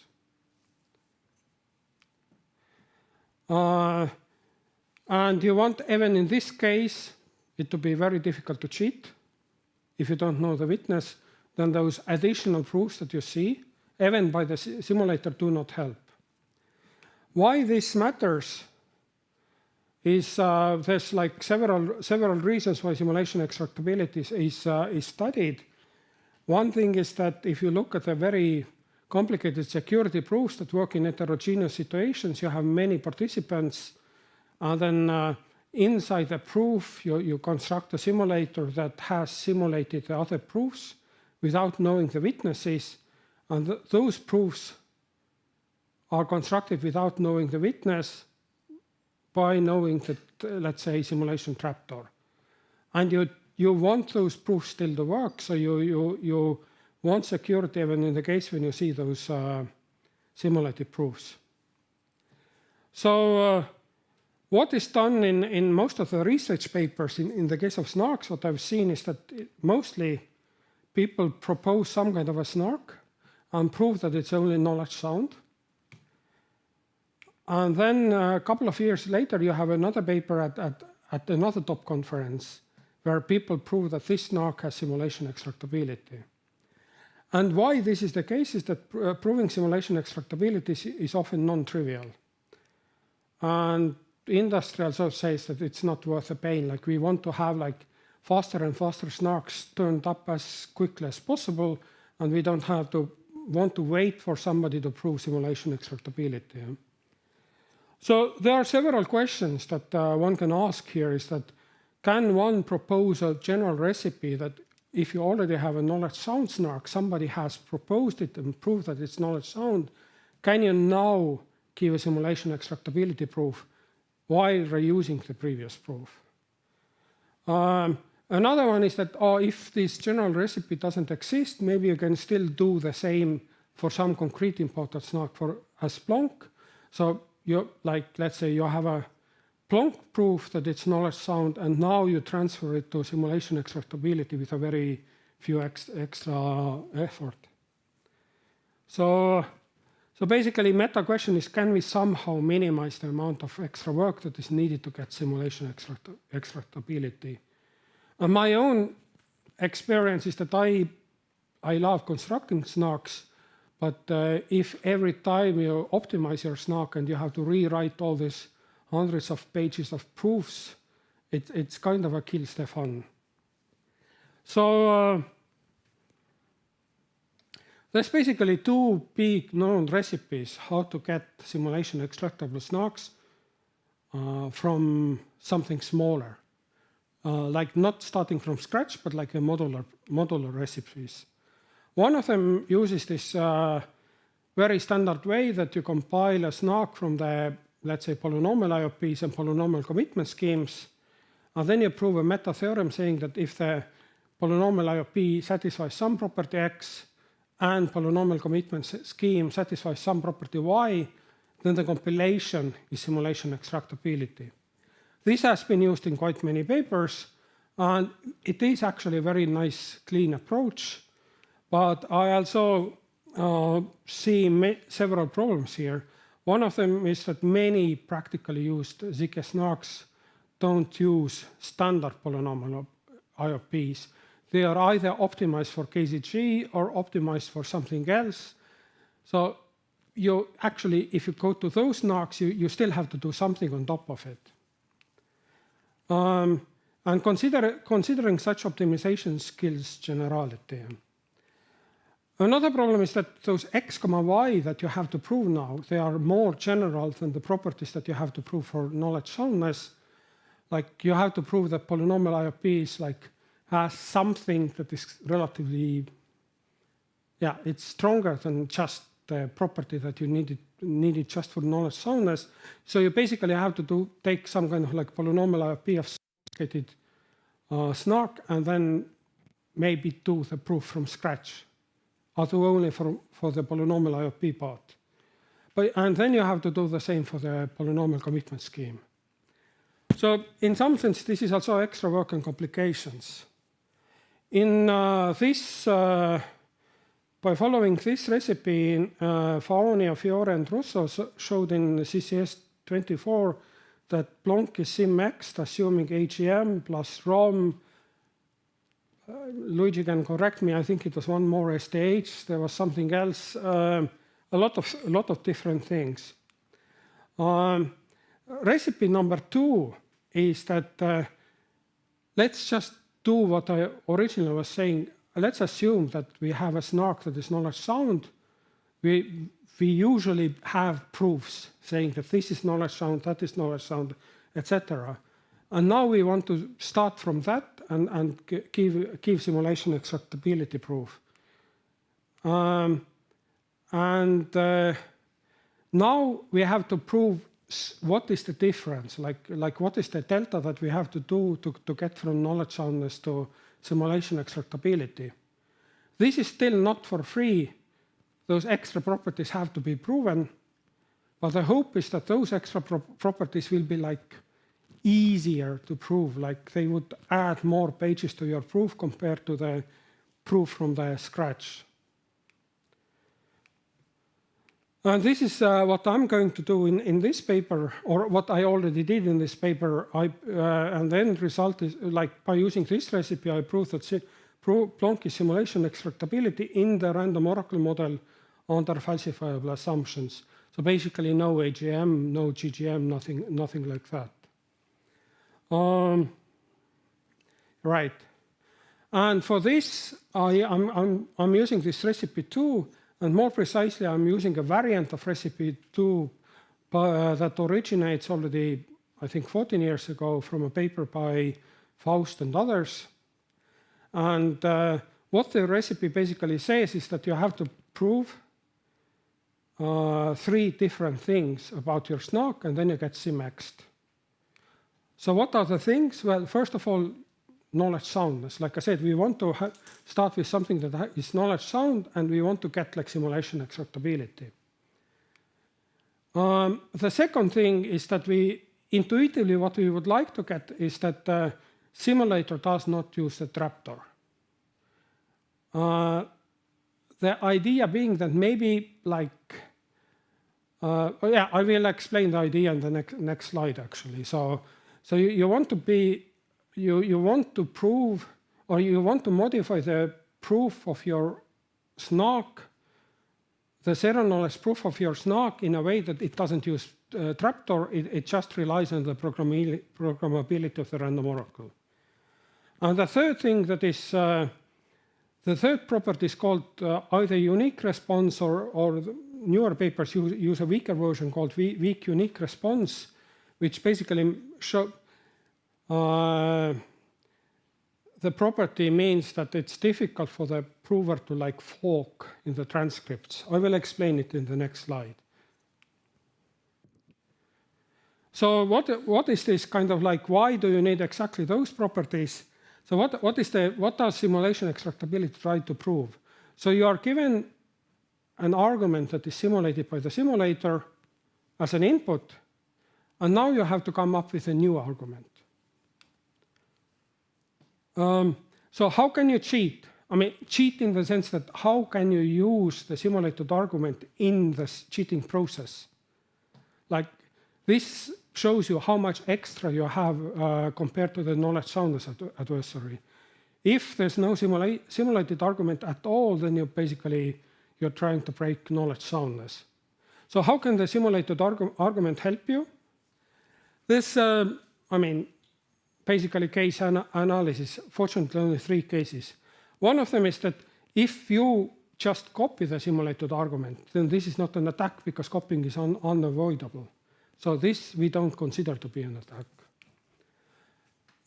Another one is that if P and the simulated argument are completely different, they don't have any common prefix whatsoever, then in some sense you didn't gain anything new from seeing the simulated argument.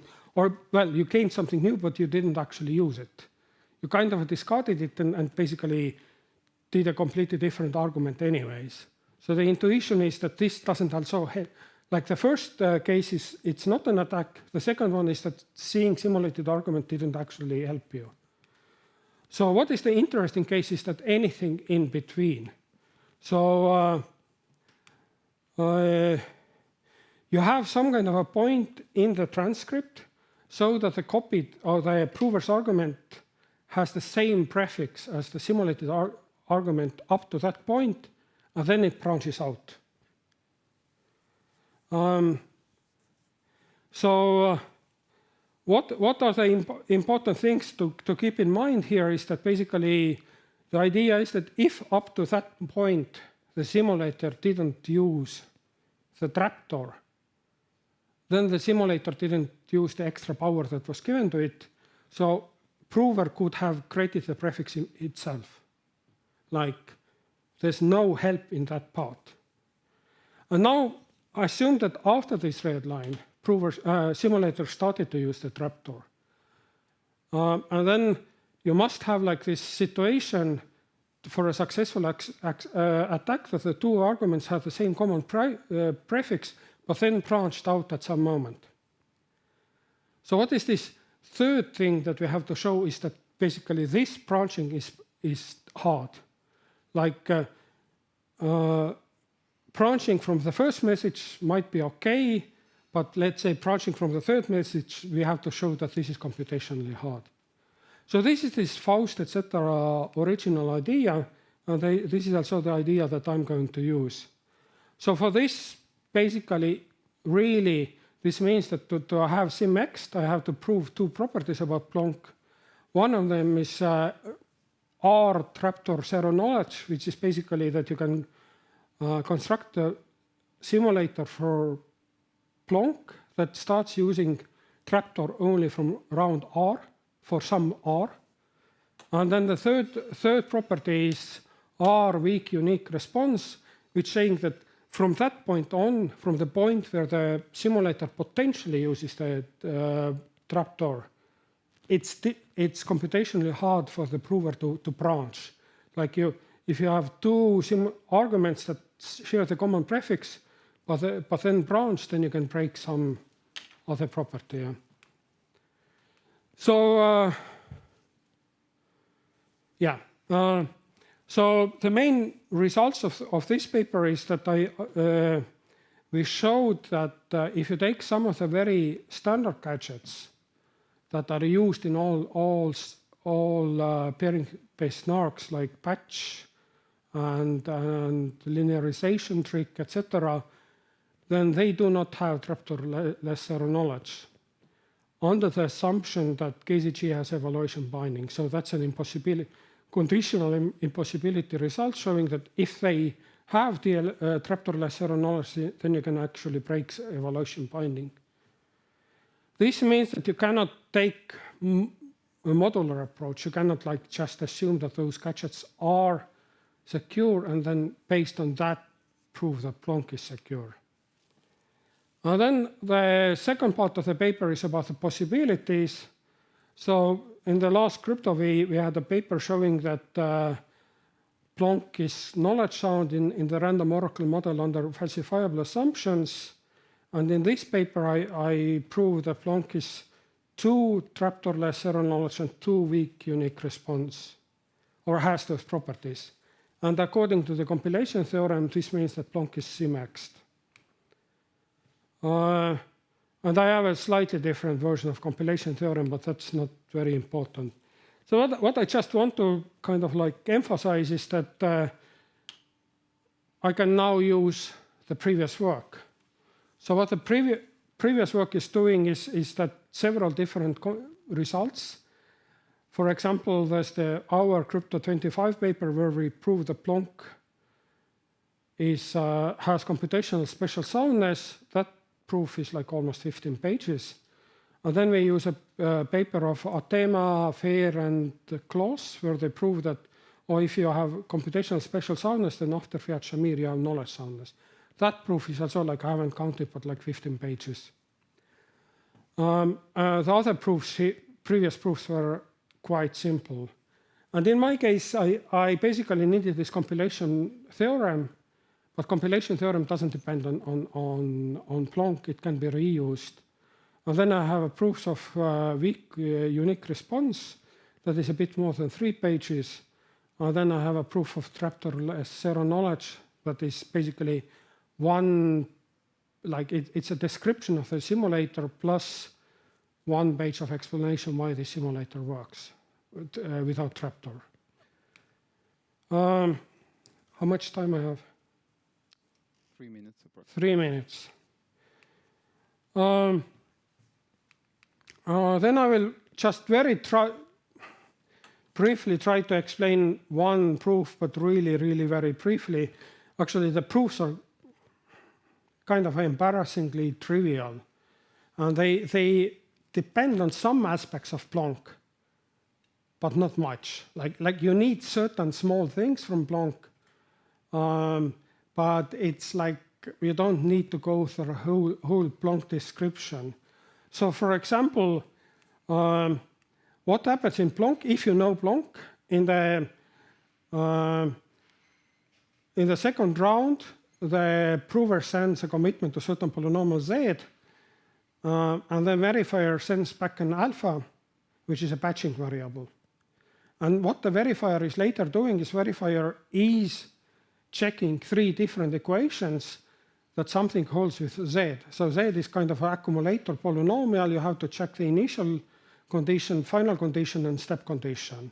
And those 3 conditions are patched by using alpha that is chosen after Z is chosen. And because alpha is chosen later by Schwarz-Zippel, it's okay. Patching is secure. From the thing that patching holds, you can get the initial 3 conditions hold. In the case of trapdoorless zero knowledge, we have to use programming random oracles. So the whole trick here is this, that alpha is now programmed by the simulator before Z is chosen. So Z can depend on alpha. So if the patched equation holds, it doesn't mean that every equation itself holds separately. And then I gave a simple linear algebraic way of defining Z without knowing witness that allows the prover to cheat. And that's the complexity of the proofs. And this is also the amount of information that you need to know from Plonk. It's just that here there's 3 things that you have to verify. For efficiency, we patch them together. In the real version, patching variable is chosen later. In the trapdoorless simulation case, you can choose the patching variable earlier, and that allows the simulator so-called to cheat. And that's it. And other proofs are, I think, about as complicated. So I have also some open questions. So how Plonk specific are our techniques? In some sense, not really. Like for example, here you really needed something about patching. I haven't really thought about it much, whether if you remove patching from Plonk and do the non-optimized Plonk, will it still have this property? I don't know. But the funny thing is that usually it's much harder to prove the security of optimized schemes. Now the optimization actually helps. Getting beyond SimX, I think the next step would be UC. But as we saw from the previous talk, then you need, you use global GGM, etc. So GGM is exactly the thing that we want to avoid. On the other hand, we use programmable random oracles. And thanks.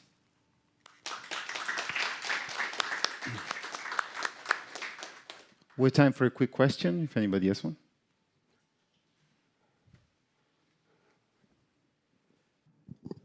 I was wondering why is the only way to use the simulated proof to use a prefix of it? Like, how can you rule out that you use the proof in some way that doesn't use the common prefix? Okay, so that's actually a good question. I didn't explain it. The reason is that the verifier messages are randomly chosen. So you cannot predict them. And if you go to random oracle model, the verifier messages are random oracle outputs of the previous transcript. So at some moment, your prefix has to start diverging from the previous one. And the divergence point will be that if the prover's message event differs by one bit, then the verifier's message is the output of the random oracle. It will be completely random. So the rest of the transcript will be basically random. Thanks again, Helga.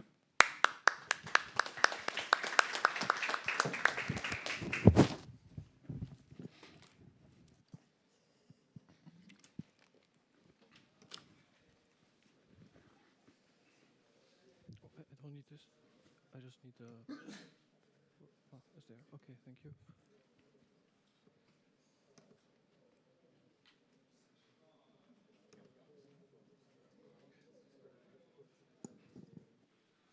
Yeah? How do you pronounce your name? I'm sorry. Marek Safranek. Marek. Okay, so we're about to start what I believe is the last talk of this session. So we're going to have a talk about Plonk without random oracles by Marek. Thank you. Hi, everyone. This is joint work with Georg Fuchsbauer. So there's this famous saying, all roads lead to Rome. And also in cryptography, especially in the context of the PHP transform, it often feels like all proofs lead to the ROM. So in this talk, we're going to find the one road that doesn't. And we will take the complementary approach to the previous talk, where we now want to prove security of Plonk without idealizing the hash function as a random oracle. So let me start by giving a few quick facts about Plonk. So this ZK snark was first introduced by Gabison, Williamson, and Chobotaro. It has constant side proofs, a little bit more than half a kilobyte, and sublinear verification time. It has a universal updatable setup and structured reference string, and it also supports custom gates and lookup arguments. And Plonk and variants of it are implemented in a variety of real-world applications. Some of them you can see on the slides. So we have these three properties, as explained in the previous talk: completeness, knowledge soundness, and zero knowledge.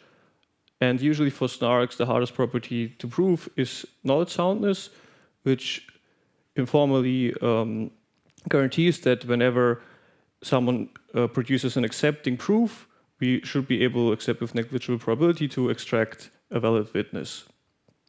So in the original work, they prove knowledge soundness of Plonk under the Q discrete logarithm assumption in the combined AGM plus ROM. So this assumption is a stronger version of the discrete logarithm assumption, where in a cyclic group, instead of just being given g to some random tau, we also get additional powers of tau in the exponent of the group, and then no adversary should be able to recover this value tau. And then this other model that's used here is the algebraic group model, which assumes or restricts attention to algebraic adversaries that behave in a way that whenever they get as input some group elements G1 up to GQ, and they output some new group element G bar, then they also need to be able to explain and provide a representation vector that explains G bar as a linear combination of all these previously seen group elements. Then this result by Lippmann et al., which was a previous result also about knowledge soundness, they managed to get rid of the AGM, and now they need slightly stronger but still falsifiable assumptions. They are variants of the Q-strong Diffie-Hellman assumption called the Q-ARSDH and the Q-split-RSDH assumption. So given this prior work, I think for the curious mind, it could already be enough to ask the question, can we prove security of Blanc without the random oracle model? But to better motivate why this is meaningful, let's consider a different motivation. So let's say we want to prove multiple statements in a succinct manner. So we're given these statements x1 up to xn, and then we want to prove their conjunction. And a naive way to do it is you could just run a snark on this combined statement and then get a single proof that proves all of them. But there's a big blow up in this combined statement in the circuit size. So this results in very large parameters and long proving time, bad prover memory, and so on. And also there could be a different problem in this scenario where what if we only learn the next statement to be proved on the fly, so that we only learn some statements in an online fashion, which is, for example, the case in ZK rollups. So instead, what you would like to do is to use a recursive proof where you first just prove the first statement, then you compute another snark proof that proves the second statement and also the fact that you know a proof pi1 that verifies for the first statement. And then you apply this recursively until you arrive at this final proof pi-n that testifies all of these statements. Yeah, and this technique enables many nice applications such as incremental verifiable computation, proof carrying data, scalable rollups, and even succinct blockchains. So let's now unpack a little bit what happens in this recursion, especially if we are working in the random oracle model. So what is the statement that we are proving in these recursive proofs we are performing, right? So we still prove that we know the witness for some statement, but in addition, we also have to prove that we now know another proof for which verification passes for the previous statement. So now if the original snark that we're using only has a security proof in the random oracle model, we have the problem that if the snark uses a hash function and this model is random oracle, in the statement that we're proving, this will be some fixed hash function. So now if you want to apply the security argument recursively to prove that this is still a knowledge sound or sound proof system, we run into the problem that the random oracle is already a heuristic, and then essentially now we don't even prove that this is secure for the actual statements we will be proving about the hash functions, but we will then have to assume that there are some kind of random oracle gates. So yeah, I think this is clearly a concern from a provable security point of view. And moreover, there's also this other result from the previous year, which we know many random oracle uninstantiability results, but all of them use some contrived schemes. But this work, in this work, they actually show an attack on a variant of the GKR protocol, which is a very natural protocol, and even variants of it are implemented in practice. And its security proof is in the random oracle model, but they manage to essentially they show an attack where you can compute an accepting proof for a false statement, and importantly, these statements they need to involve evaluations of the hash function h, which is the case also for recursion. So I think with these two motivations, clearly we see it would be nice if we can have some soundness guarantees for some concrete hash function.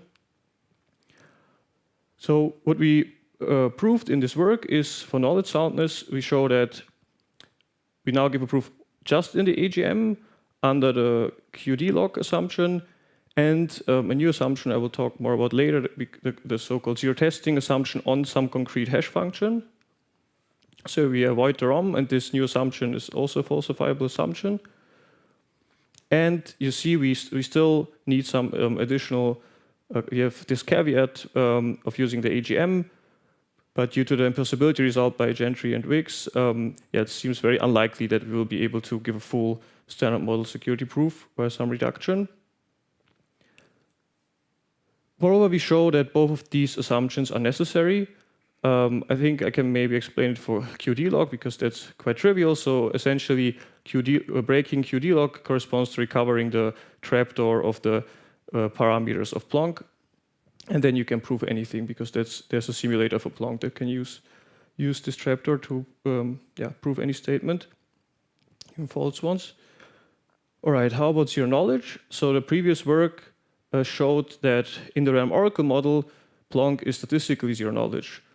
What we did in this work is that we slightly relaxed the notion of zero knowledge to computational zero knowledge, but then are able to show it for concrete hash function in the standard model, again under the same assumptions, QD-log and the zero testing assumption. All right, let's come back to recursive proofs. So how does the AGM help us here? So there's no ROM involved anymore, which is nice.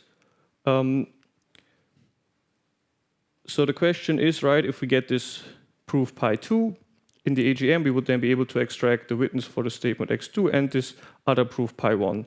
But what we would like to get is also the witness for the first statement x1. So how can we get it? There's this work recalling how the AGM works. There's this work by Lee and Seo where they extend the AGM.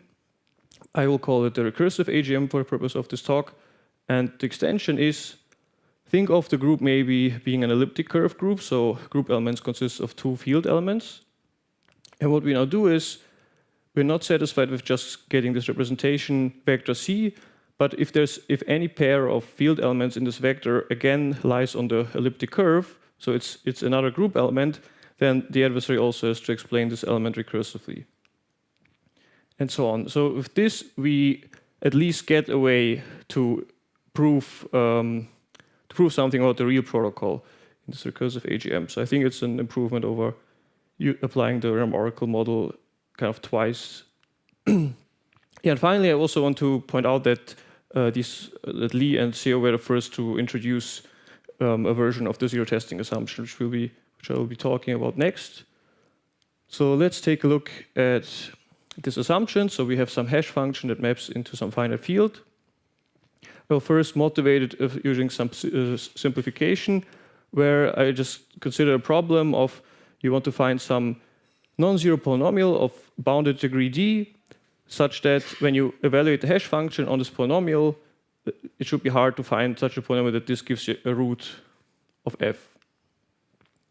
But this, unfortunately, is not expressive enough to prove any meaningful schemes secure. So we need something a bit more complex. So what we also need is not just the hash function, but there will be some commitment scheme that has some setup algorithm and a commitment algorithm over some message space M.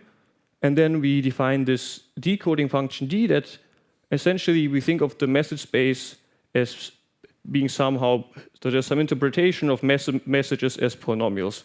In the simplest case, you can think of M as just being the set of polynomials, then D is just the identity function. Maybe it's the coefficient representation, so then you have vectors that are mapped to polynomials, or you could even have vectors of polynomials, and then these polynomials are somehow combined into a single polynomial. So many things can happen with this decoding function. So and the problem now will be we run the setup algorithm of the commitment scheme, and then the goal of the adversary is to find a message such that when you now consider a polynomial that corresponds to M, so you compute D of M and get some polynomial. We want that this is a non-zero polynomial, and we would like that when you commit to your message and then evaluate the hash function on this commitment, that this is a root of the polynomial. And this is the version that we use to prove security of Planck.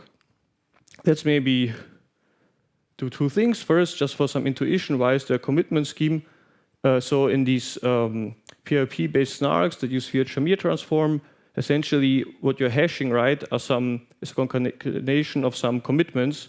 So what we actually do for Planck is we define the commitment scheme, which is KZG. We define like a an extension to like vectors of polynomials. So we just have like multiple committed polynomials in a vector. This will be like the abstract commitment we then hash. Okay, so what the adversary does, it gets the parameters of the commitment scheme and should return some message, such that decoding this message gives us this univariate polynomial f. And then also in our case, the commitment scheme will be deterministic. So then when you commit to it, you always get the same value, you hash it, and then you get this in the protocol. This would maybe be a challenge in one of the rounds, alpha. And if alpha is the root of f, then you break the assumption. All right, let's consider a toy protocol and see how we can use it. So let's say we have a prover that claims he knows two polynomials, f1 and f2, such that f2 is equivalent to the cube of f1. So one standard approach to do this is to use the Schwarz-Zippel lemma and let the verifier send a random evaluation point and then just check this polynomial identity at this evaluation point alpha. So the way it then works is we use some polynomial commitment scheme.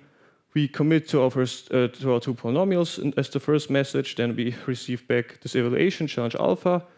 We send the two evaluations and also these two opening proofs to the verifier, who then checks these opening proofs and also checks that the evaluations, so that y2 equals the cube of y1, and accepts if all of these checks pass. Then one can apply the Fiat-Shamir transform. So here I'm ignoring any parameters. You can also include them. Just for simplicity, I only hash the first two prover messages to derive the challenge locally. All right, and now I want to show you how we can define a variant of the ZT assumption to prove that this approach is sound. So for this, we will essentially assume that the polynomial commitment scheme is secure. I will not define this precisely, but there's some form of evaluation binding and so on.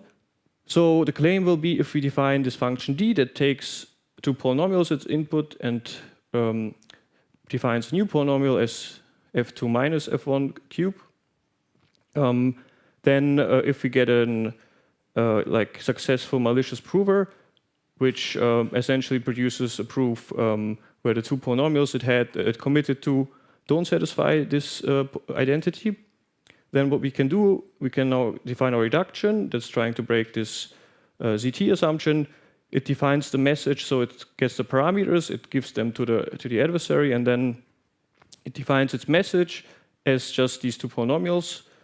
Then when we evaluate the function d, clearly we would get a non-zero polynomial here because, again, this statement is false. Then the verification check at the end, right, corresponds to evaluating these two polynomials at alpha. So we get, if this passes, we get that alpha as a root of the polynomial. So we break the ZT assumption. Of course, you might be asking, how can our reduction define M? So for this, we need to extract something. So for example, if it's a KZG polynomial commitment scheme, it is extractable in the EGM, and then we can essentially extract these two polynomials from the two commitments. All right, so I will not actually open the box of Plonk for the sake of this talk, and this toy example is quite simple, so I will point out a few challenges or differences in Plonk. So the main difference is, right, it will be a multi-challenge protocol, and handling these is not as straightforward as here. And also the first round of Plonk, you actually get two challenges simultaneously, which required us to define a multivariate variant of the ZT assumption, but we also show that this variant cannot be any easier than some specific univariate variant of ZT. Okay, so what we also do in the paper is to try to give some justification for hardness of this ZT assumption. So first, now I guess it's true that all roads lead to Rome. So we now model AJS-RAM Oracle, but take a real commitment scheme. And if we assume that it's binding, we can show that for any function d, we get that it satisfies, or that the hash function together with the commitment scheme satisfy the ZT assumption. But then we also want to prove it for a concrete hash function, and what we do is we take the KZG polynomial commitment scheme, and if we analyze it over a generic group, so idealize the group, then it just suffices for the hash function to be balanced, which just means that if you essentially that it preserves min entropy. So if you like take some random values and hash them roughly, the output should also be random. This is a weaker assumption than collision resistance, but we also show that this is implied by collision resistance, so maybe a more standard property that you can assume for your hash function. All right, to summarize the results, I just want to give you a quick overview of the security landscape of Plonk. So let this be the plane of all PPT adversaries. So if we take the previous results, we get that for all of these adversaries we have knowledge soundness, but this is a heuristic argument. So we only know that this holds for the RAM oracle, but for any concrete hash function, we again hope, or also for many schemes we have not found any attacks. So we have some confidence, but it's not an unconditional security guarantee. And what our work essentially adds on top of this is that for now a restricted class of adversaries, we actually get a security proof without any heuristic arguments. So we know that for all adversaries that essentially only compute group elements by linearly combining them, we really can take these two assumptions, and if the hash function satisfies the ZT property we define in our paper, then we really get knowledge soundness even in the standard model. Of course, one might be curious what happens outside of this class of algebraic adversaries. So there are, for example, some adversaries that do so-called oblivious sampling, where you derive some group elements in a way that you actually don't know the relation with respect to your input group elements. And there are some attacks against some simpler sub-protocols, also used in Plonk, but we don't know any such attacks on Plonk. And I think with the security proof by Lippmann et al., it would also be surprising if you found such an attack, because we have a security proof in the ROM, so this attack should clearly not work against the ROM, so it must work for some concrete hash function, but that would already be very surprising if it somehow depends on the hash function to construct such an attack. All right. Let me conclude the talk by, again, recalling the Gentry-Wicks impossibility result, which essentially makes it implausible for us to obtain a full security proof of a snark such as Plonk in the standard model. So from my point of view, the best we can hope for is if we can prove security into kind of independent and separate idealized models. Essentially, we get the best we can hope for. So now we have a proof that idealized the hash function, or we take a real hash function, but then idealized the adversary or restrict the class of adversaries. So I think this is a nice property to have for a scheme. Let me close out my talk with some open problems. So clearly motivated by the previous talk, can we maybe lift our results and also obtain simulation extractability without the RAM oracle model? This actually seems quite challenging because we don't have. So I think in this prior Lippmann's work, you actually rely on the RAM oracle for the simulator to be able to simulate things without this trapdoor, but this we couldn't do in this model, so it will be quite challenging.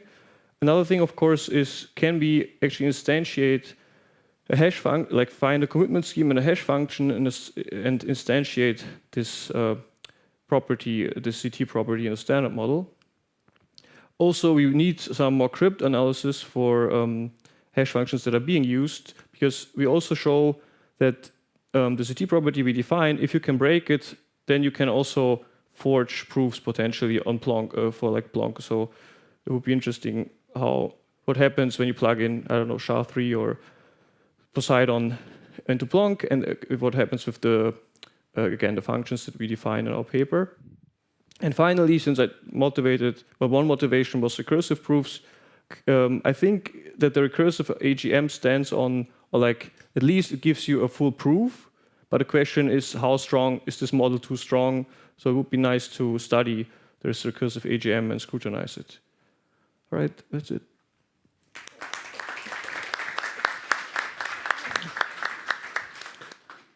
Do we have any questions?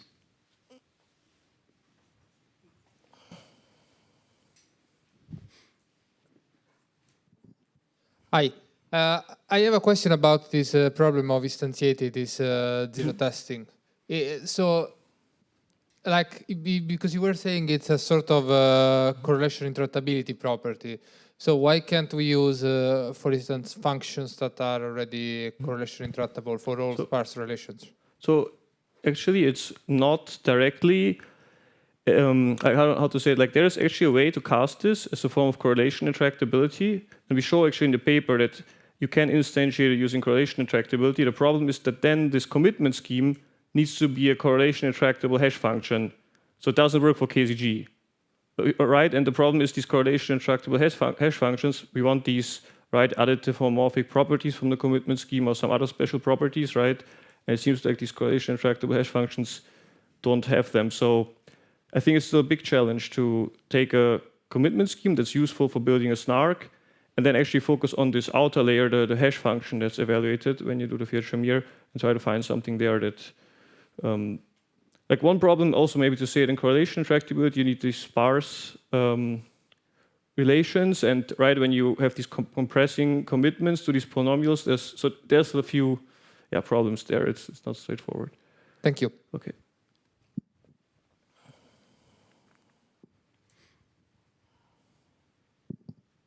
Hello. So I understand this CT assumption is more like a family of assumptions instead of just one assumption.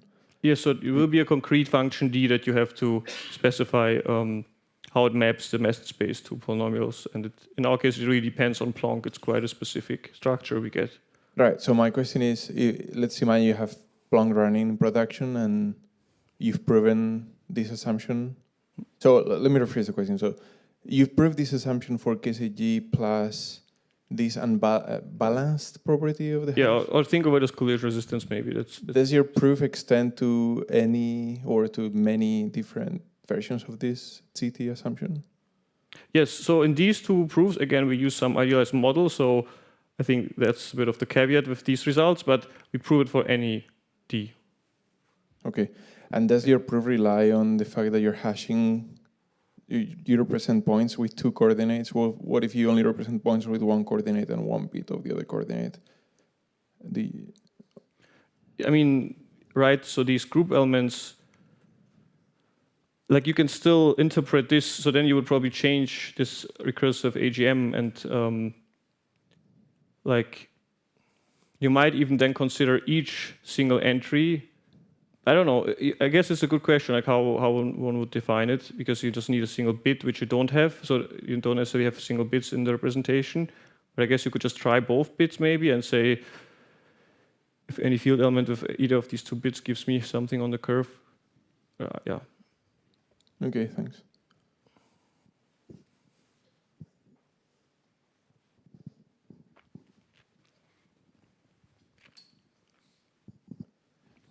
Thanks for the talk.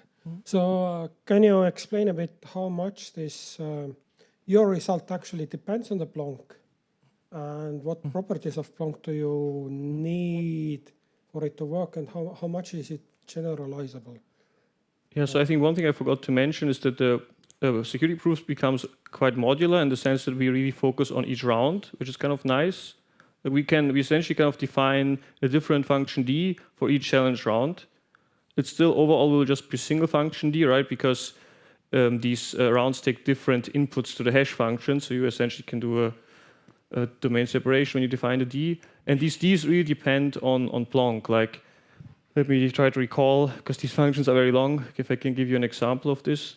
Like, for example, when you use this optimization of Planck where the verifier doesn't use the local random challenge, right, to do the fetching, but derives it also using the hash function.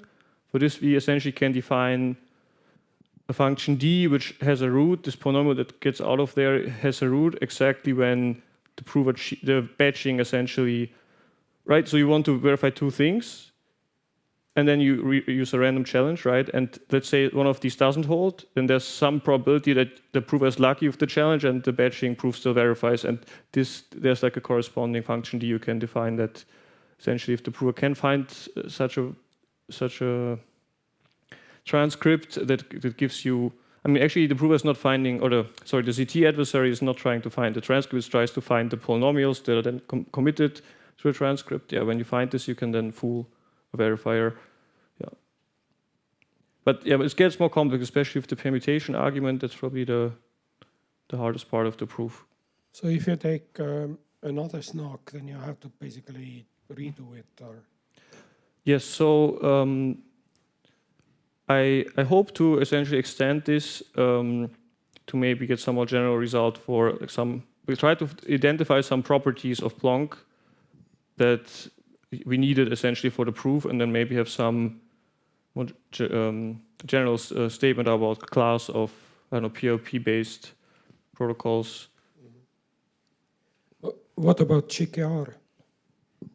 Yeah, so I'm not an expert in GKR. I haven't really spent much time thinking about it, but I guess it would be, I think what this should mean is probably that we can't,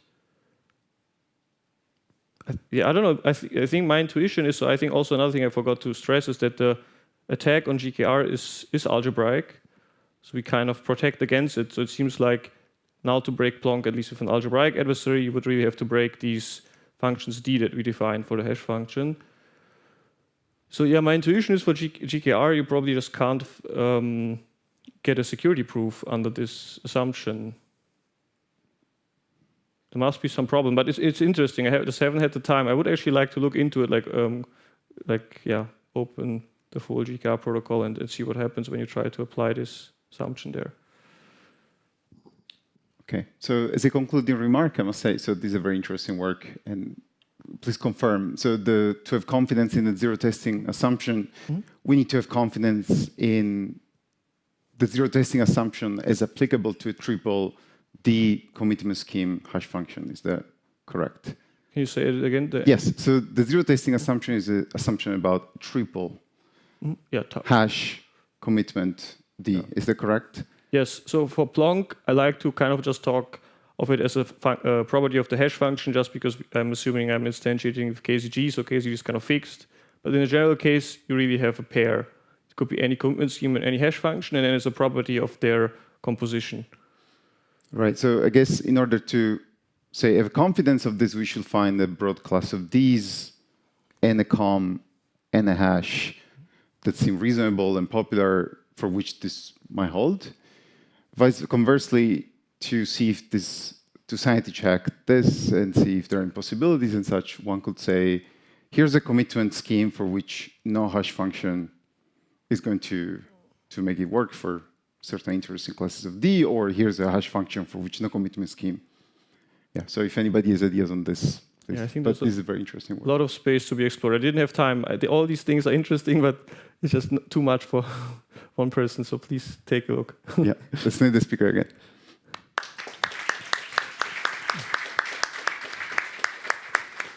There's going to be a break now, and we'll resume at 4. Thank you.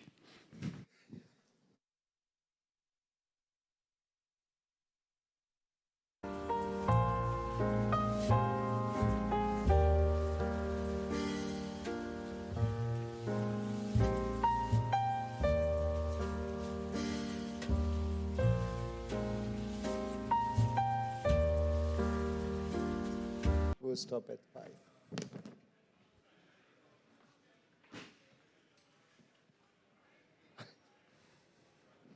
All right.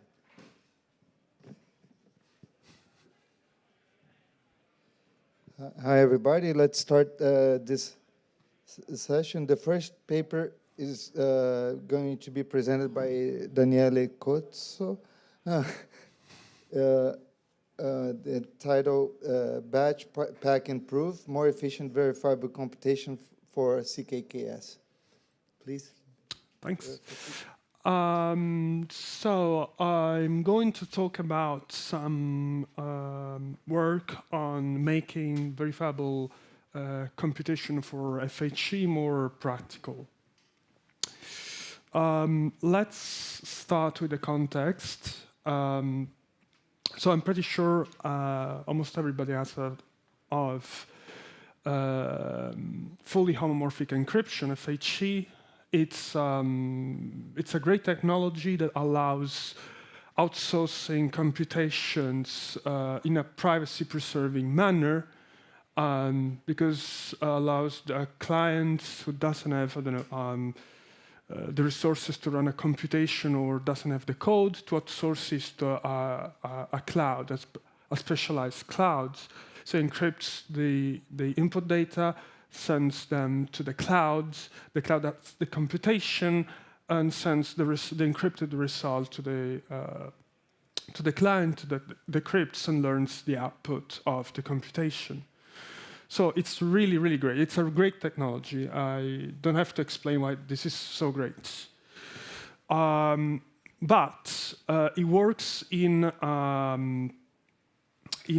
setting where one assumes that the cloud that does the computation is honest. If that is not the case, then the cloud could do whatever they want. They could, for example, they could run a different computation. They can bias the result. Or in the case of FHE, they could even try some strategy that allowed them to perform key recovery attacks. So a lack of integrity is actually quite concerning because it also potentially leads to a lack of privacy. So how do we solve this issue, which is inherent to fully homomorphic encryption? Using snarks. So combining a snark with FHE yields what is called VFHE, verifiable FHE. And so as you can imagine, what we change here is just that we now ask the cloud to provide a proof that they indeed run the right computation. And then a proof is appended to the output, to the result, and the client checks first the proof, and only if the proof verifies, it will accept it will decrypt and learn the output.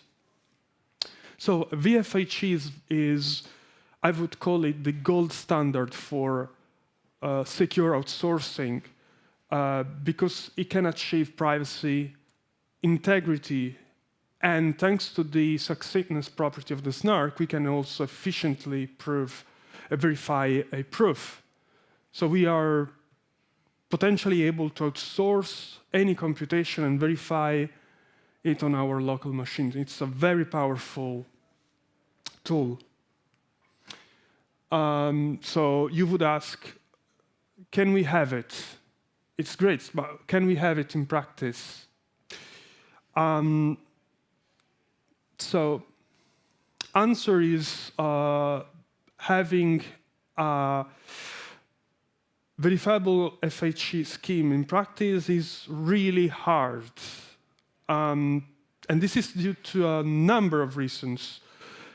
So first, you have two primitives, snarks and FHE.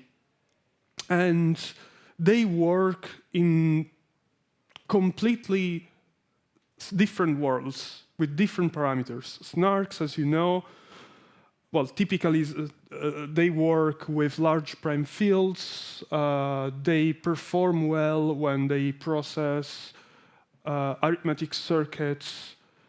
While on the other hand, FHE works with algebraic structures called polynomial rings that are very large and with a non-prime modulus. And they make a lot of use of these non-algebraic operations. So, well, and on top of that, there is also a problem with the fact that you are working with ciphertext. So there is something called ciphertext expansion, right? So a ciphertext is obviously larger than a plaintext. So proving a a multiplication on plain text will be different from proving it on ciphertext. On one hand, a multiplication, normal multiplication is trivial, while the same operation in FHE would involve tensor product, mod switch, scaling, storing the whole trace of this operation would take kilobytes just for a single operation, and it would be orders of magnitude slower than the plain text counterparts. So, well, this is just a hint on why this is hard. And indeed, I mean, you can try to take a snark and indeed prove the computation on ciphertext. A snark is Turing complete, so potentially, theoretically, could prove anything, right? Well, the problem is, again, the fact that if you take just a normal snark, then you have problems for the prover, because then you would have to emulate the arithmetic over rings with the arithmetic over fields. You would have to prove non-algebraic operations.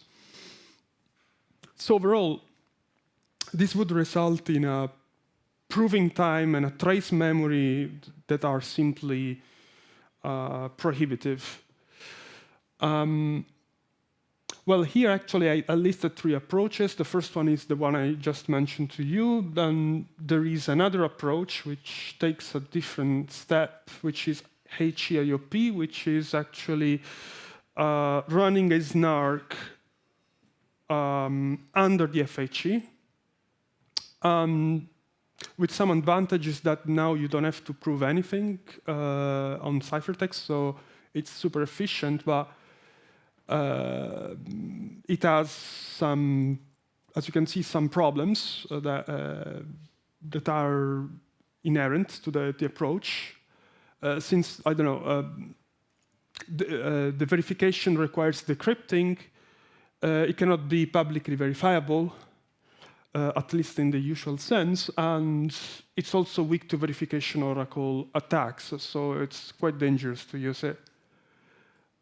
And one important thing is that it doesn't support all FHE schemes. For example, it doesn't, he's missing one important FHE scheme, which is ZKProof. ZKProof is, I would say, the FHE scheme that is mostly used for machine learning applications. So this is something we really care about.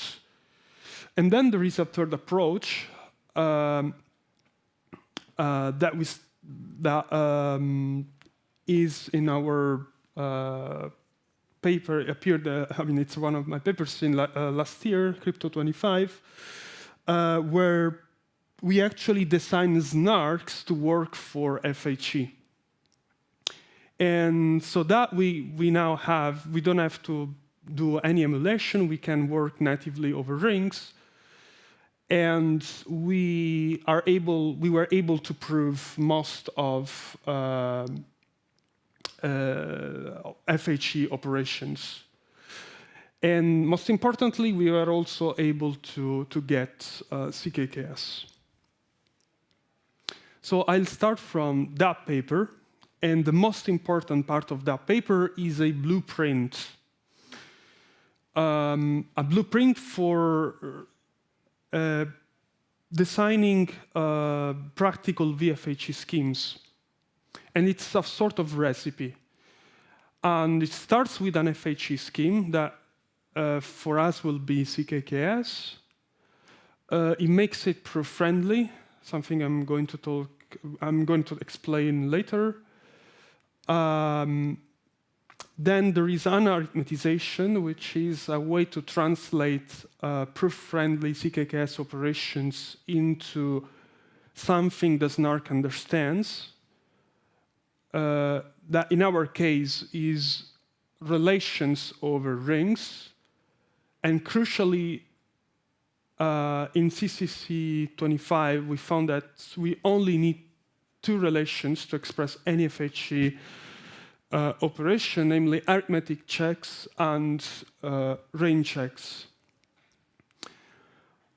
And with that, we can run our SNARK, because that's the language the SNARK speaks. And the SNARK is defined as a combination of polynomial IOP, which is an information iterative path, combined with a polynomial commitment. The IOP, in turn, is made of a GKR-style protocol for the arithmetic checks and range proofs for proving range checks. And both things, well, everything has to be adapted to rings. So this is where you can find more about it. So thing is, we tested our blueprint for single FHE operations. And we found out that through experiments that the schemes we got were outperforming by orders of magnitude previous approaches, basically based on generic SNARK. So what do we do in this work? We start applying this blueprint to actual circuits. So we move from single FHE operations to something more concrete. And by so doing, we naturally face practical challenges, mainly related to memory, proof size, proving time. And in this paper, we try to fix them. So I'm going to talk about some techniques that allow us to improve on that. So oracle packing, batching, unimproved arithmetization, and something called sparse pack. Let's start with oracle packing. So the blueprint I showed you is entirely defined over RQ, because FHE is defined over RQ, right? However, not everything is about RQ. FHE works by scaling by integers, uses automorphisms, and most importantly for us, it uses infinity norm to bound the coefficients of RQ elements. So, for example, where would we use infinity norms? I'll briefly recap what the arithmetization looks like in CCC 25. Again, it's a way to translate FHE operations into relations over RQ. And I'm just giving you an example for a particular FHE operation that is key switching. You don't have to understand what it does. It's just that if you take this as a gate and you try to prove it, then the red part is going to be a problem, because it's basically a decomposition over several prime numbers. It takes an RQ element and it decomposes modulo several primes. This is not algebraic, so it's very hard to prove it without a significant overhead. So what we did was to allow the prover to send us a vector W that he claims to be the result of the gate that we don't want to prove. And instead, we check that it recomposes to the argument, to C1, through the CRT map, and that the components of the vector are bounded by the primes. And that tells us, if that verifies, that the vector W is the correct one, is the actual output of the CRT -1 operation. And with that, we can actually compute the output of the gate. as you can see, we separate to, we have two kinds of operations. The green ones that are algebraic, purely algebraic, and the orange one that is a range check and uses the infinity norm. So that's where we talk about ZQ elements. So that holds for pretty any homomorphic operation. So it produces these W's that we have to check. And the idea is that we collect all of them together into a unique vector B, and we do the range check using a lookup. Pictorially, this is what it looks like. So we have a vector V. The rectangles are RQ elements. The squares are the coefficients. So if we want to prove that V, that the rectangles are bounded, we just do a lookup into this table that we construct just by taking all the RQ elements with coefficients bounded by TB, and we show that every triangle in V also appears in TB. Nice, except that it doesn't work because the ring is too big. So the table TB is just too big to be represented. So what we did was a decomposition following a lasso. We decomposed the bound B into a small base beta. So we reduced a big lookup of TB to smaller lookups into T beta. We end up into something like this, the smaller lookups. But again, they are too big because of the ring dimension. And so the solution in CCC25 was to decompose to through the ring dimension n. And eventually, we end up to this situation where we have integer lookups into a small table T beta. If we choose beta in the proper way, then this is a very small lookup that we can attack with memory checking techniques. And that's pretty much what we did in CCC 25. But now there is another problem. So this is what we got at the end. But we started with an RQ vector of size n. So from an RQ vector of size n, we ended up with something larger with a overhead around n, where n, again, is the ring dimension. So the question is, how do we commit to these vectors? Because at the end, we have only access to RQ polynomial commitments. So the solution we had back in CCC25 was to embed them back to RQ. So we take these integer vectors and we place them into RQ, seeing them as the zero terms of the polynomials. Well, this works because now we have RQ oracles. But it's not a great solution because, as you can see, there is a lot of wasted space, the white space. And actually, it's an ODN overhead, and n is big, remember. But even worse, if you consider that the integer vector we got from the decomposition was n times larger than the original one, then we have an ODN square overhead. And that is too big. So the first solution in this paper was to get rid of this n using packing. So we keep an actual oracle to the original RQ vector, and we only create a virtual oracle to the ZQ vector.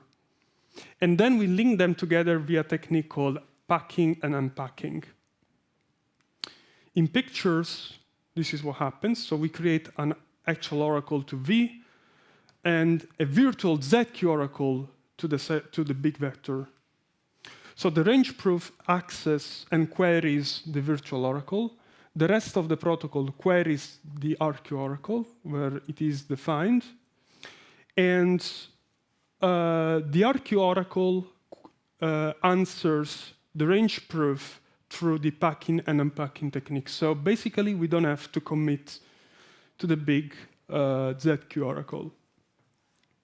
Result is that we don't get the N overheads. Done. Okay, and we can use it whenever we need commitment to ZQ. Second improvement is batch fold. So we need multivariate polynomials, polynomial commitment for our ring. And in CCC25, we chose breakdown. Turns out that even though it's a linear time improver, the verifier is not really great. So now that we don't have the ODN overhead, we can use something that we can allow a quasi-linear prover to get a better verifier. And we chose basefold. That's just we could have chosen something else, but just to make it the verifiers faster, we chose basefold. Can we do better? Yes. So we have oracle access to polynomial evaluations, actually many polynomial evaluations. Most natural thing you can do is to batch them. So we take the original basefold and we modified it so that we can support batching. We call this scheme batch fold. So for m polynomials of size n, instead of having m log square n for proving and proof size, we now get that the log square term is separated from the batching parameter. This is nice because there is a big constant factor hidden over there. Can we go further? Yes. And we can use batching to speed up even a single evaluation of the polynomial commitment over RQ. But first, let's have a look inside RQ. So this is our RQ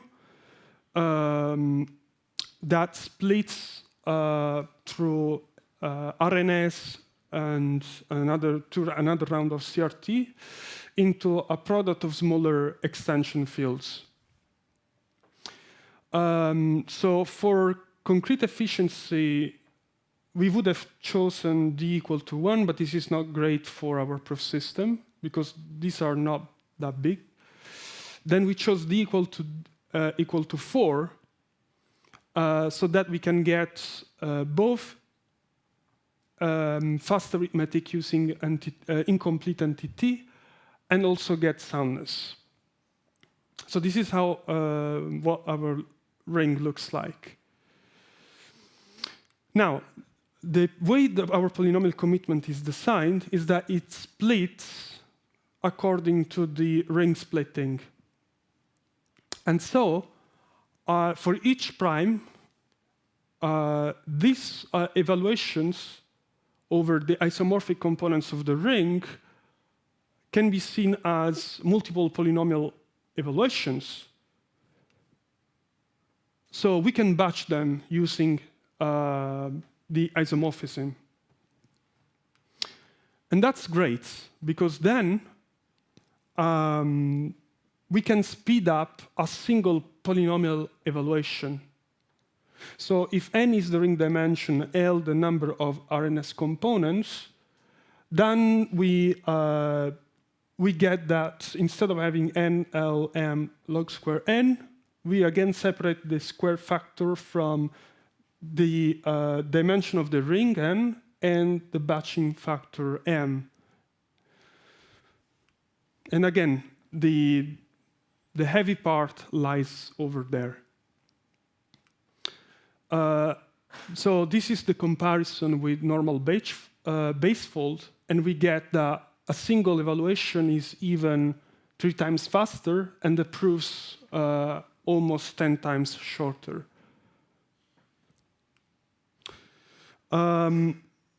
Third improvement is a better arithmetization. So, for example, how do we prove a circuit? So we start with a circuit for, I don't know, a neural network. Then we get the encrypted version of it in I don't know, using ZKS. And then there is the arithmetization that produces the GKR circuit over RQ. Now, the GKR circuit will have wires, gates. This is just an example of gates. And we have to encode this circuit. And we do that using multivariate polynomials. So we do that for wires. We do that for gates. Now, the thing is, this is quite easy for gates. They have the same dimension as the circuit. But for wires was easy. For gates, you see that the polynomials now are cubic in the size of the original circuit, and we cannot commit to this. So what we do is we prepare a description of the circuit that depends on the FHE part that is succinct, let's say, so the verifier can evaluate it. And for the rest, the thing that doesn't depend on the FHE circuit, it's arbitrary, we do a better arithmetization that allows us to express it with less sparse polynomials. And we also have a protocol for evaluating these big sparse polynomials that is more efficient than existing techniques I'm going to talk about in a moment. This is actually what we do, and this is actually the last part.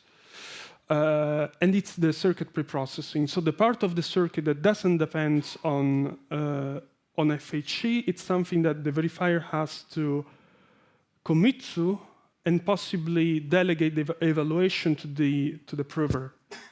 The polynomials are very sparse, are big, cubic in the circuit size, but they have evaluations in ZQ.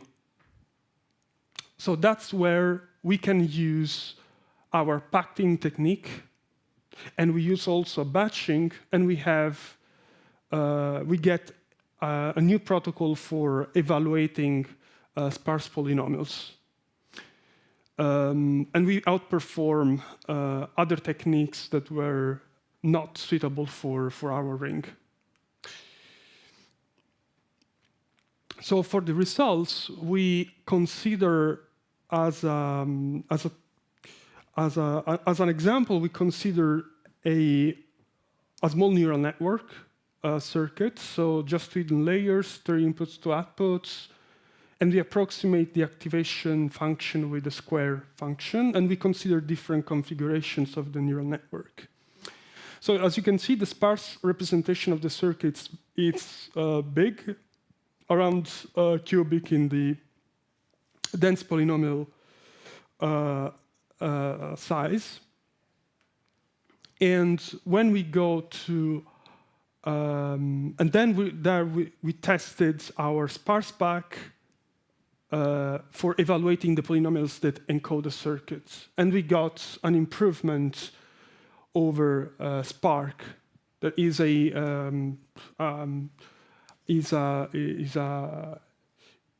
it was a previous technique for doing the same. Important thing is that we don't have to execute commitments on the fly, and we get, in general, better evaluation times. So the last thing is range proofs. So for the range proofs, they are actually the most expensive part of our protocol. The rest is basically negligible. And we got these numbers using a single thread execution. We would get, using more threads, we would get even better efficiency. We cannot directly compare with CCC25, but the improvement would be around 100 times. So conclusions is practical VFHE is hard because FHE snarks work on different worlds. Ciphertexts are big. In CCC25, we got a first blueprint for realizing practical VFHE that improved generic approaches for single FHE operations, while in this work, we try to scale up to concrete circuits. So even though the circuits that now we are covering are kind of small, as you can see, it's a 2-layer neural network, still, this is a theoretical improvement in the sense that we are basically where FHE was around 1 decade ago, and there is more and more to come. Thanks. Questions? Thank you, Daniele, for your talk.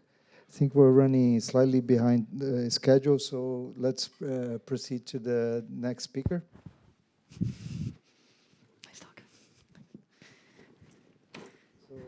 The next talk, while loading the slides, is going be given by Kabir Peshawaria. Yes, that's on laminate succinct SIMD-friendly verifiable FHE. For the next speaker, would you mind just acknowledging where you are so that I can see?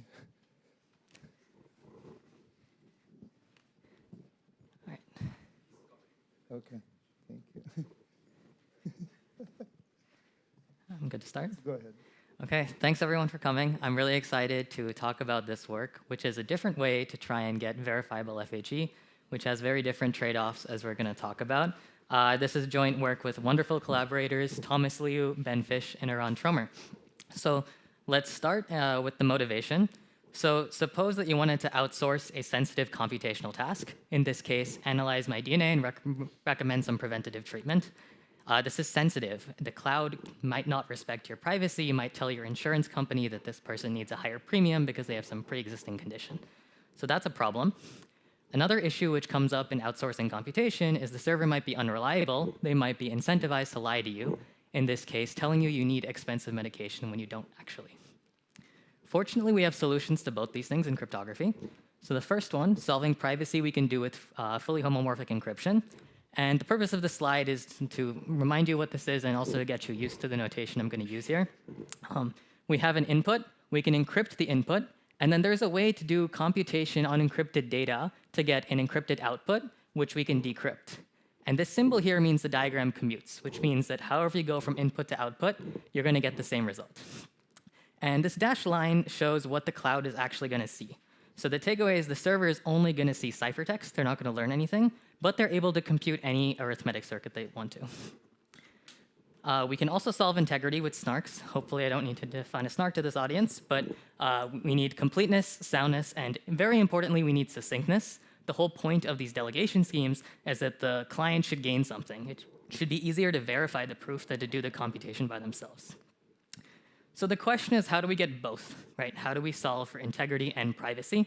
Well, there's two approaches, right? One is to do snarg over FHE, where we prove that we did ciphertext operations correctly. That's what we just saw. Another approach is to FHE over snarg, which is where we homomorphically evaluate a plaintext proof under FHE, right? And a priori, it's not clear maybe how these two are different, so I want to take a second to explain the differences. So let's look at the snarg over FHE approach. We start with a payload circuit that we want to delegate. We can evaluate that circuit under FHE, and it's this complicated computation here, which takes a representation of a ciphertext of A, a representation of a ciphertext of B, does a bunch of operations, and then gets a representation of the product ciphertext. We take this entire trace, computation trace, which means all the messy stuff that happens going from ciphertext A and ciphertext B to a representation of ciphertext AB, and we feed that into a snarg prover, which correctly proves that you did this FHE evaluation circuit correctly. right? And notably, as we just saw in the last talk, this includes approximate arithmetic, which is not easy to do. And a lot of very smart people have come up with very smart solutions to this, but this is just inherently a difficult thing to do, right? This is a hard problem. The alternative is we can do FHE over SNARG. Again, we start with the same payload circuit.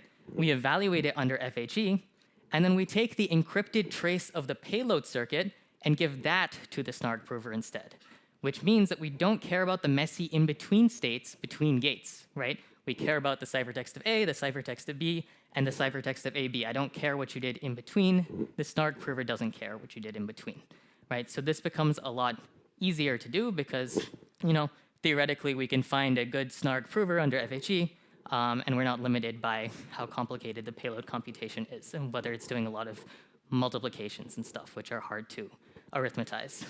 And here are a few constructions that do this. Right? And notably, this is producing an encrypted proof that A times B is equal to C. So the client who receives this proof has to decrypt it first and then verify. So let's compare these two approaches at a bird's eye view. So the SNARG over FHE approach and FHE over SNARG, they both have good integrity guarantees. Right? If the client is convinced that this is the right output, it probably was the right output. From a privacy setting, the FHE over SNARG has a slight issue. Because of this decrypt then verify phenomenon, if the server has access to a feedback channel, like in particular whether you complained about the proof being invalid, there's a 1-bit leakage, right? Which is, in practice, could be really problematic, right? So it's important to acknowledge that. Public verifiability, SNARG over FHE, I'm proving that I did the ciphertext algorithm correctly. I manipulated them correctly. FHE over SNARG, it's not publicly verifiable, right? First, you have to decrypt with the secret key, and then you can verify. And I put an asterisk because you can make it publicly verifiable after the fact by proving that I know an encrypted proof, but OK. And as far as server efficiency goes, both of them were really bad before our work, and client efficiency was good in the SNARG over FHE case, but bad in the FHE over SNARG case. And that's not inherent to FHE over SNARG, it was just limitations of past constructions. As we'll see, what we do is we make the server efficiency good and the client efficiency good. And you'll see that the server efficiency here changed to decent because of batch pack improve, the thing we just saw.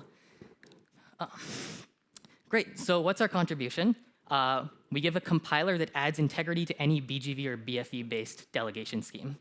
And we're not the first people to do so in the FHE over SNARG world, so let's compare the bottom lines. For an arithmetic circuit with 16 billion fan-in-2 gates, here's the table of comparisons. And I want to walk you through what this means. Right. So the first solution is the trivial solution, where I evaluate the payload circuit under FHE, and then I literally send you every single part of the trace. Right. So this is clearly trivial. The proof size you get is 327 gigabytes. So that's really the benchmark to beat for your protocol to be usable at all. As we see, past works here, blind fractal and phalanx, fail to beat the trivial solution. Right?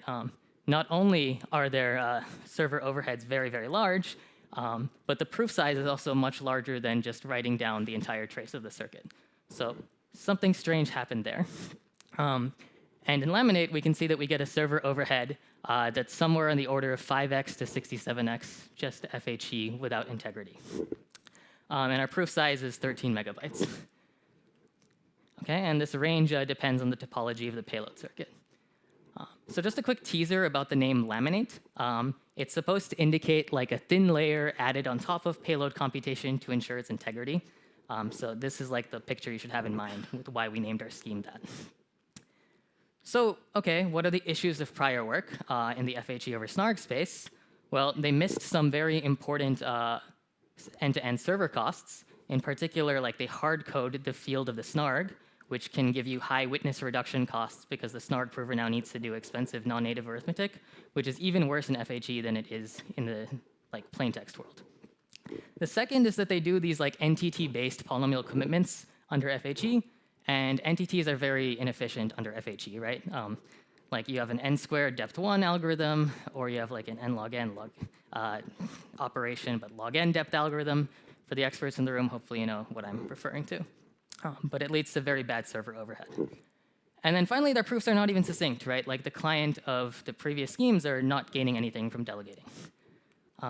So the natural question you might ask me is how and why were these things missed, right? And the answer is that it stems from incorrectly accounting for SIMD, and this masks the bad asymptotics of previous schemes. And I'll hopefully, if you don't know what SIMD is, hopefully you stay tuned. I'll get to it in just a couple of minutes.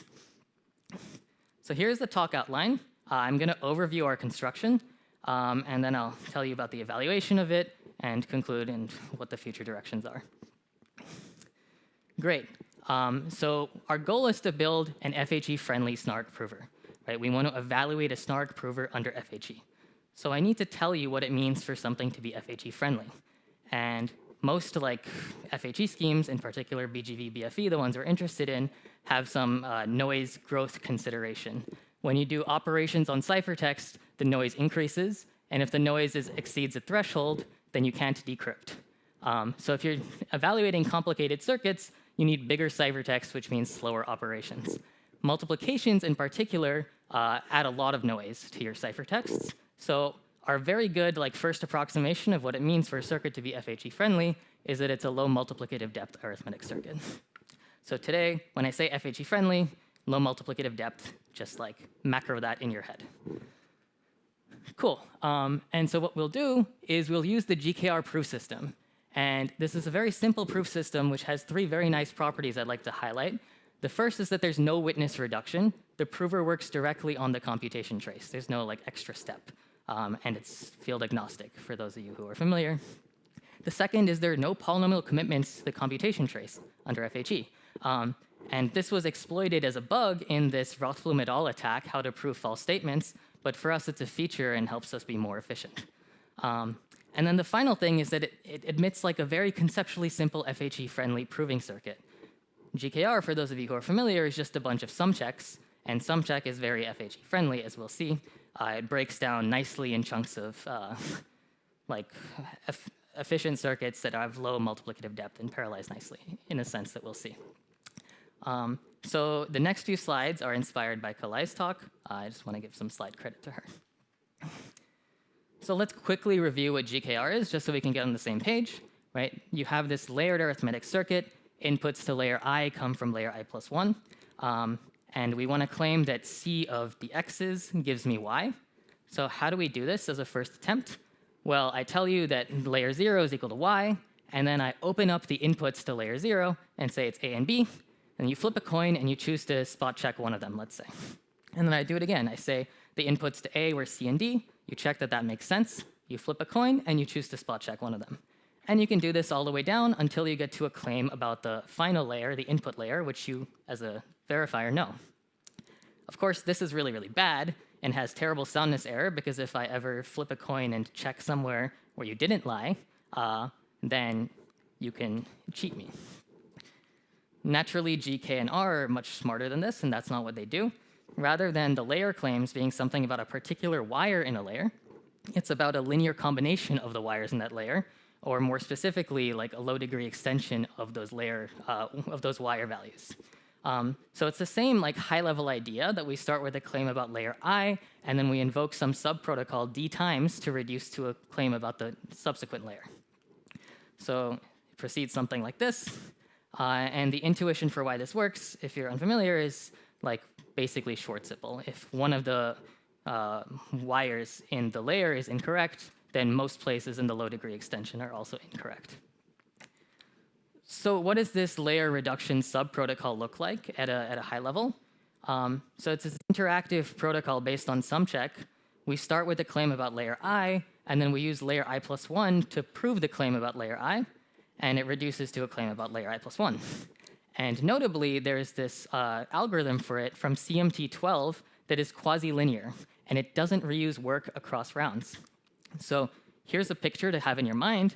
Right, we have layer I. We have a claim about layer I. Using the assignments to layer I plus 1, we do this sum check layer reduction subprotocol. And as you see, the next prover message only depends on the coin flips from the verifier. It doesn't depend on any saved state from the previous prover message. And this is very nice. For those of you who've seen GKR, this is the reduction to sum check. OK, so zooming back out, how does the GKR interactive proof work? Well, we have a layered circuit and then we invoke a layer reduction subprotocol that's interactive multiple times. And thanks to CMT12, we have this algorithm that avoids dependence between rounds. So the prover calculates the round I message without any saved state from round I-1 in particular. So this becomes very FHE friendly, right? As we see, when we're doing the layer reduction from layer I to layer I+1, we're only using the encrypted values of layer I+1.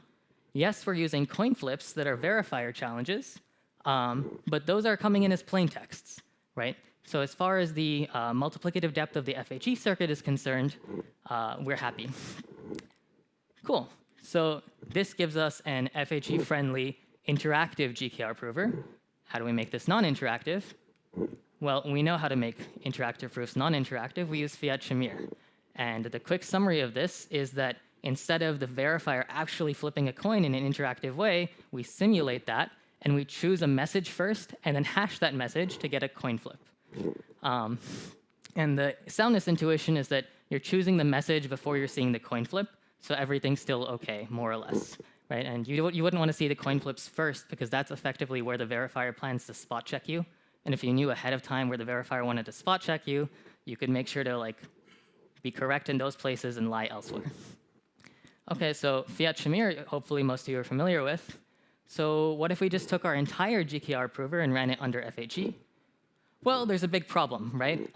In particular, hash evaluation is probably not low depth. And that's not even the worst problem. Earlier, we said that the next prover message only depended on the ciphertext of the payload assignments and the verifier challenges. Well, the verifier challenges used to be plain text, so they weren't accumulating any noise.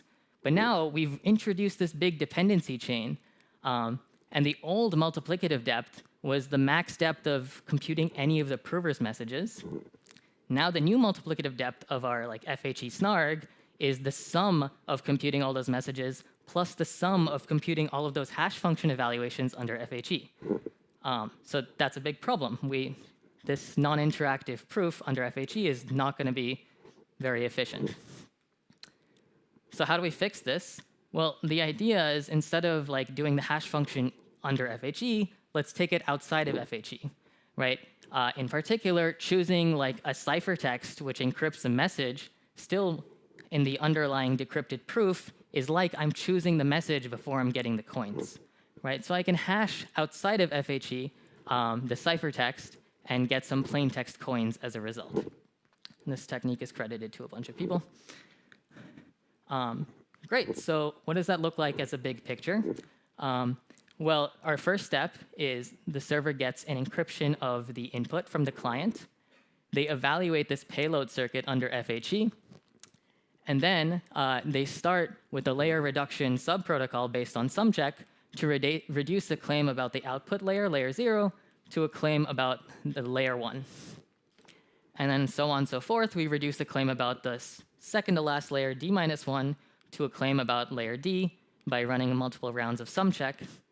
And eventually, we send all of these black arrows to the client. And in this picture, the y-axis is supposed to represent the multiplicative depth of FHE. So our multiplicative depth overhead, as you can see from this picture, is only one level, where levels are kind of like multiplications. And yeah, this brings us to the name laminate once again, right? Laminate stands for a thin layer of extra computation with low multiplicative depth added on top of payload computation to ensure its integrity.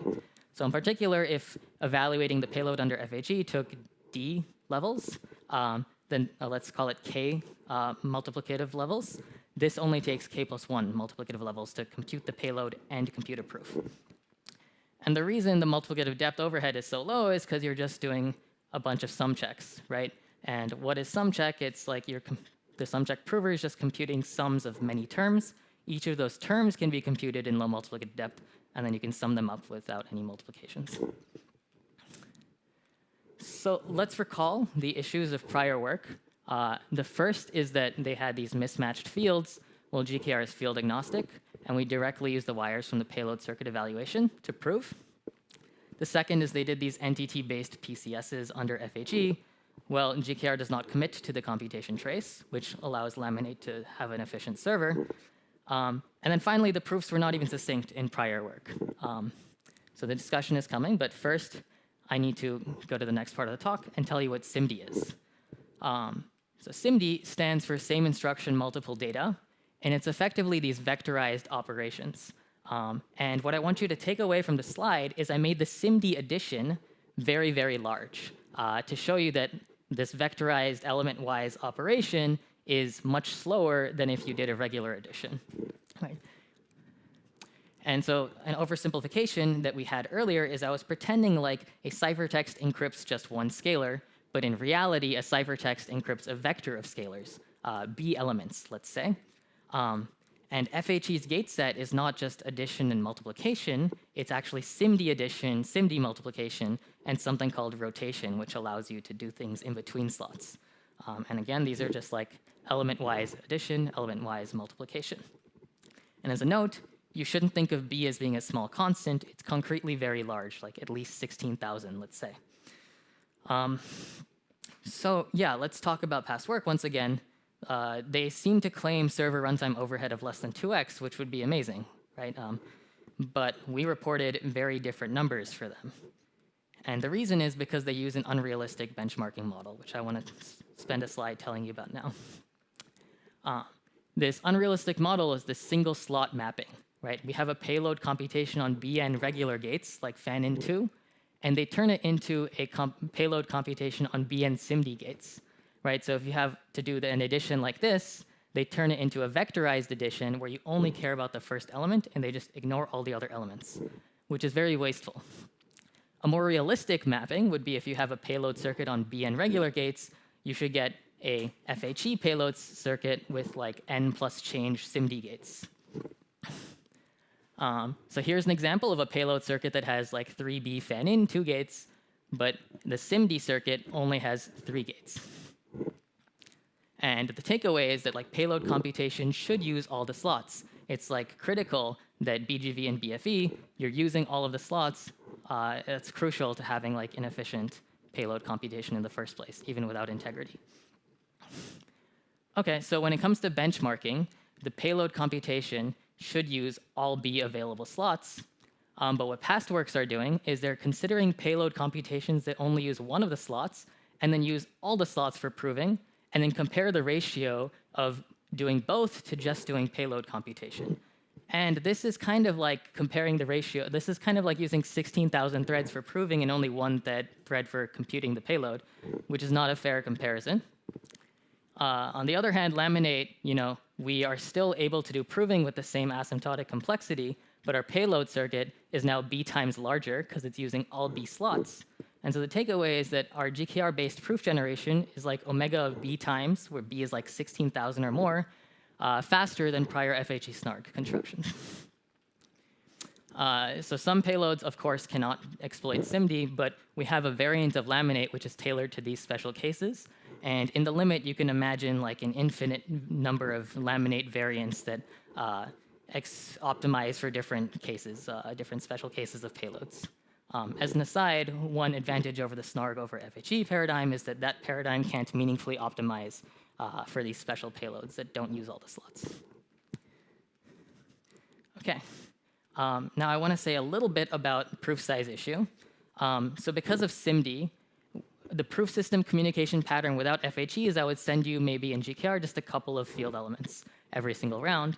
But the smallest unit I have now is a ciphertext. And a ciphertext encrypts B things. So what you get is something that looks like this as a very simple proof system. I wanted to send you 1 dot in every single round, but I was forced to send you B dots. So how do we fix this? Well, instead of sending you the sparse ciphertexts 1 per round, what we can do instead is we can commit to those sparse ciphertexts and then give you a packed dense ciphertext as well as a proof of packing that shows that these sparse ciphertexts were consistent with the commitments that we actually did send. And this is a lot more complicated than I'm putting it on the slide. It's very interesting. You should check it out. I don't have time to tell you about it in its full generality now. But the summary is that this transcript packing technique adds 1 multiplicative depth from plain text ciphertext multiplication, and it reduces our proof size from R ciphertexts to like R over B packed ciphertexts plus some change. Cool. So let's talk about the evaluation. Comparing laminate to prior FHE over SNARK constructions, we have the following table. Here we benchmarked a payload computation with 1 million FHE SIMD operations that use all of the 2 to the 14 slots. As you can see, laminate is like 2,300 times faster than Phalanx and admits proofs which are roughly 70,000 times smaller than Phalanx. But that's not the interesting thing to look at. We're more interested in how laminate compares to the gold standard, which is honest evaluation under FHE of the payload circuit without a proof. And as you see here, we looked at various representative types of payload circuits and found that for some payload circuits, the server overhead can be as low as 5.5x. And these are payloads that fully use SIMD. If you didn't fully use SIMD, you could be much, much faster. To conclude, our contribution is we added a compiler that added integrity to BGV or BFE-based delegation. The server overhead can be as low as 5.5x for payloads using the full SIMD width. And we did this by using the ZKProof system that doesn't have to commit to the encrypted trace. Importantly, laminate is very conceptually simple, which I want to underscore is very, very important in, especially with all the bugs in proof systems these days. It uses a field-agnostic proof system, so there's no field mismatch. There's no witness reduction. Transcript packing is a cool technique which can really reduce the proof size and client runtime. And then some limitations which were discussed also in the previous presentation. It's inherently designated verifier. You have to decrypt first before you can verify the proof. We don't yet support private server inputs, coming soon, hopefully. And it fundamentally cannot support CKKS right now because we don't have good snargs for approximate computation. Finding an FHE-friendly snarg for approximate computation is just another constraint. More optimizations and a full implementation is also pending. If ever anybody is interested in working on this, I'd be happy to chat offline. There's a QR code and link to our ePrint. Thanks so much for listening. Thank you, Kabir. We have time for 1 or 2 questions. So I was just curious because I think you do mention in your paper about the issue about lack of public verifiability and the 1-bit leakage. The 1-bit leakage, yeah. And that is, you still don't know how to handle that in an efficient manner. If you were to add that, compose it with something else to get public verifiability, how bad it would be? Some past works, like the Gamma et al. Paper, showed the blind ZK snarks paper, showed that the client who gets the encrypted proof can efficiently generate a proof that I know an encrypted proof that this ciphertext underwent this transformation and got to this ciphertext.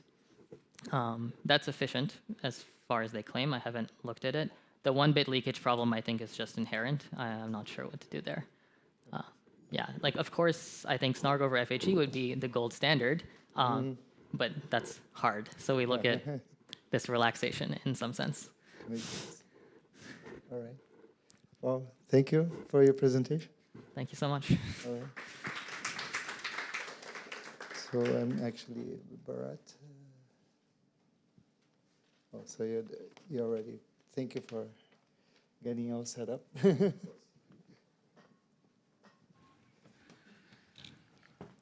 So the next talk is by Bharat Nambutiri. So it's the paper is on truth table verifiable query engine. So please go ahead.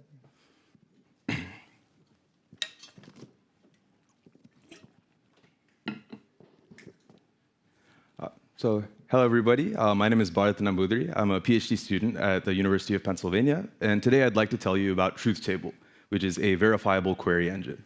This is recent work with Ali, Spencer, Pratyush, and Ryan. So let's get into it. So in modern applications, you often have to issue a query to another party, which is often a server. Now, the server will send you back a query response, and you're left with a question. Should you trust the answer to your query? And in a lot of applications, this trust is misplaced. For example, on-chain analytics. If you're a light client, you're relying on a third-party indexer for historical blockchain data that you can't gather yourself. And if that data is wrong, it could have real financial consequences. Another is agentic AI, where multiple tool-using agents may be issuing and receiving queries, and if they hallucinate or warp these queries in any way, it'll propagate through the entire system. So these situations can be modeled in a cryptographic model known as verifiable databases, and it involves three parties: a trusted database owner, a computationally weak client, and an untrusted server. So the data owner sources the data, and in addition, generates a cryptographic commitment to the data. The data is then sent to the server for storage, and the commitment is published and then grabbed by the computationally weak client. From this point, the data owner disappears. Now, as usual, the client issues its query to the server, and it gets back the result along with a succinct proof that verifies that the result is the correct execution of the query with respect to the fingerprinted database. So verifiable databases have a long line of history in academia with many different papers and are deployed in industry by startups such as Space and Time and Provably.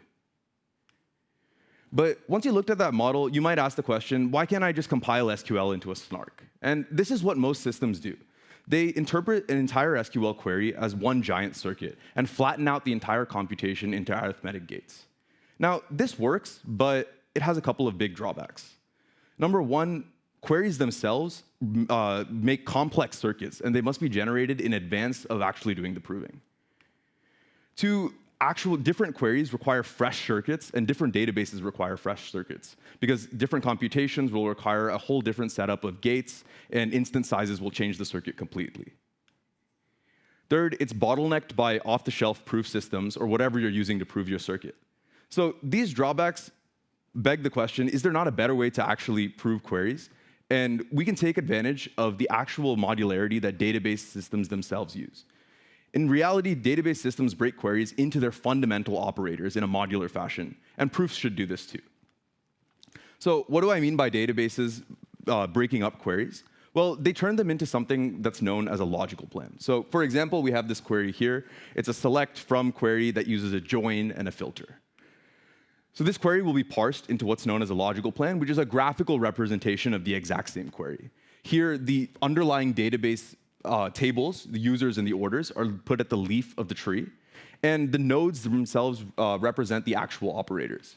So if I'm a database, I go and execute this plan by going up the tree, saying, OK, I'm going to compute the filtered version of orders after executing the filter node. Then I'm going to take the filter and the users and join them to get my final query result. In our setting, with a prover, we can actually consider these intermediate tables, in this case, the filtered orders, as a witness.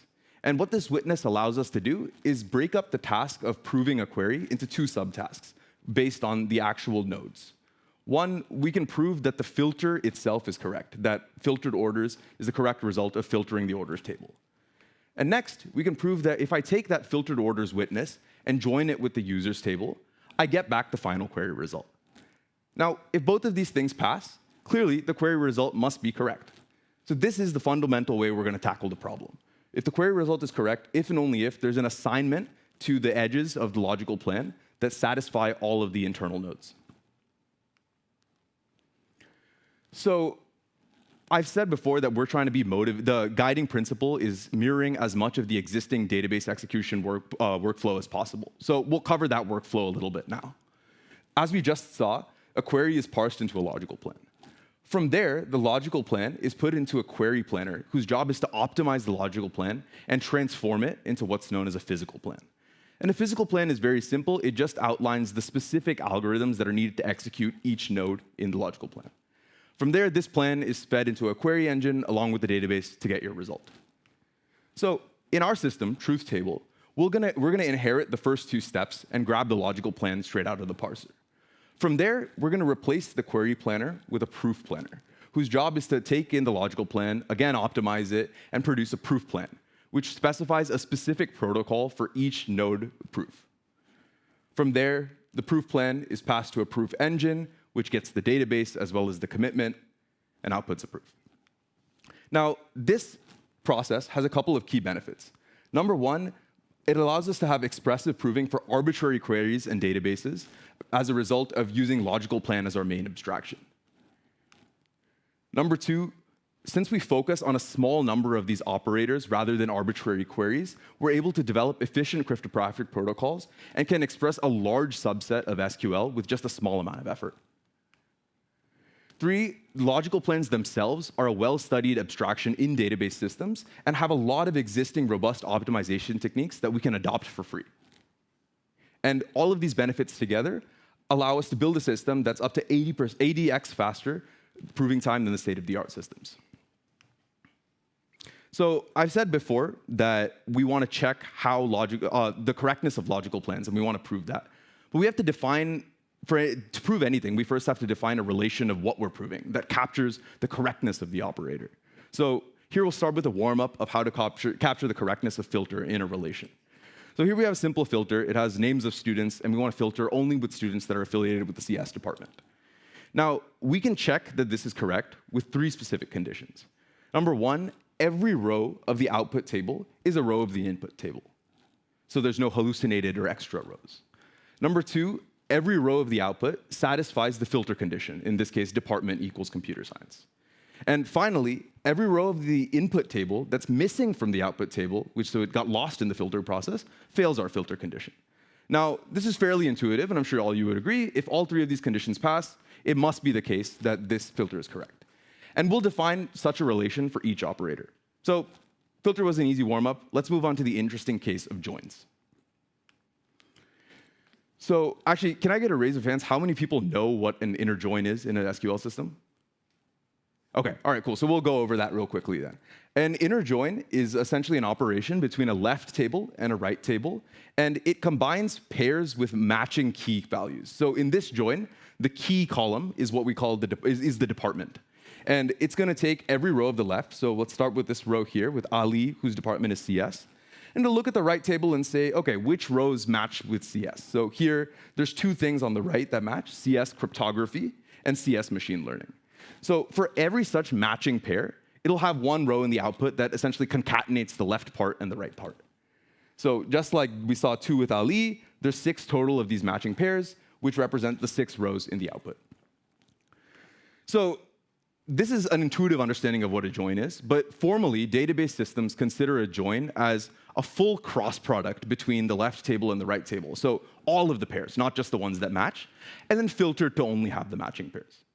Now, we could use this as our relation and try to prove it, but cross products can be enormous, especially when we have real workloads with big databases. It's hopelessly slow at scale. So we're going to have to design a smarter way to do this. And the way we're going to do that is with witnesses. So we're going to introduce 2 witness columns. Let's say we're calling them left source and right source. And these record the row IDs of origin for each output row. So for example, here in the left source, row 1, Ali CS cryptography, which we just looked at earlier, it comes from row 1 of the left, which is Ali CS. And the right source is going to have row 2 of the right, which is CS and cryptography. So just like that, we have a source pointing to each one of the origin rows. So how do we use these? Well, we can now distill join into 3 conditions, just like we did for filter. The first condition is that table out only contains matching cross-product pairs. How do we check this? Well, we can use the new witnesses.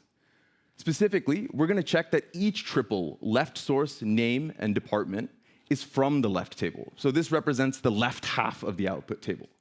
Now, we're going to similarly do the same thing for the right half of the output table. And if the left half comes honestly from one part of the row, or one part of the input, and the right half comes from the right part of the input, and they share the same key column, then we know that these all must be matching pairs. So we're satisfied with this check. Additionally, as a byproduct of this check, we also learn that the left source and the right source columns correctly encode the actual rows of origin for every row in the output, because we looked up these triples together. So OK, we're happy. Every output comes from a matching pair. So then we have the next question. Well, OK, every matching pair is unique. So we want to make sure no matching pair is represented twice in the output. And since we already just went and validated the left source and the right source, this becomes really easy. We just need to check that each pair, left source and right source, is unique. So now that we've learned, OK, we only have matching pairs, and all of those matching pairs are unique, there's essentially only one way for the output to be wrong. And that's if any of the matching pairs were omitted.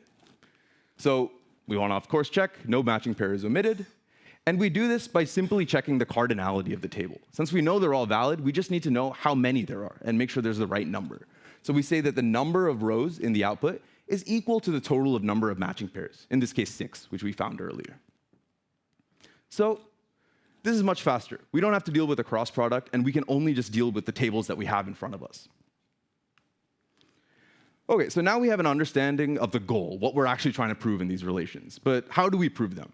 Well, we're going to use cryptography, but cryptography doesn't understand tables or columns or data types. So we need to encode the data in a manner that allows efficient protocols. And we're going to do this with polynomials. Big shocker. Now, cryptographers love polynomials because they allow us to design idealized protocols called polynomial interactive oracle proofs, or PIOPs. And once we build these, we can use standard methods to compile them into snarks, which is our end goal. And from now on, when we talk about polynomials, you can always assume that they are defined over FP, a field modulo a large prime. So just as a quick recap, we'll cover what a PIOP is. It's this idealized interactive protocol between a prover and a verifier, where the prover can send messages that are polynomials. Now, the verifier has 2 powers. It has the ability to query the polynomials at points of its choosing and send random challenges. Now, in these protocols, we'd like to have them satisfy the standard notions of completeness and soundness. And once we're able to do that, we can add in a special ingredient, which is polynomial commitment schemes, and get out a full snark, which is our goal. So this model is great because now we can focus on this toy problem of PIOPs and essentially get the rest of the proof system for free.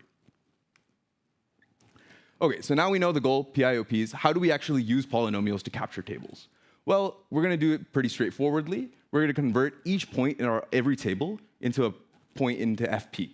So Booleans are converted into standard 0, 1, and we have different encodings for strings, for dates, things like that.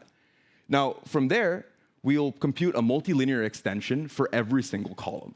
So you can think of this as every column being represented by a multilinear polynomial whose evaluations on a Boolean hypercube correspond to these converted FP points that we did in the previous step. And when we have a collection of these polynomials that correspond to a table, we'll denote them as an arithmetized table, which just has a hat. Okay, so now we're ready. We have our polynomials. We have our relations. Now we're ready to have full-fledged PIOPs of operator correctness. And we can build these from fundamental protocols like sum-check and zero-check and lookups. So let's go back to inner join. Let's try to build a PIOP for this that checks those 3 conditions we set out earlier, that every triple appears in left and similarly for right, then each pair of left source and right source is unique, and finally the cardinalities exist. So in this PIOP, the prover will first send the arithmetized versions of left source and right source, the witnesses, to the verifier. Then, to check the first condition of each one of these triples appearing in the left, we can just interpret this condition as a standard lookup claim. And we can use the already well-studied lookup protocol from logup, for instance, in order to prove it directly. Next, we want to check that each pair, left source and right source, is unique. And to do this, we design a custom protocol that checks for no duplicates in one of these tables. And similarly, we design custom protocols for the final cardinality condition in a protocol called match pair check. So once all these protocols pass, the verifier is convinced, hey, these 3 conditions work, and it accepts and is satisfied that this is the inner join result. So in this specific join protocol, we saw that it composed into 3 toolbox PIOPs, which is what we call them: lookup, no dupe, and match pair. Now, these toolbox PIOPs, some of them we implement, some of them already exist, but they themselves rely on more fundamental PIOPs, such as rational sum check. And at the end of the day, every PIOP in our scheme boils down to the classical sum check algorithm. So this is just one path down what the join protocol looks like, but in reality, we implement a large span of these protocols, a lot of which are proving new properties and require novel protocols approaches themselves.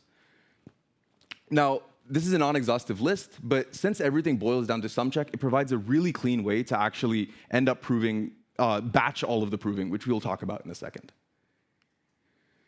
So we implement truth table as an end-to-end system, and which is ready for deployment, built in 54 lines of Rust code, 54,000 lines of Rust code.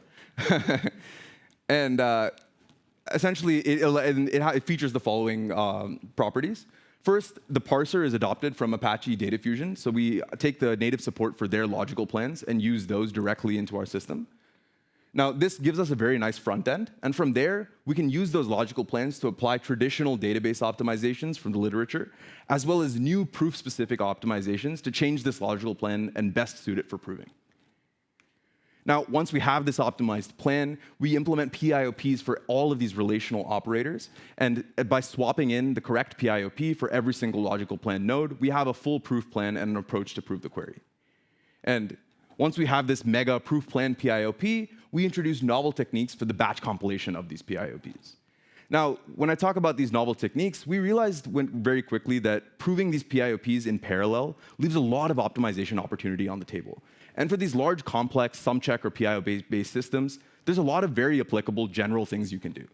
So we've packaged our proof engine into an open source Rust library for building these SumCheck-based proof systems called Arc PIOP. And Arc PIOP gives a number of different optimizations and exposes an abstraction to build the PIOPs yourself. So you just define the PIOP and you let us handle the optimization and execution for you. Among those optimizations include heuristic degree reduction. So SumCheck costs themselves grow super linearly in degree. And in order to keep that degree down, we want to swap out those polynomials and rewrite them to stay within an optimal bound. Also, we batch fundamental claims, so claims like zero check, SumCheck, non-zero, lookup style claims, and more. Instead of going and reducing to the underlying SumCheck claims, we stop, batch, and reduce the total number of SumCheck claims we have to prove at the end. And finally, for a lot of these systems like Truth Table, where the polynomials themselves represent real data points, they end up being very sparse because you don't need the whole hypercube to actually represent your data. So we become aware of that sparsity and skip unnecessary field operations when doing SumChecks. OK, so now we've understood what we built and how it works. How do we actually compare to the competition? Well, we'll first compare against the state-of-the-art academic system, which is a system called Poneglyph. Now, Poneglyph is the latest in a long line of work that uses circuits to prove SQL, and they hand optimize and hand write every circuit per query. In contrast, Truth Table automates this entire process from front to end. In addition, they support 6 out of the 21 TPCH queries, which is a standardized testing suite for database systems. And we currently support 17 out of 21, with the rest of them being forthcoming. And in this case, Truth Table is actually the most expressive system that we're aware of out of all the state-of-the-art. Finally, Poneglyph lacks binding to an actual database commitment. So the relation they prove in their implementation is slightly different. It's that there exists a database such that this result is true. And in contrast, Truth Table captures the entire full verifiable database model. So even with these caveats, we still are able to achieve a 5x faster prover time than Poneglyph with about similar proof sizes and verifier time. And one big caveat, just to keep in mind, having binding to that commitment is extremely important, and skipping it means skipping work that's linear in the entire database size. So if this gadget that actually checks this binding is included into their large SQL circuit, it would increase all of these times. So we can consider this just as a lower bound. But the more honest comparison for Truth Table as an end-to-end system is deployed things in industry, because they don't get the choice to skip these features. So we compare it to the 2 state-of-the-art industrial systems, which is Proof of SQL, a system by Space and Time, and QEDB, a system by Provably. Now, with both of these, we're able to see some massive improvements. Against QEDB, we get 80x faster prover time and 175x faster verifier time, with small differences in proof size. And similarly, for comparison with Proof of SQL, we get 50x faster prover time with some variance in proof size and verifier time. So this shows that I think our approach for proving SQL in this systemic, modular, and expressive way has real improvement and is eligible for deployment. So that's it. That's all I had to talk. Our ePrint is coming, and our code is forthcoming. It'll be available within the next week. Thank you guys for listening, and I'd love to take some questions. Thank you, Bharat, for the talk. Any questions? Yeah, there are a few.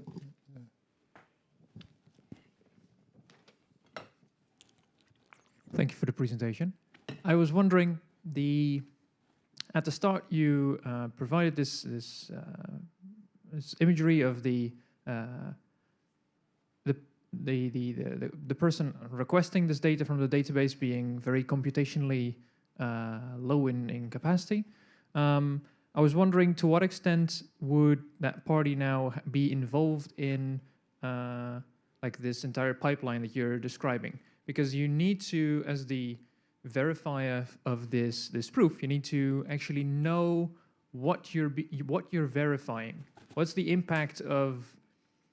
What would you say is the impact of having, or what parts of that pipeline would this this party now also have to engage in? That's kind of the question I'm trying to ask. Yeah, that's a great question. I'm just trying to get back to the slide that I would like to refer to. Hold on.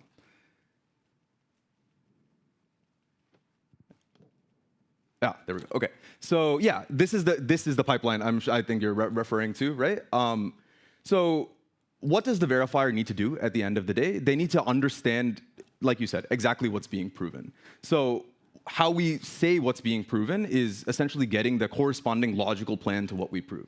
If you have that logical plan, you then know exactly what proof is being done at each node, and you have the entire blueprint for the proof. So you're ready to verify it. So the only extra step that the verifier needs to do here is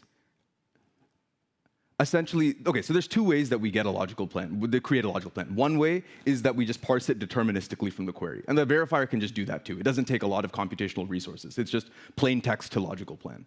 And then from there, now we apply some optimizations on the prover side. And those optimizations need to be known to the verifier. So with the proof, you just provide a serialized list of those optimizations. And they come from a set of known optimizations, so they're sound to apply, and the verifier knows this ahead of time. So they can just deterministically go take the query, get the logical plan, apply the optimizations, and now they have the same logical plan that's synced with the prover. From there, they know the statement, and they can participate in the proof verification just as normal. All right, thank you. Yeah. Yeah, so a quick question about, I really appreciate all the engineering and the relation to actually building a DB system. I think this helps a lot. On the other hand, I was thinking that a lot of the work on the DBMS building side in the past decades is building efficient indexes so that your queries can become faster, sublinear, and so on and so forth. Yeah. Have you any support for indexes? Do you plan to have support for indexes? Because most of the things you're saying, like, you have a linear prover at the end of the day. You have to scan the records, basically, right? So is there any support for that? So by indexing, you mean like adding metadata to like the databases to kind of improve query time? Yeah, for example, the simplest thing you could do, you have like a filtering, you build like a B+3 across dimension, Yeah. No, it's a great point. So we've been considering things like this. If you change like the representation from, I think this polynomial that we picked, the polynomial representation that I showed earlier is kind of a simplification of how we actually, represent these things. We do take advantage of some tricks from database engineering to we apply bit masks to stuff to like speed up the process, and these are tricks that we inherited from database literature. So yeah, I'd really encourage you to check out the paper. It's a little hard to explain without a visual, but yeah, it's it's not just naively doing this encoding. Yeah, thank you. Yeah. Any more questions? I had a second question regarding slide 15. Okay, with the number.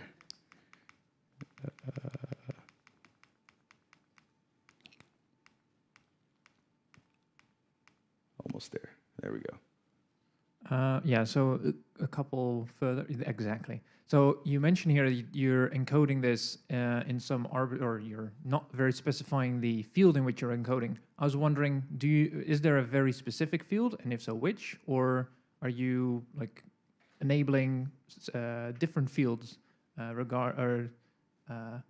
based on what the prover and verifier would like to have? Yeah, it's no specific relation. Like it kind of just depends on what you choose for your encoding, right?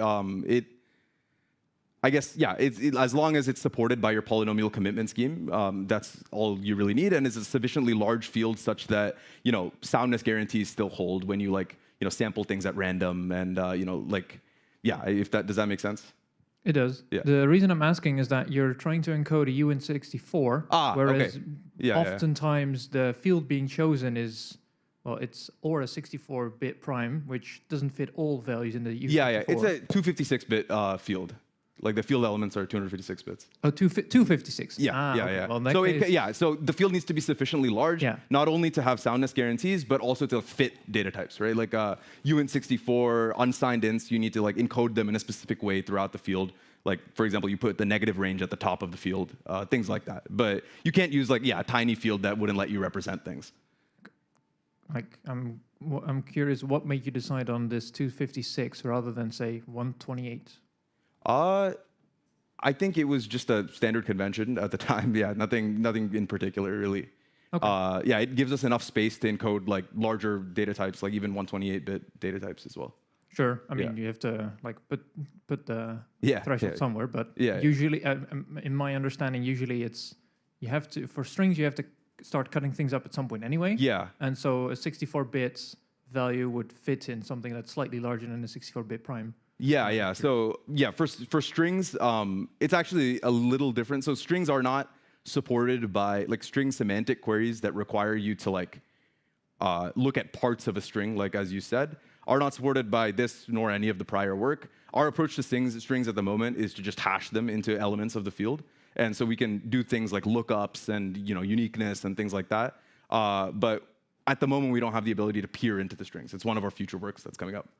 I think that's actually the answer to your question why you're using a 256-bit prime. Is that if you're hashing into something that's smaller, then the possibility of collisions increases. That's true. That's true as well. Yeah. Excellent. Thank you. Yeah. All right. Thank you. Yeah. Thank you so much. Okay.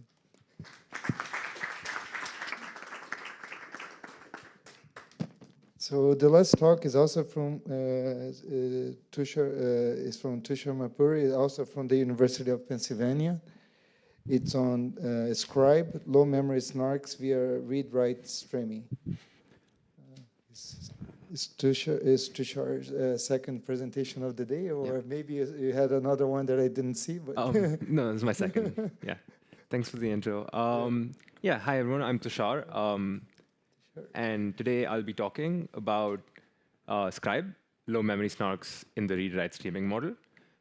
This is based on joint work with Anubhav, Pratyush, Karan, and Steve. So let's start by reminding you, probably for the 100th time today, what a snark is, but my clicker isn't working. Yeah. Okay, so what is a snark?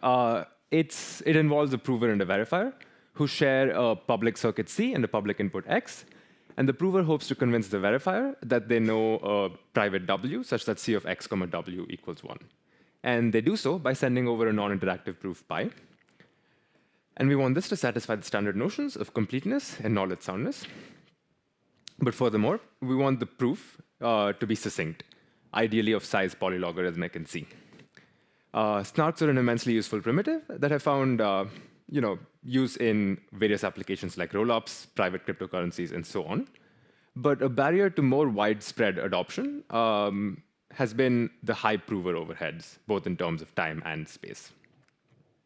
The space overhead especially has been a bottleneck because existing snark provers require a linear amount of random access memory in the size of the circuits, and this is prohibitive. For example, when we implemented a state-of-the-art snark hyperplonk on a server class machine with 100 gigabytes of RAM, we found that it ran out of RAM at circuits of size 2 to the 25. And even at circuits of size 2 to the 24, it needs 32 gigabytes of RAM. A popular solution to this problem has been read-only streaming, has been the read-only streaming model, where we consider provers that only have a small amount of random access memory relative to the size of the circuit, but they have streaming access to disk storage, which is where the information about the circuit is stored.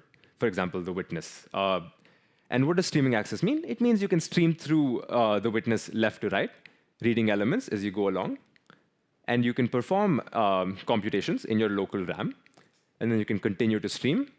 And at any point, you can reset your read head to the beginning and perform multiple streams in this manner. And once you are satisfied, you've performed a sufficient number of streams, you output the proof.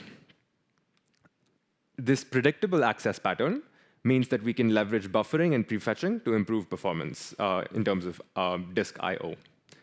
So what is some prior work in this model? The first snark in the read-only streaming model was Gemini, who showed that you can prove all circuits with logarithmic RAM in n log squared n time. Epistle brought the time down to n log n, and Sparrow offered a different trade-off. Given square root n RAM, you can prove data parallel circuits, not all circuits, in n log n time. Another line of work has explored read-only streaming provers for the standard sum-check protocol, that is the multivariate sum-check protocol. And this is because this is really the bottleneck when it comes to read-only streaming. We already know how to make all the other parts of modern snark streaming. It's really just sum-check that's the problem. So the state of the art in this work shows that with logarithmic RAM, you can prove sum-check in n log n over log n time. And with more RAM, in particular n to the 1 over k for some constant k, any constant k, you can prove standard sum-check in n log n time. And in fact, one of my co-authors, Anubhav, will talk tomorrow about this middle work, where we also show that these two are optimal. That is, you cannot hope to do better in the read-only streaming model for the standard sum-check. But Hobbit explores an alternative option, which is to modify the sum-check protocol to be more amenable to read-only streaming. And they show that with square root memory, you can do a bespoke sum-check protocol in linear time. The issue is this bespoke sum-check protocol performs much worse than the standard sum-check protocol when it comes to things like proof size, verifier time, and round complexity. Another downside, shared by all prior work in the read-only streaming setting, is the bad concrete overhead in terms of time, with at least a 4x concrete overhead compared to their corresponding memory-intensive baselines. So the natural question to ask is, can we do better, both asymptotically and concretely? And we answer this question affirmatively, both questions affirmatively, in the read-write streaming model, which is a natural extension of the read-only streaming model, where we note that the read-only streaming model doesn't really realistically map the real world. In the real world, we can not only efficiently read from disk, but we can also write to disk, as long as this is also streaming that has a predictable access pattern. OK, so in this read-write streaming model, what do? We present Scribe, a snark for all circuits that only requires logarithmic random access memory and runs in linear time. Of course, one thing to note is that unlike the read-only streaming work, Scribe requires a linear amount of additional scratch space on disk where it writes stuff down and does some working out over there. But in exchange, we get very good concrete performance. In particular, Scribe is built by adapting a state-of-the-art, the aforementioned state-of-the-art snark, Hyperplonk, to the read-write streaming setting. And we show that we incur only a 10% proving latency overhead compared to them, while using much less memory. Another contribution of independent interest is a composition theorem, where we show that read-write streaming algorithms are very amenable to composition. There's barely any overhead, and this allows you to really modularly construct things in the read-write streaming model, whereas this is in contrast to the read-only streaming model, where composition imposes pretty significant overheads. So in particular, we construct our snark modularly by building a read-write streaming PIOP for circuit satisfiability and a read-write streaming PCS, and then putting them together to get a read-write streaming snark. For Scribe in particular, we adapt the read-write streaming we adapt the PIOP from Hyperplonk to the read-write streaming setting, which requires building a read-write streaming perm check and a read-write streaming zero check, both of which in turn are built using a read-write streaming sum check. And when it comes to polynomial commitment schemes, we build a read-write streaming version of the PST13 polynomial commitment scheme, as well as read-write streaming versions of several inner product argument-based polynomial commitment schemes. In today's talk, I'll be focusing on these two very representative algorithms, the read-write streaming sumcheck and the read-write streaming PST13 PC scheme. But before we go into the details of this, let's look at what our concrete numbers are actually like. We implement Scribe in 18,000 lines of Rust code using the ArcWorks framework. And along the way, we develop several new abstractions over file I/O that allow us to very efficiently realize these reads and writes in a streaming manner to disk. Our implementation is modular and allows for switching out almost all components from the PIOP and PC scheme to the underlying elliptic curve. And we evaluate Scribe's performance not only on a server class machine with 103 gigabytes of RAM, but also on an iPhone with 6 gigabytes of RAM and 256 gigabytes of disk storage. That I shouldn't be there. OK, great. And let's see how we do. On the server class machine, we scaled to proof circuits of size 2 to the 28 in just 1.5 hours, whereas, like I mentioned, the same machine ran out of memory while running Hyperplonk at sizes 2 to the 25. And on instance sizes where Hyperplonk does run, we're only 1.1 times slower than them. On an iPhone, we found that we could scale to proof circuits of size 2 to the 24, which, to the best of our knowledge, is the largest circuit proved on a smartphone so far. And this is 32 times larger than Hyperplonk could do on the same iPhone. OK, cool. So let's jump into the details. How do we construct these things? Let's start with the read-write streaming sum check. But first, like a quick recap on multilinear polynomials. Like all polynomials, you can represent them using their coefficients. But they can also be represented by their evaluations over a Boolean hypercube. This is called the Lagrange basis representation. And today, I'll be denoting this, sort of overloading the notation by the vector p, corresponding to the polynomial p, where the ith element of the vector is the evaluation of the polynomial at the ith point in the Boolean hypercube. You can recover the traditional polynomial representation using these things called Lagrange basis coefficients, which are also sometimes called EQ polynomials. And in particular, evaluating a polynomial, given this Lagrange basis representation, is really just a linear combination of this vector. OK, great. And let's also just quickly recap how this traditional sum check protocol goes, right? There's a prover and a verifier, both of whom have a multilinear polynomial p. Really, it could even be multivariate. The prover has explicit access to this, and the verifier only has oracle access to it. And the prover wants to convince the verifier that the sums of the evaluations of p over the Boolean hypercube add up to sigma. It does so by engaging in an n-round interactive protocol, where in each round, the prover sends a degree 1 univariate polynomial. So that can be represented just by 2 evaluation points. This is called a round polynomial. The verifier performs a quick check with respect to the round polynomial and returns a random field element. The prover sends the next round polynomial. The verifier returns another challenge, and all the way down to the last round polynomial, where you perform a consistency check with the earlier round polynomial. But also, on the last round, you check that h1 of R1 is equal to p of R1 up to Rn. And so this is the only point where the verifier uses oracle access to p. It has to make one evaluation check with respect to p. So we've reduced proving something that naively would have taken performing 2 to the n many evaluation queries to just one evaluation query. And we know how to implement the prover for this in a memory-intensive setting in linear time. In particular, this prover performs 2 steps in each round, a sum step, where you compute the round polynomials, and a fold step, where you update your large internal state. Let's look at this in a little more detail. OK, so given the Lagrange basis representation of p, how does the prover compute the first round polynomial?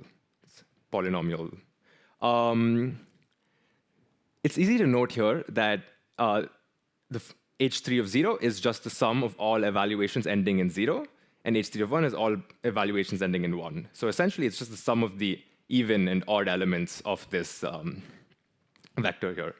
And this is easy to compute, and this is what we call the first sum step. It takes a linear amount of time. Great. But how do we compute the second round's polynomials? These look a little more complicated. But as it turns out, at this point, we've received the first challenge, R3. And the prover can take the even indices of the polynomial, the odd indices of the polynomial, compute this linear combination of them, called the fold step, to obtain this new folded vector, right? Which corresponds to its own polynomial, a folded polynomial. And it turns out, actually, that the second round polynomials is obtained just by summing the even and odd elements of this. This is the second sum step.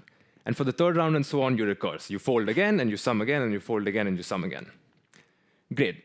And this actually is exactly the challenge for read-only streaming, which is read-only streaming provers must simulate the folded vectors from scratch in every round, because they have nowhere to write them down.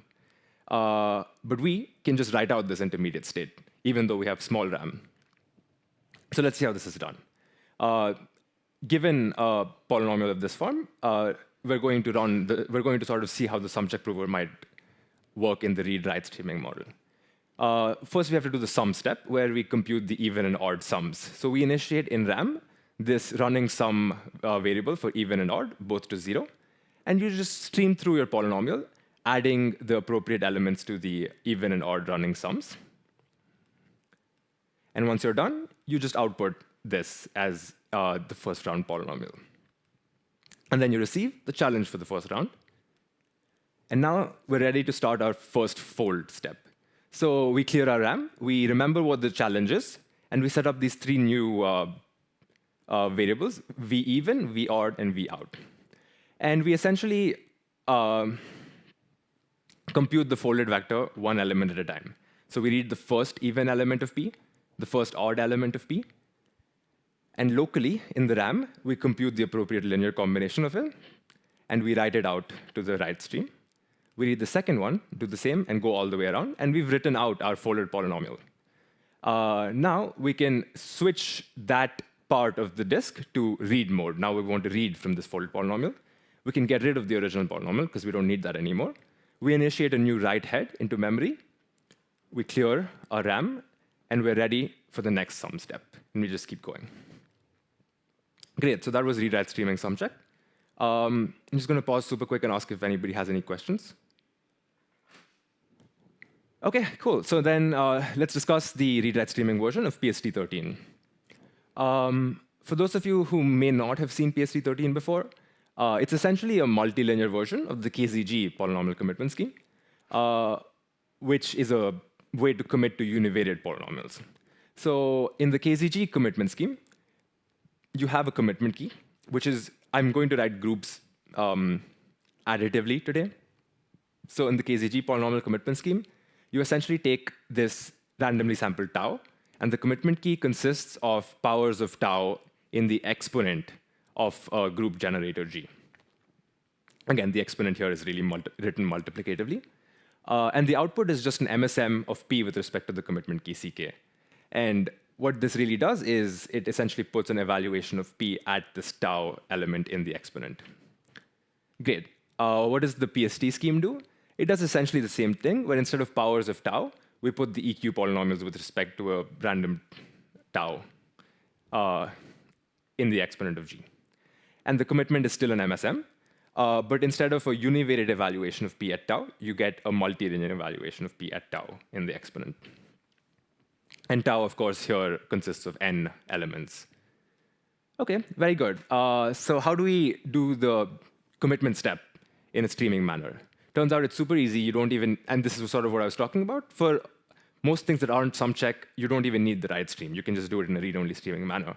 All you have to do here is read 1 element of P and 1 element of the commitment key at a time, compute their product, do it again, add it to a running sum, and go all the way to the end. And that's your output. That's your commitment. But in our paper, we examine that. So many of you may have seen Pippinger's algorithm, which is a more efficient way to compute MSMs in a batched, amortized manner. So in our paper, what we do is we read not 1 at a time, but a batch of B things at a time, where B is about as large as you can fit into your RAM. And you locally use Pippinger's on that and add it to a running sum. And this leads to more concrete efficiency. OK, so committing is easy. How does opening look? How do you produce proofs that P of Z equals Y? In the KZG setting, in the univariate setting, what you do is you compute this witness polynomial, Q of x, such that x minus z times Q of x equals P of x minus y. And then you commit to this polynomial Q using the regular commitment algorithm. And you output this commitment as your proof. And the verifier does some pairing-based checks with respect to this. But this is all the prover's job is. So in the PST setting, how do you prove that P of z equals y for a multilinear point z? You do something pretty similar. But instead of computing one witness polynomial, you compute little n many of them, q1, q2, up to qn, such that this equation holds.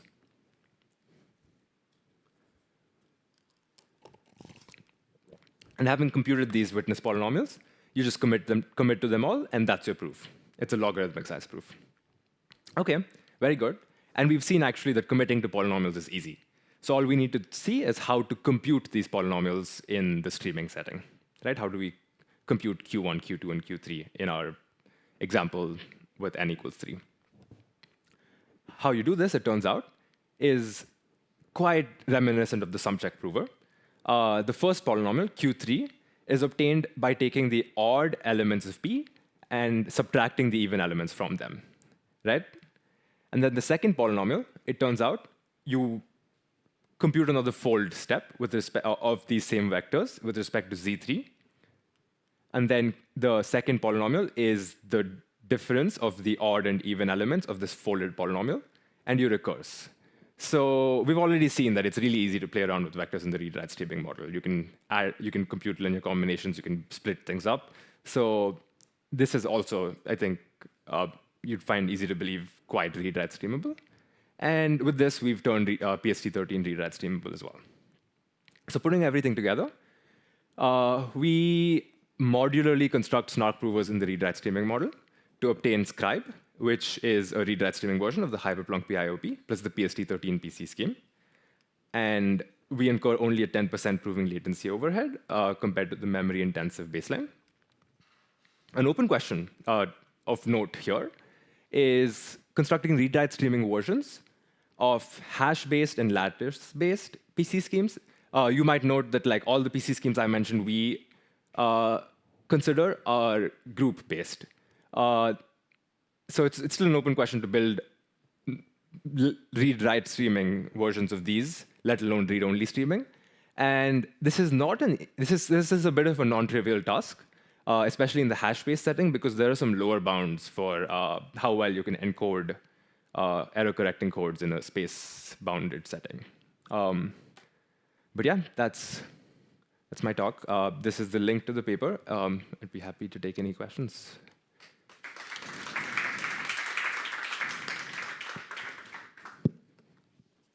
All right.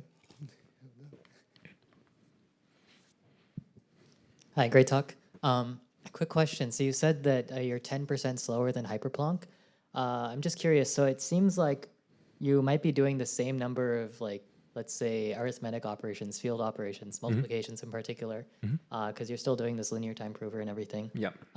Is that correct, or is? It turns out exactly like a lot of the group-based things, and in this case, even SumCheck. Yeah.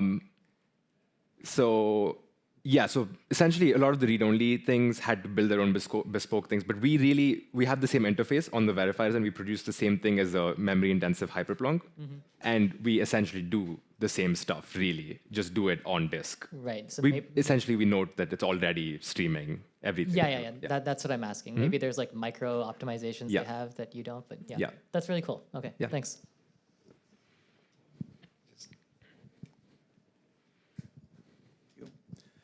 Hi, a great presentation. So the 10% is I assume SSD, right? Yes. Yes, I believe so. Any idea what would this like if it was on hard disk? I'm asking because longer latency, but also if your implementation is parallel, less room for parallelism there. So any estimate on this? I'm not sure. Honestly, if you write me an email, maybe I could investigate and let you know. Happy to do, yeah. It's related basically to how much of the overhead comes from the I.O., right? Because everything else will be the same, but then I.O. will be blown up. Yeah. It's a good question. I'm not sure if we've run experiments. Yeah. Thanks. Any other questions? Oh, here. Thank you. So I was wondering about the composition. So you mentioned that it's hard to compose read-only algorithms, but this read-write goes easier. So is there like any, basically, is there any particular interesting points where the composition might be difficult, or what you have to keep in mind? Yeah. So in read-write streaming, composition is very easy. So if you want to run one, you want to compose one algorithm with the other, you run the first one. You have it write out its output, you turn that into read mode, and the next one starts running on its output. So it's very straightforward, right? No overhead. In the read-only streaming setting, the bottleneck is basically the same thing we ran into in SumCheck. So if the first one wanted to output something in a streaming manner, right? Like outputs are in a streaming manner over there. And the second one hopes to take this as an input.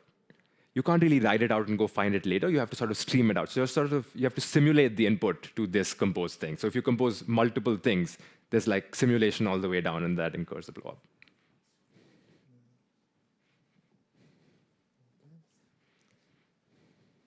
All right, let's thank Tushar and now the speakers of this session. Thank you.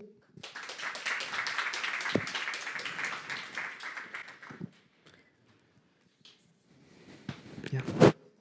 Very productive here. Yeah.